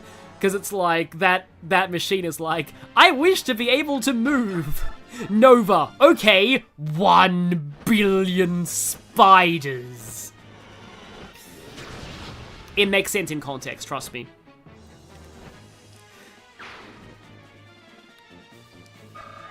I think the other meme is like anyone makes a wish, Nova. Now how can I corrupt this to be how can I make this turn into what was it, like I don't know, it's like, how can I turn this into, like, Omnicide or something? Air Riders has lore? Oh, it has serious lore. Like, legitimately, the Air Riders lore is crazy. It has a final boss that's, like, a genuinely tragic figure who became, like, got forcibly converted into a weapon of mass destruction just because it wanted to have wheels. Like, it's genuinely really sad. I think I actually have to kill the sniper with Ike, otherwise Ina will never... It'll just be annoying.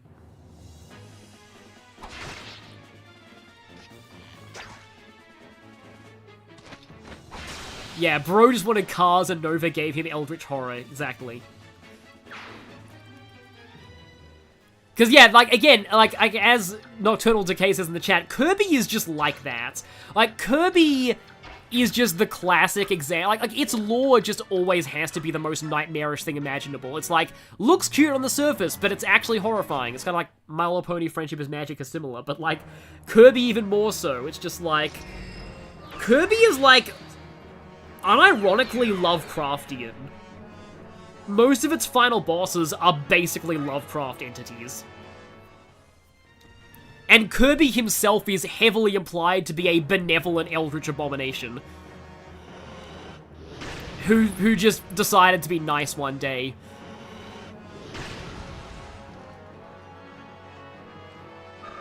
Oh yeah, Kirby Superstars was pretty good. Or, yeah, and its remake, yeah. Isn't Kirby Superstars, is that the SNES one? Because that one has Fire Emblem references. One of the treasures in the Great Cave Offensive is the falchion. And that was before Fire Emblem got localized in the West. I don't think it's actually called the falchion, but, like, Marth's falchion is one of the Great Cave Offensive treasures. Because a lot of them are Nintendo references. And, yeah, they kept the Fire Emblem reference in, even when it wasn't localized at the time. SNES and DS, yeah. Still really funny to me that Forgotten Land got rated E10+ for fear. Oh, I want Nina, not Nina. I want Ina to get the experience, but also Double Bow. Also Double Bow, this is so tempting. This is so tempting. I mean, yeah, I think she does need the experience, though. The double bow is very tempting, though. Ah, you know what? Yeah. Yeah, I'm pretty sure it's just called sword in English, but yeah, if you look at it, it is very clearly the falchion from Marth's games. I do like the way the double bow looks. It looks pretty much the same in Radiant Dawn. Once more, Rolf Gaming for the road. And, oh right, there's a red dragon over there. And that also makes me think of, like, weird kids game things from, not kids game, kids show things from my childhood, because that just reminds me of an episode of Cyber Chase, when it's, you know... It's a game that's in Mario Party 3 that the Runaway guys are playing right now. The Honeycomb Havoc, I think it is. The same logic behind that game, the same logic behind Honeycomb Havoc, was explained in an episode of Cyber Chase, which is a really, like, a kid show about, like, math and stuff. It was pretty educational, but, like, it was the good kind of educational show, because it was pretty fun, and the villain was voiced by Christopher Lloyd. I only found that out way later, yeah. In one of those episodes, they all have to play this game for, like, this kingdom where there's a bunch of dragons, and whoever takes the red dragon loses. So it's about, like, forcing your opponent to have no option but to take the red dragon, and basically they find out the logic behind the game, and then they change the rules so that you actually win if you take the red dragon, but it still has to be the last one you take, because otherwise you could just take it at the start and win immediately. But they readapt their strategy, and Gilbert Gottfried was in Cyber Chase. Well, yeah, that's because there was a bird character who was literally just Iago from Aladdin. Like, they just made him the exact same character as Iago, but except he wasn't a villain at the start. Okay. That hits harder than I expected. Okay. Hi, bunch of tigers, okay. I may need Ike to kill the boss, or somebody else to kill the boss, because I want Ina to be safe from that, and yeah, that bolting is not... What's the minimum of your range? 1, 2...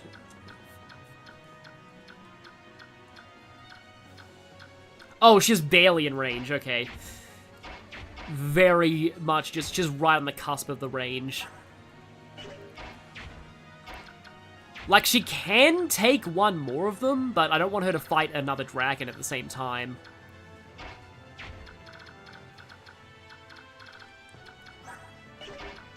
Oh, Gilbert Gottfried did pass away. That's, yeah, that's sad. He was in all the Kingdom Hearts games, at least. I'm pretty sure he was Iago in all of the Kingdom Hearts games. The question is, can I slip you in without you being horribly murdered? Maybe not. But I also don't want Ike to, like... I want Ina to fight the tigers. Party Crashers fan in chat. I haven't watched the Party Crashers. I feel like I should because I like Runaway Guys, but, like... I have not watched the Party Crashers. I'm surprised they haven't crossed over with Runaway Guys, though, at this point. So why did people say there was a Party Crashers fan in the chat? Oh yeah, Kirby's so good that him and Archer can just disguise themselves as whatever and become invincible. That's how I beat the arena in, the true arena in, Planet Robobot. I used Archer Kirby, and I was just cheap and, hid, for Archer for most of the fights. Okay, I think I am barely out of bolting range if I go here.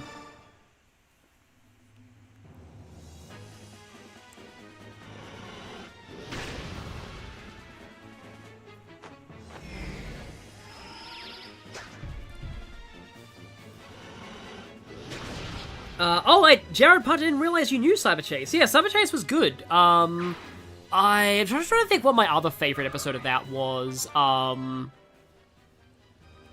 I like the one where, they have to come up with, like, they find this, like, electric eel that can't, like speak, but they come up with a way to make it talk with pictures. Essentially, they come up with... Oh, that's it, because, like, Hacker is listening in all their communications, so they have to come up with codes so that he can't, like, understand what they're saying. And so they come up with all these codes, and eventually they come up with a picture code. So they have a bunch of pictures, and they number them.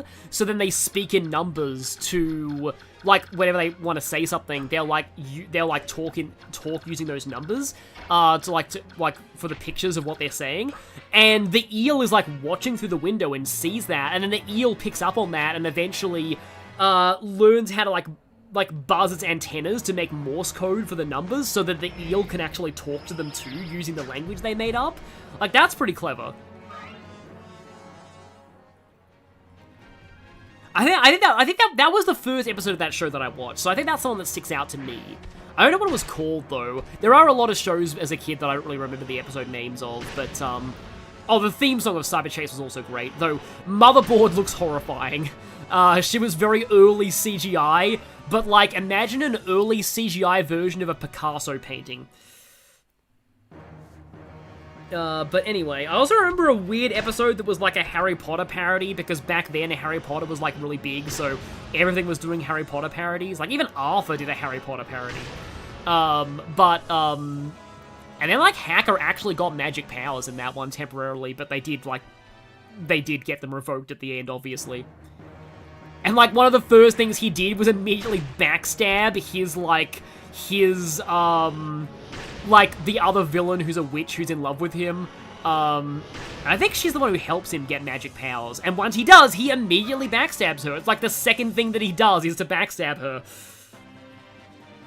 So it's like, what exactly do you see in this guy? Just saying. Just saying.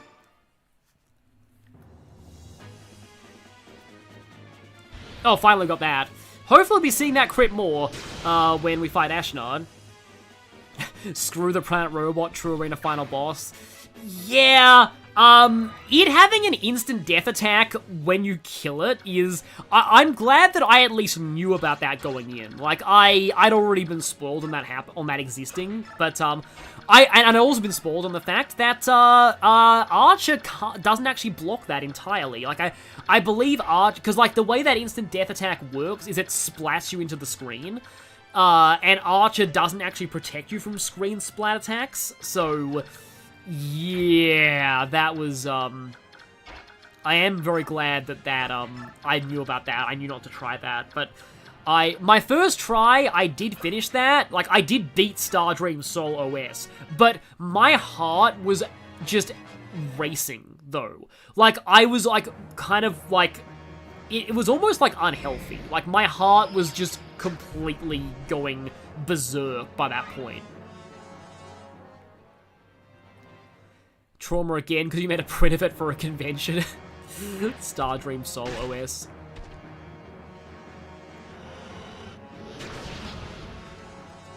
Yes, at least archers are good in Kirby. They get to be good somewhere. And then archers are often good in a lot of games. It's just Fire Emblem's gameplay that usually doesn't suit them. But they're better in games that are more player phase focused. Like FE6, archers are pretty good in FE6. Somehow Walt still sucks though. It's always painful when you manage to suck in a game where archers are good. Like, because that's what happened also with Leonardo, kind of. Leonardo's okay, but like, yeah. Not to slander our goat Rolf, of course. Oh, hang on. Bolting. 1, 2, 3, 4, 5, 6, 7, 8, 9, 10. Yeah, if she takes one more step, she's in bolting range. And... okay, she's not in the range of the other dragon, though. Just, I want her to level up. I need her to level up. And she costs, like, 1 billion experience to... like, bonus experience to level up in the base. I feel like the closest thing I have is Terrapagos and Scarlet Violet. Yeah, I think, Terrapagos? I don't know how you pronounce that, but... yeah, that one's, that can be rough. If I'm just taking bolting, crit 14. Oh, she just barely doesn't get crit by that. That's good. 1 bolting should be okay. Yeah, Walt bases are bad, Dorothy isn't good either, it's mostly just Klein and, Igrin and the Sacaeans. Yeah, the Sacaeans are good. No, my hot takes is when I do my FE6 playthrough, I'm gonna make the Sacae route canon, because, Sacae was in FE6 and Ilia wasn't, so I'm biased towards Sacae, even though it's harder. I, like, actually don't care. Like, I don't find Sacae annoyingly hard. Like, it's hard, but it's not, like, unbearable. And I find it more interesting than the Ilia route, at least. I mean, the first Ilia chapter's not that bad, but, like, the Ilia chapters do just get, like... And I'm just not as attached to Ilia as, like, I am. Like, Florin is a decent character, but, like... I just, like... Ninian, like, Ninian is apparently from Ilia, but, like... Canonically, but, like, you don't really see it, because you never actually see her when she's there, so... I don't really know what the point of that is. Oh, Hard does actually face crit, and he has... Oh, no, he has the full guard, so no weakness. Okay, that's probably fine. She now has the same speed as Ike. Oh, Niles is pretty good in Fates. From what I remember, Niles is pretty good. Because he does have decent resistance. He has that mage-killing niche. She hasn't gained strength. I want to say Ina's strength growth isn't fantastic. But 30 defense is not bad. Like, I think this is the only reason why people typically think that Ina is bad, is because she's a training project who joins at the very end of the game. But if you do have the patience to train her like this, she can fill the same role Messia does. Oh, right, that's Thoron. Nope, okay. Ina can double with the Demi-Band now with Resolve. Great. Oh, hi.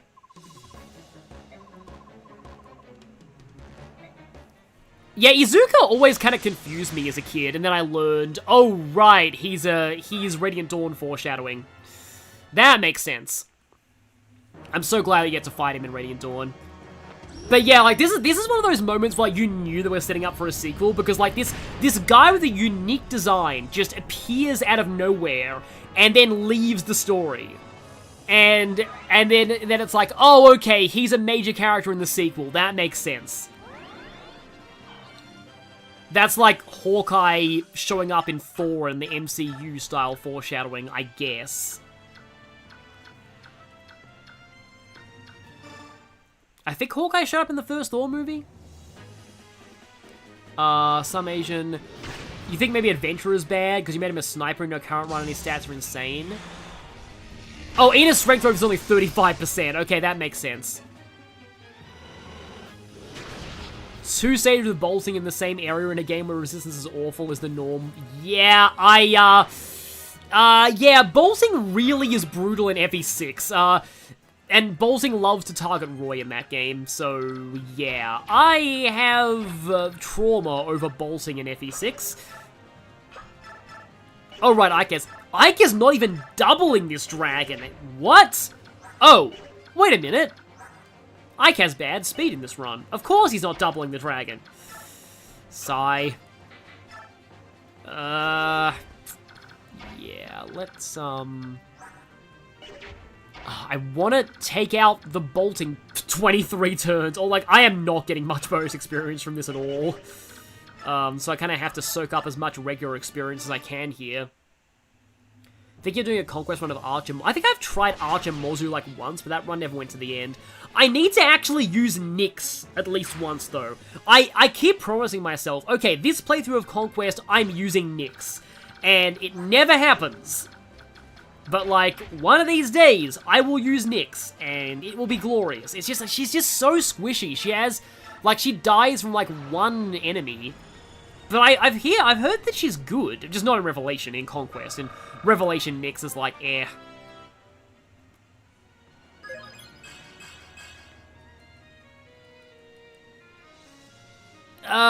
Capture is not, well, from what I remember, the only good thing about Capture in Fates is capturing Haitaka, because Haitaka has really good rally skills, and decent stats for just before Chapter 10. Like, you really just get Haitaka for Chapter 10, and then that's it. You just ignore him for the rest of the game.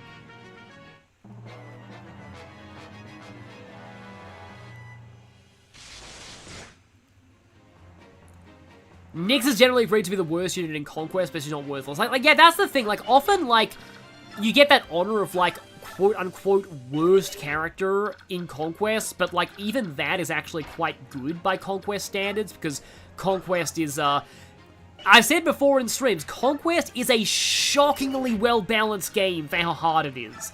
Like, the character balance in Conquest is actually amazing. Please, Ether. Thank you. There we go. Okay. Yeah, one of these days, Nyx, one of these days. Usually it's your first place because you hated Odin's design. Yeah. I don't really care that much about design, so for me it's just personality above everything, so like, Odin is just hilarious, so I use him. Meanwhile, this guy is getting very scared now. Huh. None of our... Oh, no, I'm pretty sure he literally says that if Ina fights him. He's like, wait, none of our feral dragons are that color. Huh. Can it be worse than Revelations Hana and Rinka, though? Revelations Tsubaki? She exactly kills him. Nice. Oh, wait, no boss dialogue at all with Ina. I thought for sure he had a special boss quote where he was like, huh, none of our feral ones are that color.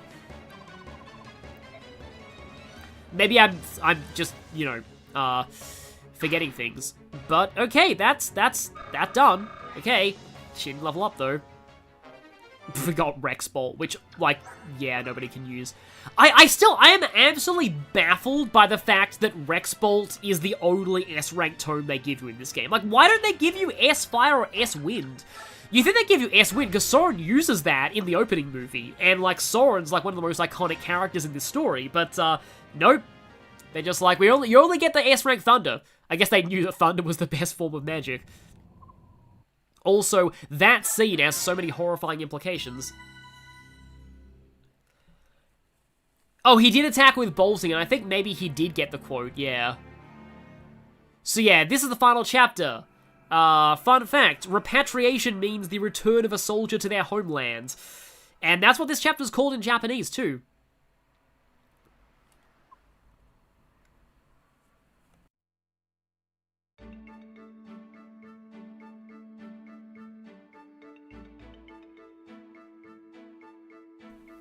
Okay, sorry for that. I just had to,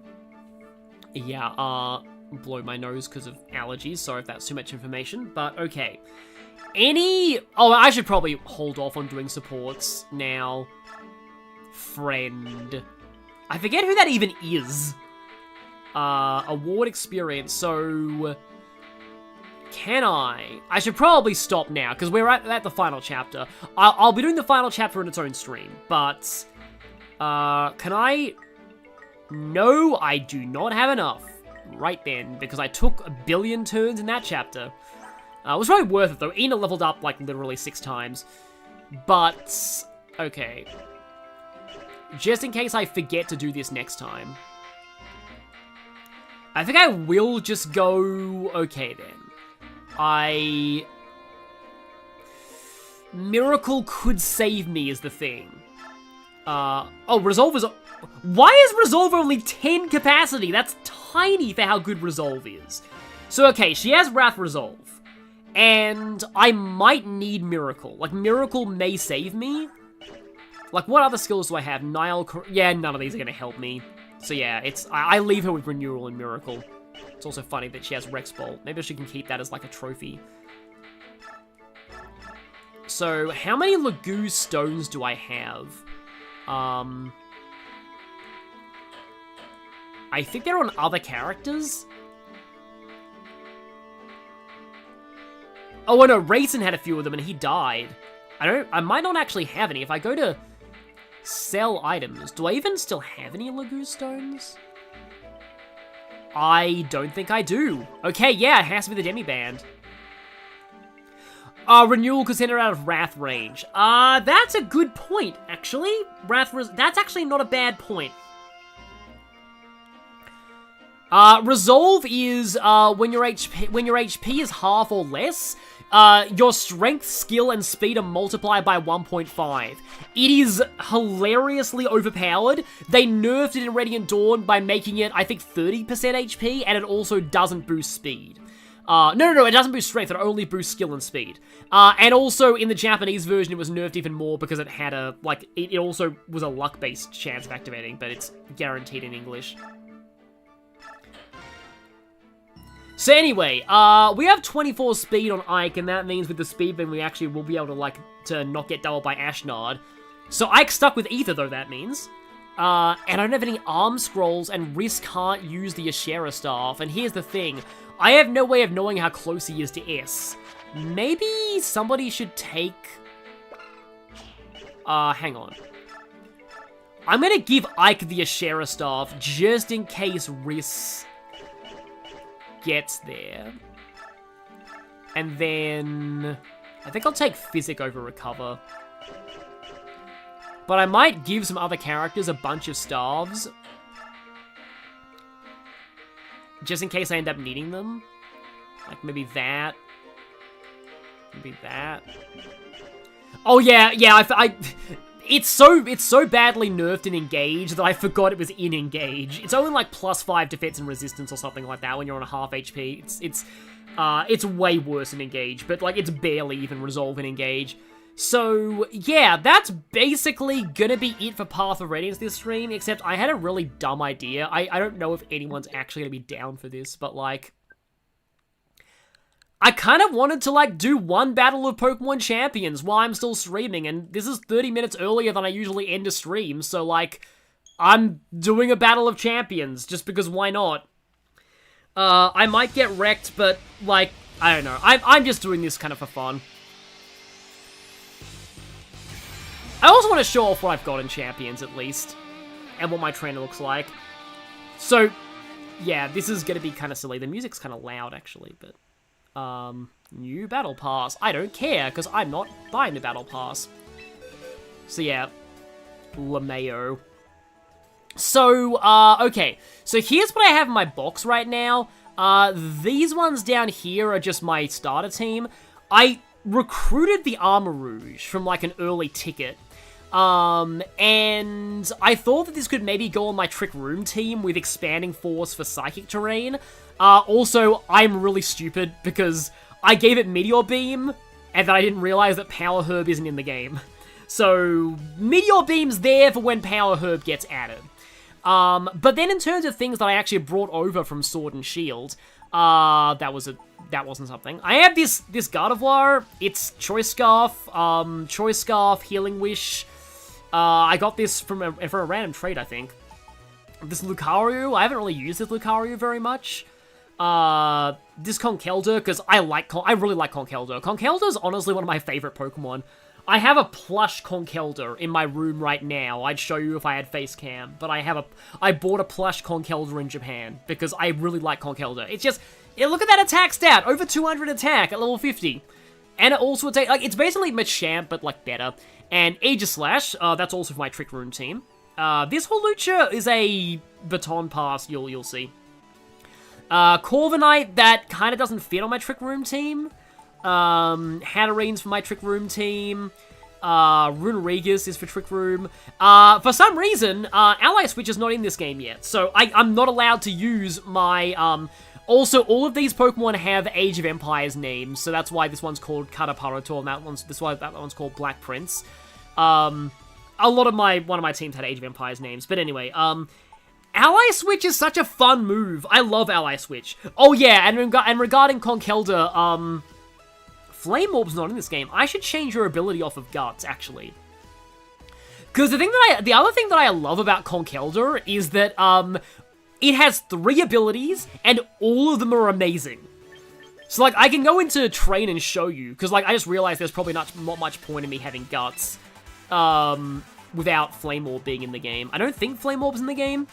I don't want to waste too much of my VP, but, like, if I go to ability here... Yeah, Guts, Sheer Force, Iron Fist. All 3 of these abilities are fantastic. Like, I genuinely sometimes, like...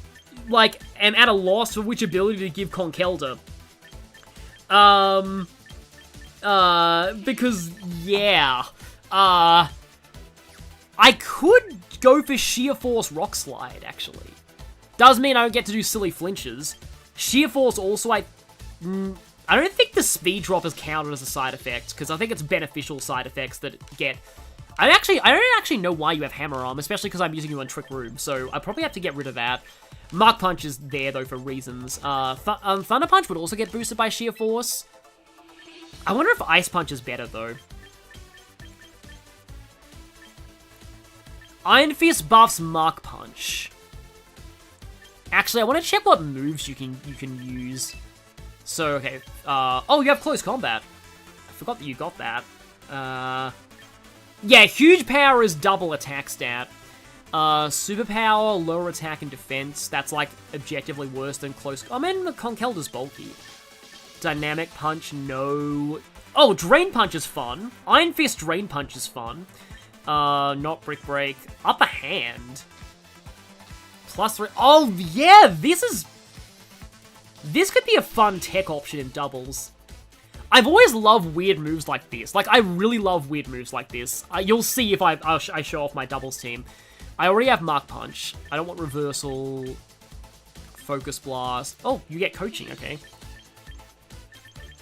Yeah, I don't own any game beyond Gen 8, by the way, so some of these move changes are new to me. Drain Punch is cool, but double battles are really a bit too fast-paced for Drain Punch, so maybe... Because this is a doubles Conkeldurr. I'm thinking Close Combat or... Like, Upper Hand is very tempting, though. Like, I like this. Like, I don't think anybody is expecting Upper Hand from Conkeldurr. But I also have Mark Punch as a priority option. Yeah, Mega Sami has Huge Power and it's hilarious. A lot of people called that. You know, I think I will actually go Close Combat. Oh, there was Hammer Arm buffed by Iron Fist? I forget. I think I'll go Close Combat and then I don't know why I have Thunder Punch. I think Ice Punch is probably better. Although I do have Rock Slide already. Oh, you get High Horsepower? And also Stomping Tantrum. The user couldn't act or its move missed or failed the previous turn. I guess if you get blocked by Protect. But Ice Punch does murder dragons. Then again, so does Sheer Force Rock Slide. I think I might just keep Thunder Punch for now. I'll go with Close Combat. Mark Punch is definitely... Mark Punch has kind of more use cases. Oh, the chat's battling each other in Champions. I think I'm going to swap over to Sheer Force, though. Brave Nature. I'm okay with this spread. I think we'll go... It's a decent amount of VP, but yeah. There we go. Okay. And then Aegislash, I'm fine with your moveset. You're, like, mostly special, but, like, I have Shadow Sneak to pick off things. That's more of a single battle thing. This Galarian Slowbro I recruited from like, the gacha. And I'm using it because I think I want to save it for, like, a surprise, my single battles team. It's not, like, good, but, like, it's fun and, like, funny. But that's all we have open to recruit. Like, as far as, like, gacha goes, I actually really like the way this works. Like, they give you, oh, okay. I think I'll use a couple of tickets to make this quick, just so we can see one of these. I often play late at night, that's why. But, like, basically they're like, okay, so... instead of, like, randomly giving you stuff, it's like, here is 10 Pokemon. Pick one.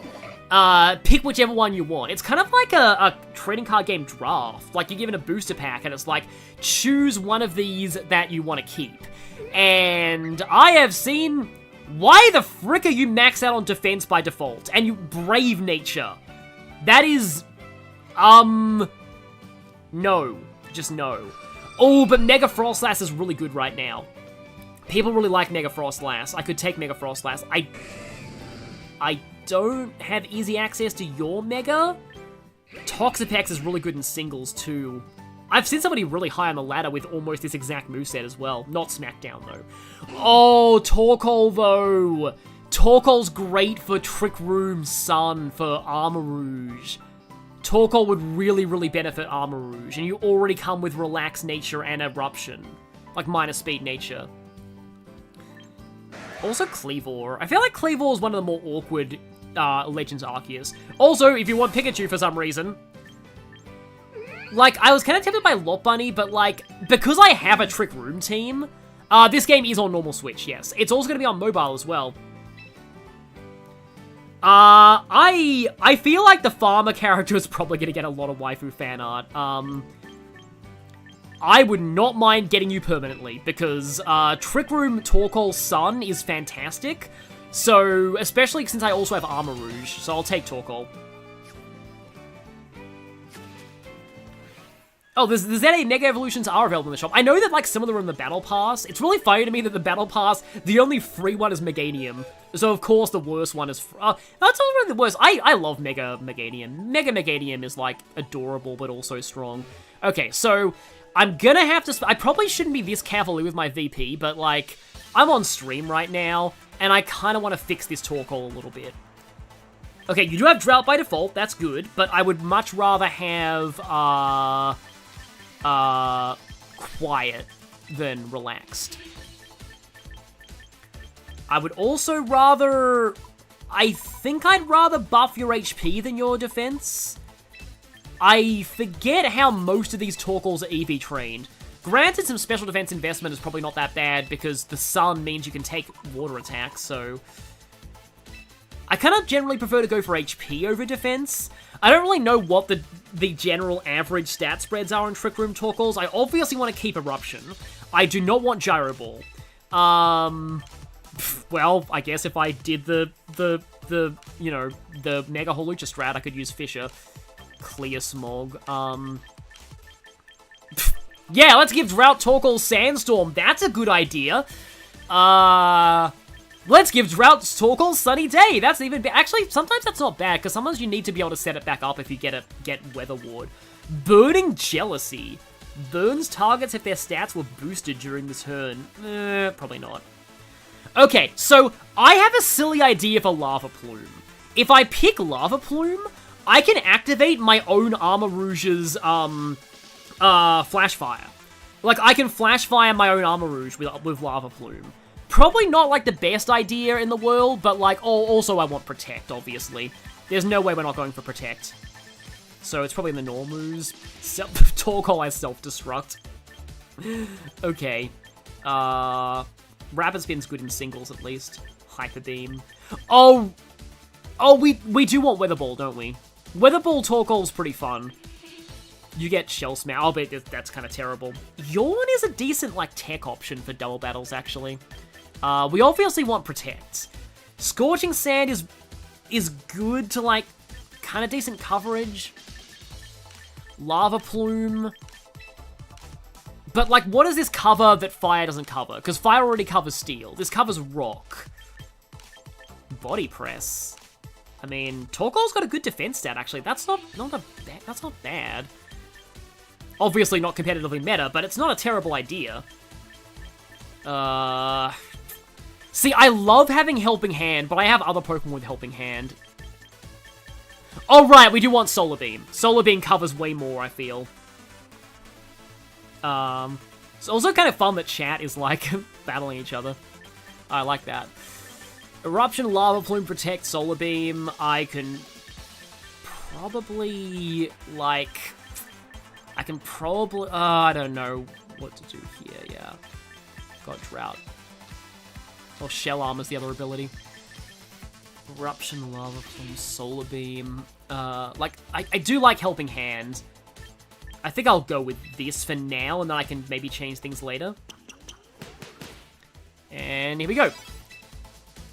So, that could be an option for my Trick Room team with Armor Rouge. I do have to find some way to handle, like, getting Earthquake, though. So I suppose, and I just want to, like, I am not, like, meta or anything by any stretch of the imagination, but I just find, like, I find multiplayer Pokemon fun. It's, like, the only multiplayer game that I'm remotely... Oh, finally I can dump this rental Steelix. Yeah, let's put the Torkoal in there. What item, though? Choice Scarf in Trick Room, no. Okay. Focus? Oh, Armoroo's has the Focus Sash. Oh yeah, Mental Herb gets rid of Attract, so that's why I had that on you. The Lumber and Aegis... I don't know why I have the Lumber and Aegis Slash. I mean, Citrus Berry is... Oh, Citrus Berry's on Hatterene. Nope. I love how the luck items are all under other. I wish they weren't in the game, but they are, sadly. I don't even know why Conkeldurr has White Herb. I should probably get rid of that. I think Conkeldurr originally had Lumberry, and then I was like, oh, White Guts.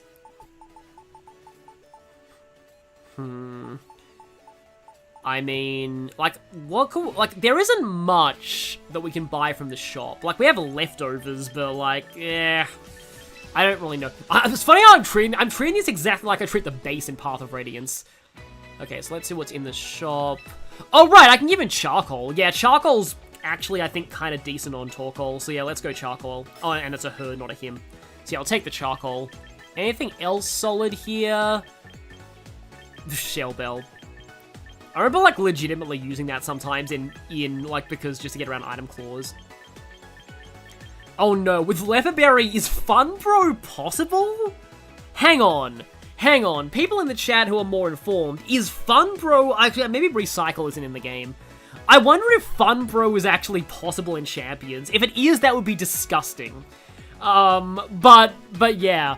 For those who don't know, Funbro is this Slowbro moveset where, So you have, like, Heal Pulse to heal the enemy, Leatherberry to make sure nobody ever uses Struggle, and Recycle to recycle the Leatherberry, and, like, something that gives the opponent the Leatherberry to heal their PP, so they don't ever run out of PP, and you get stuck in a battle forever. Just look up Funbro and you'll find out why. Basically, Funbro traps your opponent in Purgatory for all time. And it's one of the only things in Smogon that's banned in Anything Goes. The tier where nothing else is banned. No, that's not like it's scope lanes now. You just googled it, that's so gross. Yeah, it's pretty disgusting. It's very gross. Like, you don't want to... Like, never use that against any... Like, if you do that to somebody, like, in real life, you are asking them to slap you. And if you're doing that to somebody online, you're just not a nice person. Yeah, endless battle claws. But, like, yeah, look up if you want to know. But, like, it would be kind of weird if that was actually possible in Champions. But anyway... Sorry, finally doing a battle now. I just wanted to show off some of my team stuff. I'm not really that good in the tiers. I just got to Great Ball tier last night, so this is my singles team. And, hopefully I'll get to show off my favorite aspect of this singles team. I trained most of them. The Slowbro is from this game. Everything else is from Sword and Shield. Yeah, it's basically a Shin Megami Tensei Super Boss, like the Funbro strat. Okay. You don't see Rodon Mo often. Mimikyu as well. And we got Glamora, so we're probably going to get entry hazarded. So... Okay, I'm probably going to leave with Poltegeist, because I want to show you what my Poltegeist does. It might get wrecked, but we'll see. Gardevoir doesn't like all these ghost types. Oh yeah, there's a lot of ghost types. Gardevoir is not great against them. I actually don't really have that much good ghost counterplay in this team. I probably need to fix that. I know Gardevoir does kill Greninja pretty easily, though, so I probably should go with Gardevoir for this. I don't think Hawlucha's good. To be honest, I rarely use Hawlucha on this team. This team was actually supposed to have Rabombi, but Rabombi isn't in Champions, so I can't use it. Yeah, there's music from, like, every game. Case in point, Gen 1 battle theme. Oh, hi, Dragapult. Okay. Dragapult. Dragapult has Sucker Punch, doesn't it? I feel I'm a little worried this thing could Sucker Punch me. So, I'm gonna try... Okay, here's the thing. Oh, wait, no, I can't do that. It has Dragon Darts, could break my Sash. So I can't actually do that. Dragon Dance would be really funny, though, because I activate Weak Arm with every hit, so...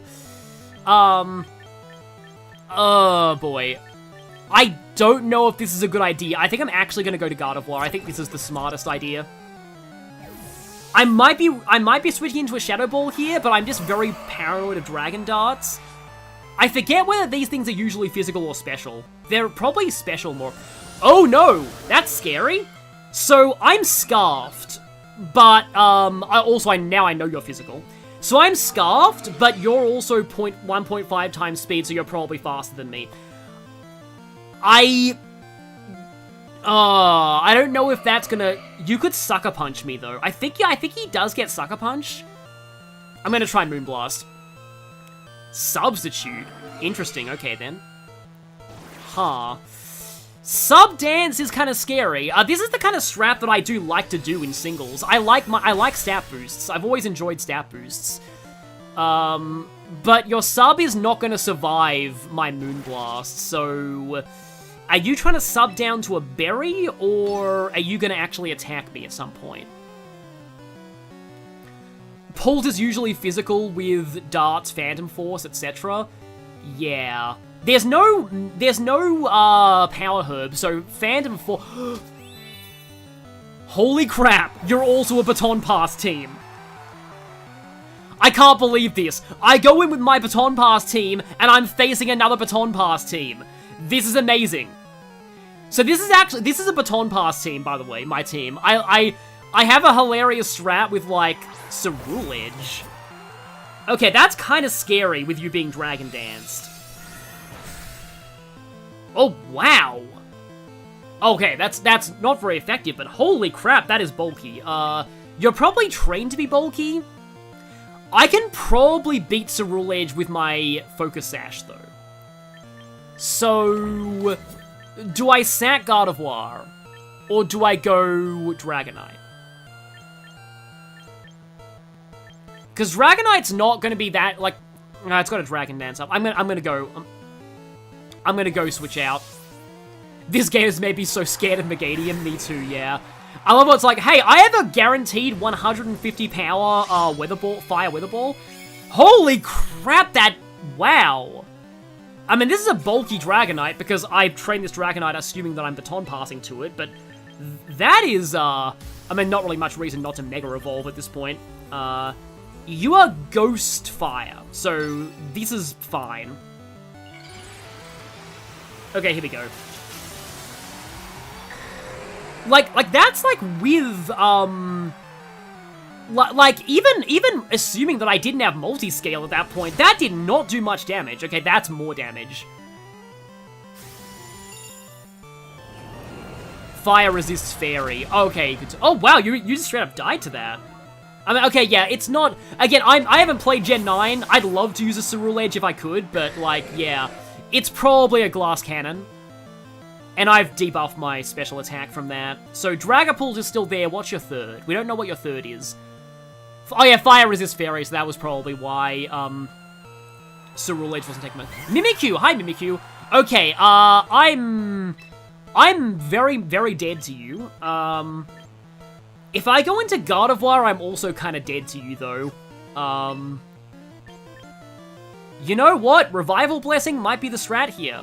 I'm thinking Revival Blessing could be the strat. I don't want to miss, so I'm just gonna go Ice Beam. I just want to try and break your disguise. Yeah, this is cool. I like stat boosters. This is a team I approve of. I enjoy stat boosters in singles a lot. Again, it's not like super meta or anything. Okay, Disguise is gone, and you can't stack that with Focus Sash anymore because that got nerfed. Okay.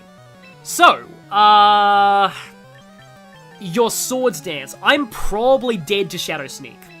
And Shadow Sneak absolutely Oh, wait, Gardevoir's dead to Shadow Sneak too, because, priority. That kind of ruins my... But Poltegeist is not dead to Shadow Sneak, because Poltegeist has Focus Sash, so... I think the play is... Like, I'm gonna sack Dragonite now. I'm just gonna sack Dragonite. Yeah, it's Shadow Sneak. I thought it would be Shadow Sneak. Oh, I'm not dead. Nice, okay. I mean, Mega Dragonite is very bulky, but still. And you're also apparently quite bulky. I don't think I mean, you're gonna die to Shadow Ball, so I don't really want to Fire Blast. I think I'm just gonna still Ice Beam. Yeah, but I'm... Oh! Just wanted to get a little bit more HP before I went down. Nice. Okay. Somebody on Reddit making very cute Awakening X Pokemon fan art pairing Cerulege with Fallen Crom. That fits. So yeah, my play here is I have my Sash intact on Poltegeist. So if it tries to Shadow Sneak me, I know I'm not going to die. The question is, will it survive? It probably won't survive Shadow Ball. Okay. I don't want to Shell Smash though, because then I'm definitely dead. Or it could switch, but no, she can't switch because Dragapult will take the Shadow Ball. Man, she knows I have Shadow Ball, I'm sure of it. Yeah, you're gonna go for Shadow Sneak. So here is, like, my funny threat number 1 with Baton Pass. I have weak armor, so even though my defense goes down, I'm now at +2 speed, and I can Baton Pass that to anybody I want. So that's fun. I will Baton Pass the defense drop, though. Okay, you need to go down to this. Thank you, okay. Okay. Again, Dragapult probably has Shadow Sneak, though. Or it might also have Sucker Punch. So, hi there, Dragapult. Thing is, Dragapult is... If it goes for a Dragon Dance, it dies to Shadow Ball, so it's probably not going to go for a Dragon Dance. But like... So if it's not Dragon Danced, it loses to Gardevoir. So... Right. I don't know if I want to Baton... Because if I Baton Pass, then it might, Dragon Dance or Substitute. If it substitutes on my Switch, I'm kind of dead. I think I probably have to Shadow Ball. Oh, no, yeah, that Dragon Ball has... Gardevoir might wall it? That is possible. I think I'm just gonna go for the Shadow Ball here and see what happens. Oh, right, I outspeed, because I'm weak armor. Okay, so that was cool, yeah. I do overthink things a lot when I play games like this, but, like, yeah. There we go. So, yeah, that was, I didn't get to actually do the Shell Smash Baton Pass thing with Poltegeist, but, yeah. I wanted to show off at least one double battle as well. Win 10 battles using Poltegeist. I guess that's becoming my signature in this game now. I think I'll do one. This is just a thing. You never just do one battle in Champions. It's always just one more battle. So I'm liking how people in the chat are actually doing matches. I am battling Wa! That's what that is in Japanese. Okay. So I'll do this. I probably should quit while I'm ahead. Oh, shiny. This could be a partial rental team. Gengar's also shiny. Oh, the Hydreigon's also shiny. The Garchomp might be shiny because Garchomp shiny is terrible, but okay. Reuniclus in singles is a little interesting. Nothing else in this team really implies Trick Room, though, so... I think I'm actually still going to do my Poltegeist lead, but... I think Dragonite's kind of good into a lot of... I mean, Gardevoir's great against Garchomp if I can get the drop on. The thing is, a lot of Garchomps like to use Focus Sash. I've noticed in Champions so far. Lucario is... I don't think Lucario is going to be great here. No. I don't think Slowbro's a good idea, though. I think I am actually going to go for the same team that I used last time, which feels boring, but yeah. Rip my Archaludon. Well, maybe one day when Archaludon shows up in the gacha, I'll finally be able to have one. Because I don't think I'm going to buy Scarlet and Violet just for this game. I'm semi-tempted to get Legend ZA, though. Okay, we are going to find out what Reuniclus does. Reuniclus can, like, Carmine, Stored Power. It can Trick Room as well.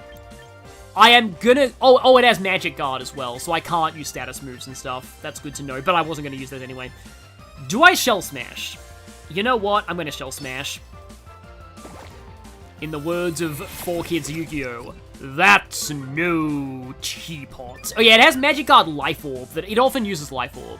Okay, you are going for Calm Mind.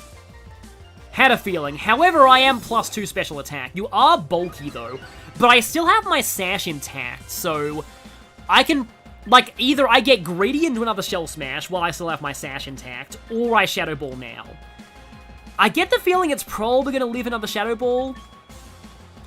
Like, I don't really see much that it can really do to me while I still have my sash up, though, is the thing. So, I could get very greedy and Shell Smash. Like, I doubt Reuniclus is going to be sashed, though. It's bulky enough to probably not want to be sashed, so... for the content, I guess. Pure absolute greed. Double Shell Smash time. I would probably have killed with Shadow Ball. Okay, it's going for its own Shadow Ball, that's fine. So, I doubt that it is going to have a priority move. So yeah, I'm gonna go for my own Shadow Ball. If it's sashed, I'm screwed, but yeah. You're, like, almost certainly dead to this if you're not sashed. Yep, you are I love how fast the health bar goes down. That was a crit, too. I wonder how much that would have done with the damage calculator. Yeah, Trick Room would have been bad. Would have been quite bad for me, so... I can't believe they let me get away with that. NGL, your Kingambit Terrify. I love all these people in the chat doing battles with each other. It's really nice. And then Kingambit terrifies me too, in general. Are you thinking, or are you gonna forfeit after that? Okay. Oh, you're immune to... Oh, okay. This actually kind of sucks. Because you resist my Shadow Ball, you're immune to this. So, and if I Baton Pass, I have -2 defense on whoever I'm passing to, which is problematic. However, Gardevoir utterly walls Hydreigon for the most part, and so does Dragonite, I feel, so... I kinda don't want to switch out, but like... And my Sash is dead, so if I Healing Wish Poltegeist later, I don't have the Sash. I don't really want to Baton Pass -2 defense to Gardevoir, though. As funny as it would be, I'm gonna go for a clean switch to Gardevoir here.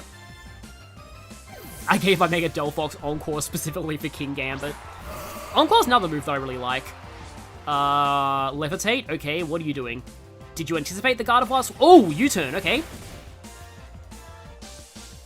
Well, I at least have the choice, because you've got your next Pokemon to send into Gardevoir, you can probably send in a counter. Oh, it's Dragonite. And your multi-scale. You're also probably Mega? So... okay, then. Oh, I wouldn't... If would I have died if I had Baton Pass -2 defense to myself? I might have died. I may have barely lived. I am not gonna... So if I use Moonblast, it's gonna live Moonblast, because it's multi-scale probably. It's also probably Mega, and it also might Extreme Speed.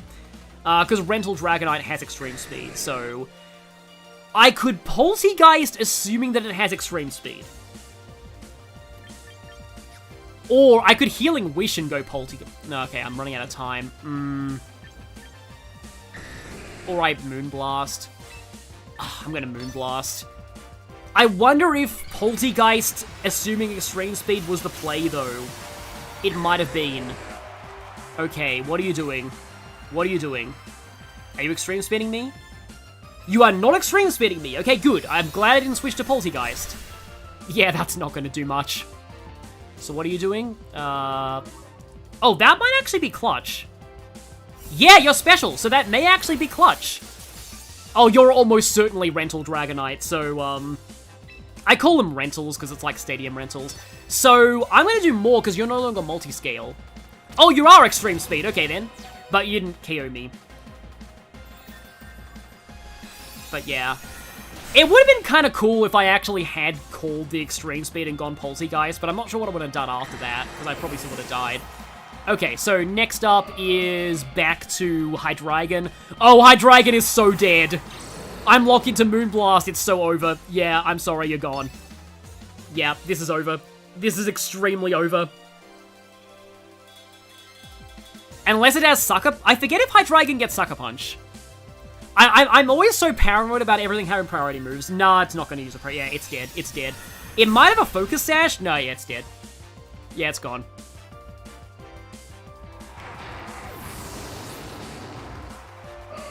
Like, I like how, like, Gardevoir wasn't even that great back when it was just a pure Psychic type. It was just sort of an inferior Alakazam. Once it got Fairy, it became way better. But I'm liking the Choice Scarf route on this more than I am the Mega route. feel like Mega Gardevoir is kind of more about bulk last time I remember. Okay, so I want to try out my doubles team now. So let's just do a doubles, and then I think I'll call this stream. I know this is really weird, but like I just wanted to, because I've been having fun with Pokemon Champions so far. I just wanted to, you know, obviously I don't want to do this. There are moments when you there are definitely moments where you accidentally use a single battle team for doubles. But yeah, I'm gonna go select you. The problem with this team is I only have one Trick Room setter. I think I need to fix that. Only Rune Regus has Trick Room on this team. Playing through Black 2 right now. Yeah, I only have Rune Regus with Trick Room. So if that's a singles rental team. I'm probably gonna have to do another battle after this then. I guess I can show this off. So Rune Regus first. You know, maybe I should show off my new tool. I forgot to give you the charcoal! Okay, well that's dumb. I made a big, you know, deal about giving Conkeldurr stuff, so I think I'll bring Conkeldurr, and then I'll go, Hatterene is more defensive supportive, but I'll go Hatterene, I think. Yeah. I put all that effort into doing this, and I was like, oh, at least it's better than giving, like, I love this thing. I saw a tweet, shoutouts to the 8% of players using Frostlass Ide on Drampar, because I love how a lot of, like, oh! Wait, hang on. Drampar got screwed by being faster. That's interesting. I thought that would have cancelled the weather, but no, that tricks... Is that a later generation change? It might be. So yeah, here's the thing. I kind of have to Trick Room here, and then I have to probably protect Torkoal. I think I will protect Torkoal.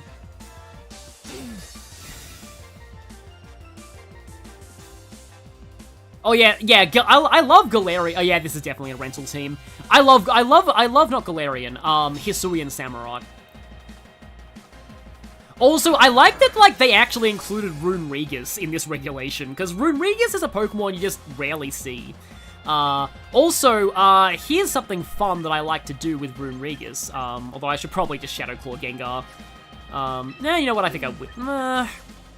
You know what, yeah, I'm gonna try this, because Disable. Disable's a move that I really like in doubles. Let's go Eruption Time. And and one of the Magic School Bus Dinosaurs game has Miss Frizzle go, Eruption Time! Back to the bus class, 2x2 please! So I always think of that whenever I use the move Eruption. Yep, so Dragon Claw, so if you're gonna use Dragon Claw again, you're not, okay. Yeah, it's fine. But yeah, like, does anybody here actually like Rune Regus? Oh, now you use Taunt. That would have been... Well, I mean, it wouldn't have been good on Rune Regus on turn 1 because I have the Mental Herb, but still. Well, no more taunting for you, Gengar. Actually, no, you're gonna go down to... I can't actually Shadow Claw Drampar, though. This Drampar is actually kind of walling me. I think I might actually switch out Rune Regus, because I can at least punch the Drampar. And I'm gonna go Eruption again.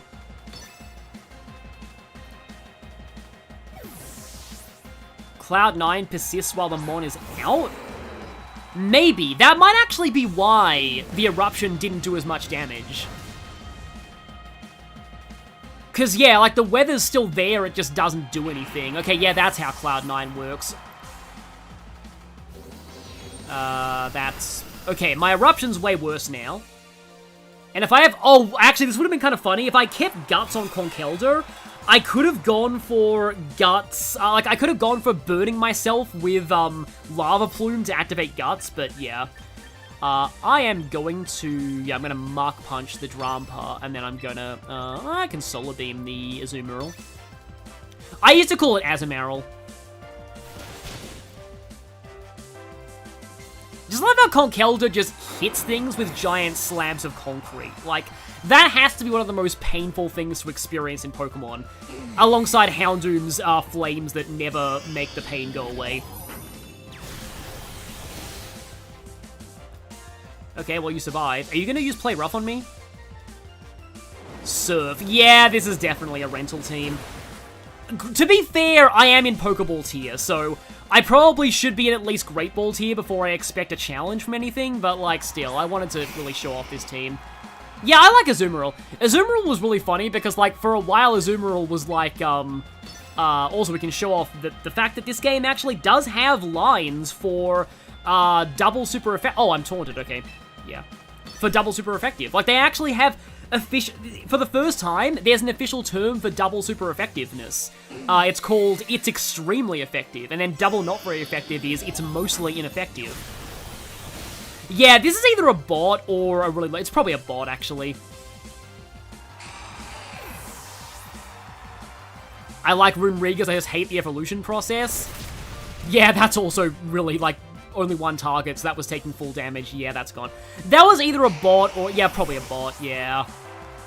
I do like that the bots exist because they mean that, like, even, like, beginners don't get screwed out of winning battles for VP, but, like, I would like to face a legendary opponent to which our battle would be legendary, but we'll see.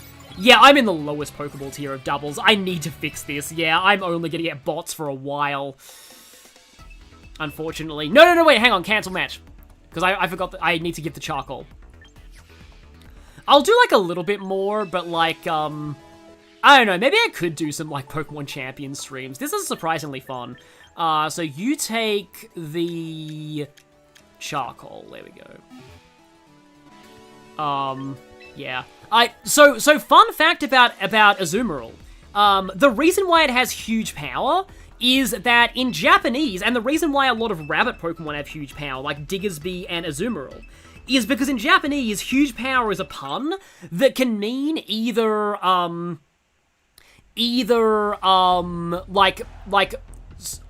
super strength or powerful mochi. And mochi is, you know, because of the rabbit on the moon that makes mochi in Japanese culture, so that's why rabbits. Okay, there's an Incineroar here. I'm gonna assume that this is not a bot. So I'm a little scared. But here's the thing.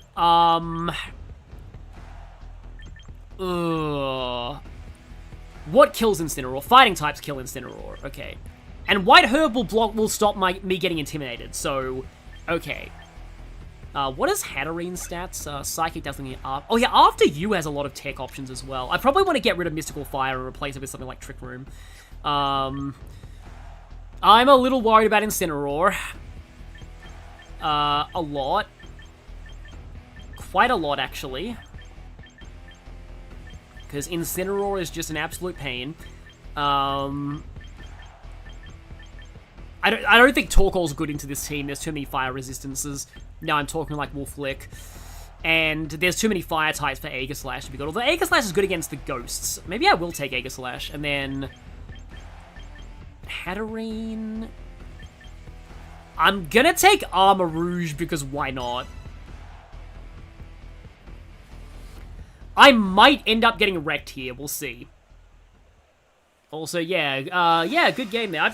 Well, I'm loving all these battles in the chat here. So yeah, I get the feeling this is probably not a bot because they have Incineroar, but we'll see. Okay, I'm not leading with Incineroar. What battle theme is this? I don't think I recognize this battle theme. I don't know what battle theme this is. Okay. Infernape could try and taunt me, so could Gengar. But I have a Mental Herb. Unless they both taunt me, I'm fine. Conkel doesn't protect. Yikes, that could be problematic.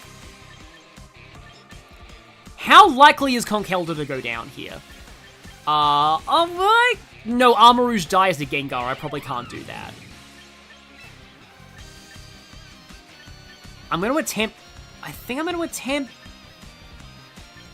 Or I can Mark Punch Infernape to get rid of a potential focus. I'm going to Mark Punch Infernape. I panicked a little bit there, but Infernape has, is semi-likely to have a Focus Sash, I feel. So I'm going to Mark Punch to see if I can get rid of the Focus Sash. Oh, this might be a Champion's Original. Oh, you are going for Fake Out. Okay, yeah.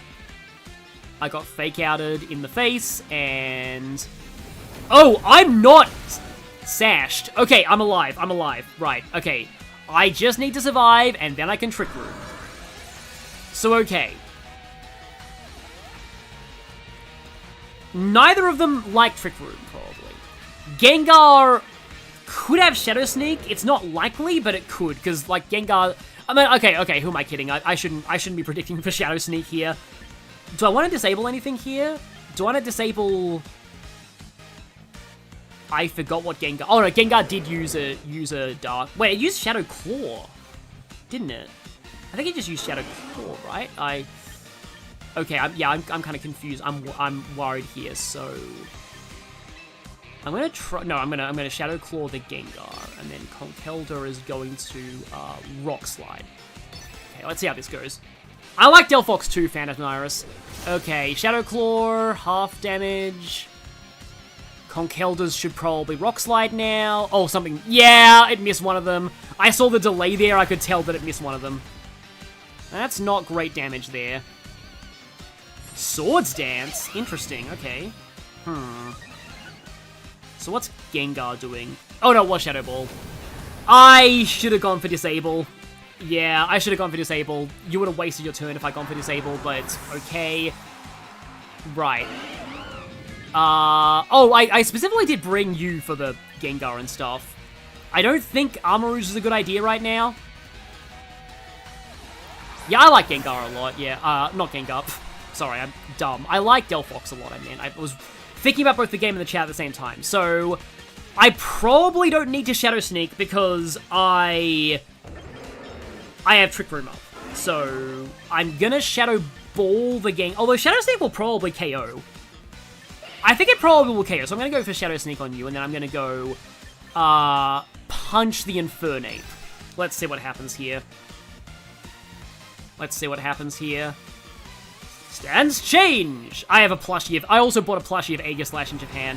That should KO. No! Okay, that was a bad call.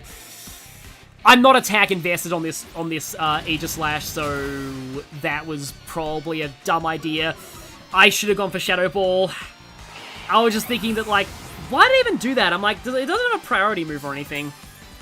Don't... You're gonna kill Aegislash, aren't you? Oh, you Shadow Ball the Conkeldurr slot. Okay, interesting. The main difference between Conkeldurr and Machamp is that Conkeldurr has way worse special defense. I like that there's a tutorial for, Okay, that's funny. That applies to Psychic and Moonblast, though.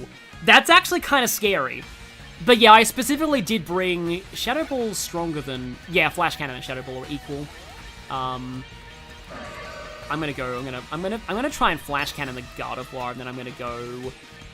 I could Rock Slide. Rock Slide could miss. I think I actually am just gonna Thunder Punch the... I just want the Gengar to die. I'm just gonna Thunder Punch the Gengar. Goodbye, Gengar!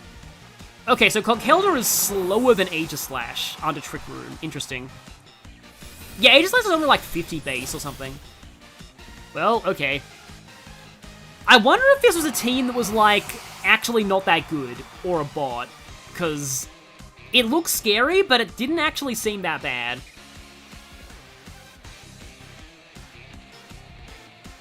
Yeah, Yawn on Sylveon, that is fun. Mimikyu, okay. I'm pretty sure I am still in Trick Room. I mean, it would have told me if I wasn't. X Battle Info? Yeah, I'm one more turn in Trick Room. Okay, so, Shadow Sneak? No. I Shadow Ball because we've since established Conkeldurr is slower, so... Hey, you wanna be like Pikachu? Have a Thunder Punch! Like, I love Mimikyu is like one of the best, like, Pokemon concepts they've ever created. I love Mimikyu. I should've got a Mimikyu Plus when I was in Japan. Maybe I will next time. And you're probably down. Yes, you are. Okay. Okay, that was easier than I expected. I was kind of scared at first, but that was probably not a... I don't want to be insulting, but a particularly high-ranked opponent. Because I made some big mistakes in that battle. Like, I made some really big mistakes. Should not have done Shadow Sneak on Gengar. That was a really terrible idea. Okay, and I'm finally out of, like, the lowest tier of that. I've done two things. You know what? I'm going to do one more battle. I'm going to do one more battle, and then I'll call this stream. But yeah, I know that, like, almost everyone has left the stream at this point, but, like, this is fun. I like doing this. This is fun. Christo. That could be a bot, I feel. The last one was probably not a bot, because a bot wouldn't have a name that weird. This could be a bot. There's an Incineroar there, but it looks like a rental team again, so... Again, I call them rental teams, but, like, I almost certainly, like... But they're not actually rental teams, but, like, I like to call them rental teams, because they're basically rental teams. I like to say people, like, actually do well with them, though. So, there's a lot of fire resists here. I don't think I want to use, I'm gonna go Conkeldurr, Aegislash, and I think Hatterene. I don't think I want to use Torkoal here. There's too many fire resists.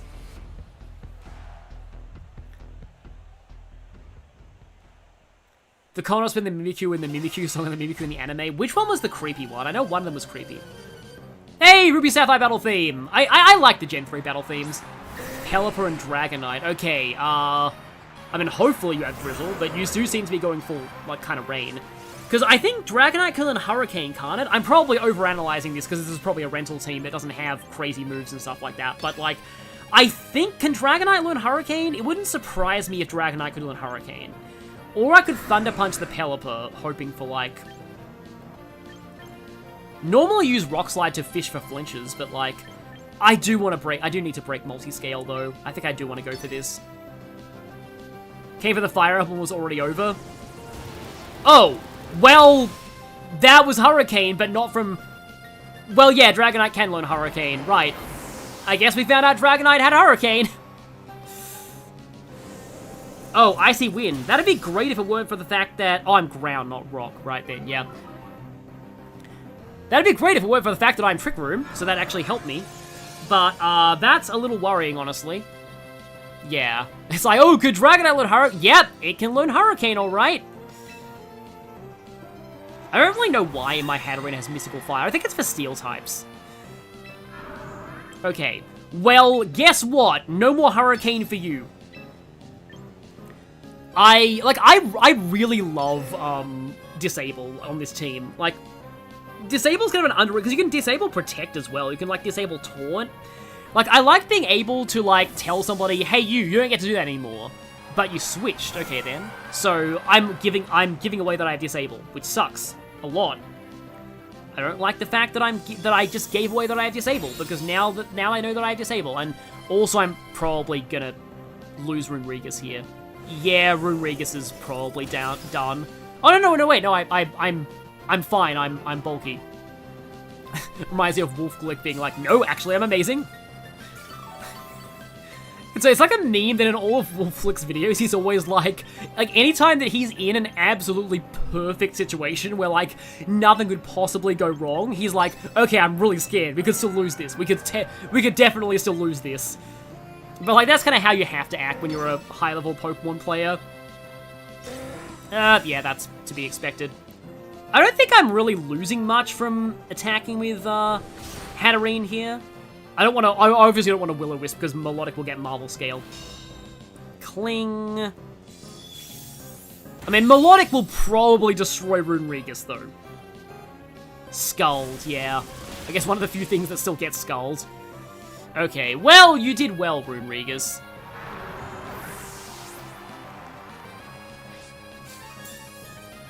Leftovers isn't exactly a great option in doubles, I feel. Oh, wait, you can't use Runerigus, it's faded. And I'm down to just 2, so... I have to make this count. Pelipper protected last turn. It's probably either going to switch or just take the L this turn. Do I King Sheet? No, I'm definitely slower than the Melodic. I think I'm going to Shadow Ball. And then I think I'm going to... I don't really have much reason not to just Dazzling Gleam here. So let's just do that.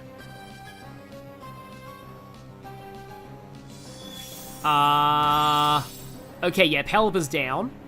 Dragonite is still in the wings. I don't know how much it can actually do to Hatterene, but it's still in the wings. Stance change. Okay. So they know that I'm likely to go for King Shield next turn so that I get my defenses back, but we'll see. And rip you. Okay, so... I think is it 2v2 now? I think it's 2v2 now. Dragonite, and then one other that they haven't revealed yet. So there's Dragonite. Or it's just one-on-one. Oh, no. Dragonite and Garchomp. Okay, that's not good into Hatterene at all. I think I probably have this. How many Trick Rooms are left? We've got... Oh, this is the last turn of Trick Room. I don't think I can King Shield here. I am going to Shadow Ball. Dragonite? Yeah, I think Dragonite, because multi-scale. And then Dazzling Gleam. This is still... Like, okay, to quote Wolf here, I could still lose this quite easily if I'm not careful. Because, yeah, Dragonite's definitely surviving because of multi-scale. And then Aegislash will die to a Faint Breeze, and Garchomp physical into Hatterene is scary, so we'll see how this goes. Okay, Garchomp's not down. Dragonite is no longer... Okay, Citrus Berry, that's fine. Dragonite is no longer multi-scale. Is this gonna kill? Probably not. Okay, did not. That was a crit. Okay, definitely not. Hurricane. Okay. Ooh, that did a lot. If you Earthquake, it's... Yeah, this could be GG. I think we're done. Aegislash is definitely done. Hatterene's probably gone. Yeah, okay. If I had King Shielded there, I don't know. Oh, rare footage of Hatterene's actual body there. Because, like, it's literally just a tiny head and the rest of it is hair, from what I remember, from its Pokédex lore. Yeah, multi-scale is, yeah, if you're at full HP, you take half damage from everything.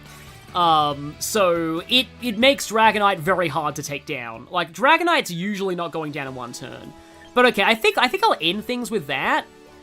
I'll take the VP, I'll take that. Weekly missions, 5 fairy moves, 3 crits, I think that's everything. And then I'll see what I got in my Battle Pass rewards. Training ticket and quick coupon, okay. Yeah, when I get to 30, that will... No, 25 is Meganium, 27 is Meganiumite, so... I'll probably want to go for that. What's in the sub-menu? Oh, achievements. 4 achievements. 30 super effective moves, 10 wins with psychic types, and 10 wins with fairy types. Wait. That title that I just got sounds hilarious. Hang on. Oh, I don't think I even have a title equipped. I have to. Giddy Old Man. Oh, badges. Don't have any badges. Okay. And then I still have one more achievement. I can't believe it, Giddy Old Man. Favorite Pokemon was Alchemy, so they showed up during... Yeah, I almost imported Alchemy to this. Or maybe I should put in Poltergeist Admirer. I mean, Giddy Old Man is a nice meme, but, like, I'm gonna put in Poltergeist Admirer because it's kind of the star of my singles team. Didn't expect it to be, but yeah. So, okay, yeah, okay, thank you for all of you who actually stuck around during the Pokemon Champions stream, part of the stream. And, yeah, all the people doing, like, battles in the chat, that was pretty fun. So, yeah, thank you all for watching, and I'll see you again next time for the finale of Path of Radiance. I'm feeling a little bit more confident about Ashnard, but we'll see. It's gonna be funny, because, like, we actually have to get the Speedwing so that Ike doesn't get doubled. So it's Operation Speedwing. Oh, hi, Lenny. Yeah, and yeah, see you all next stream.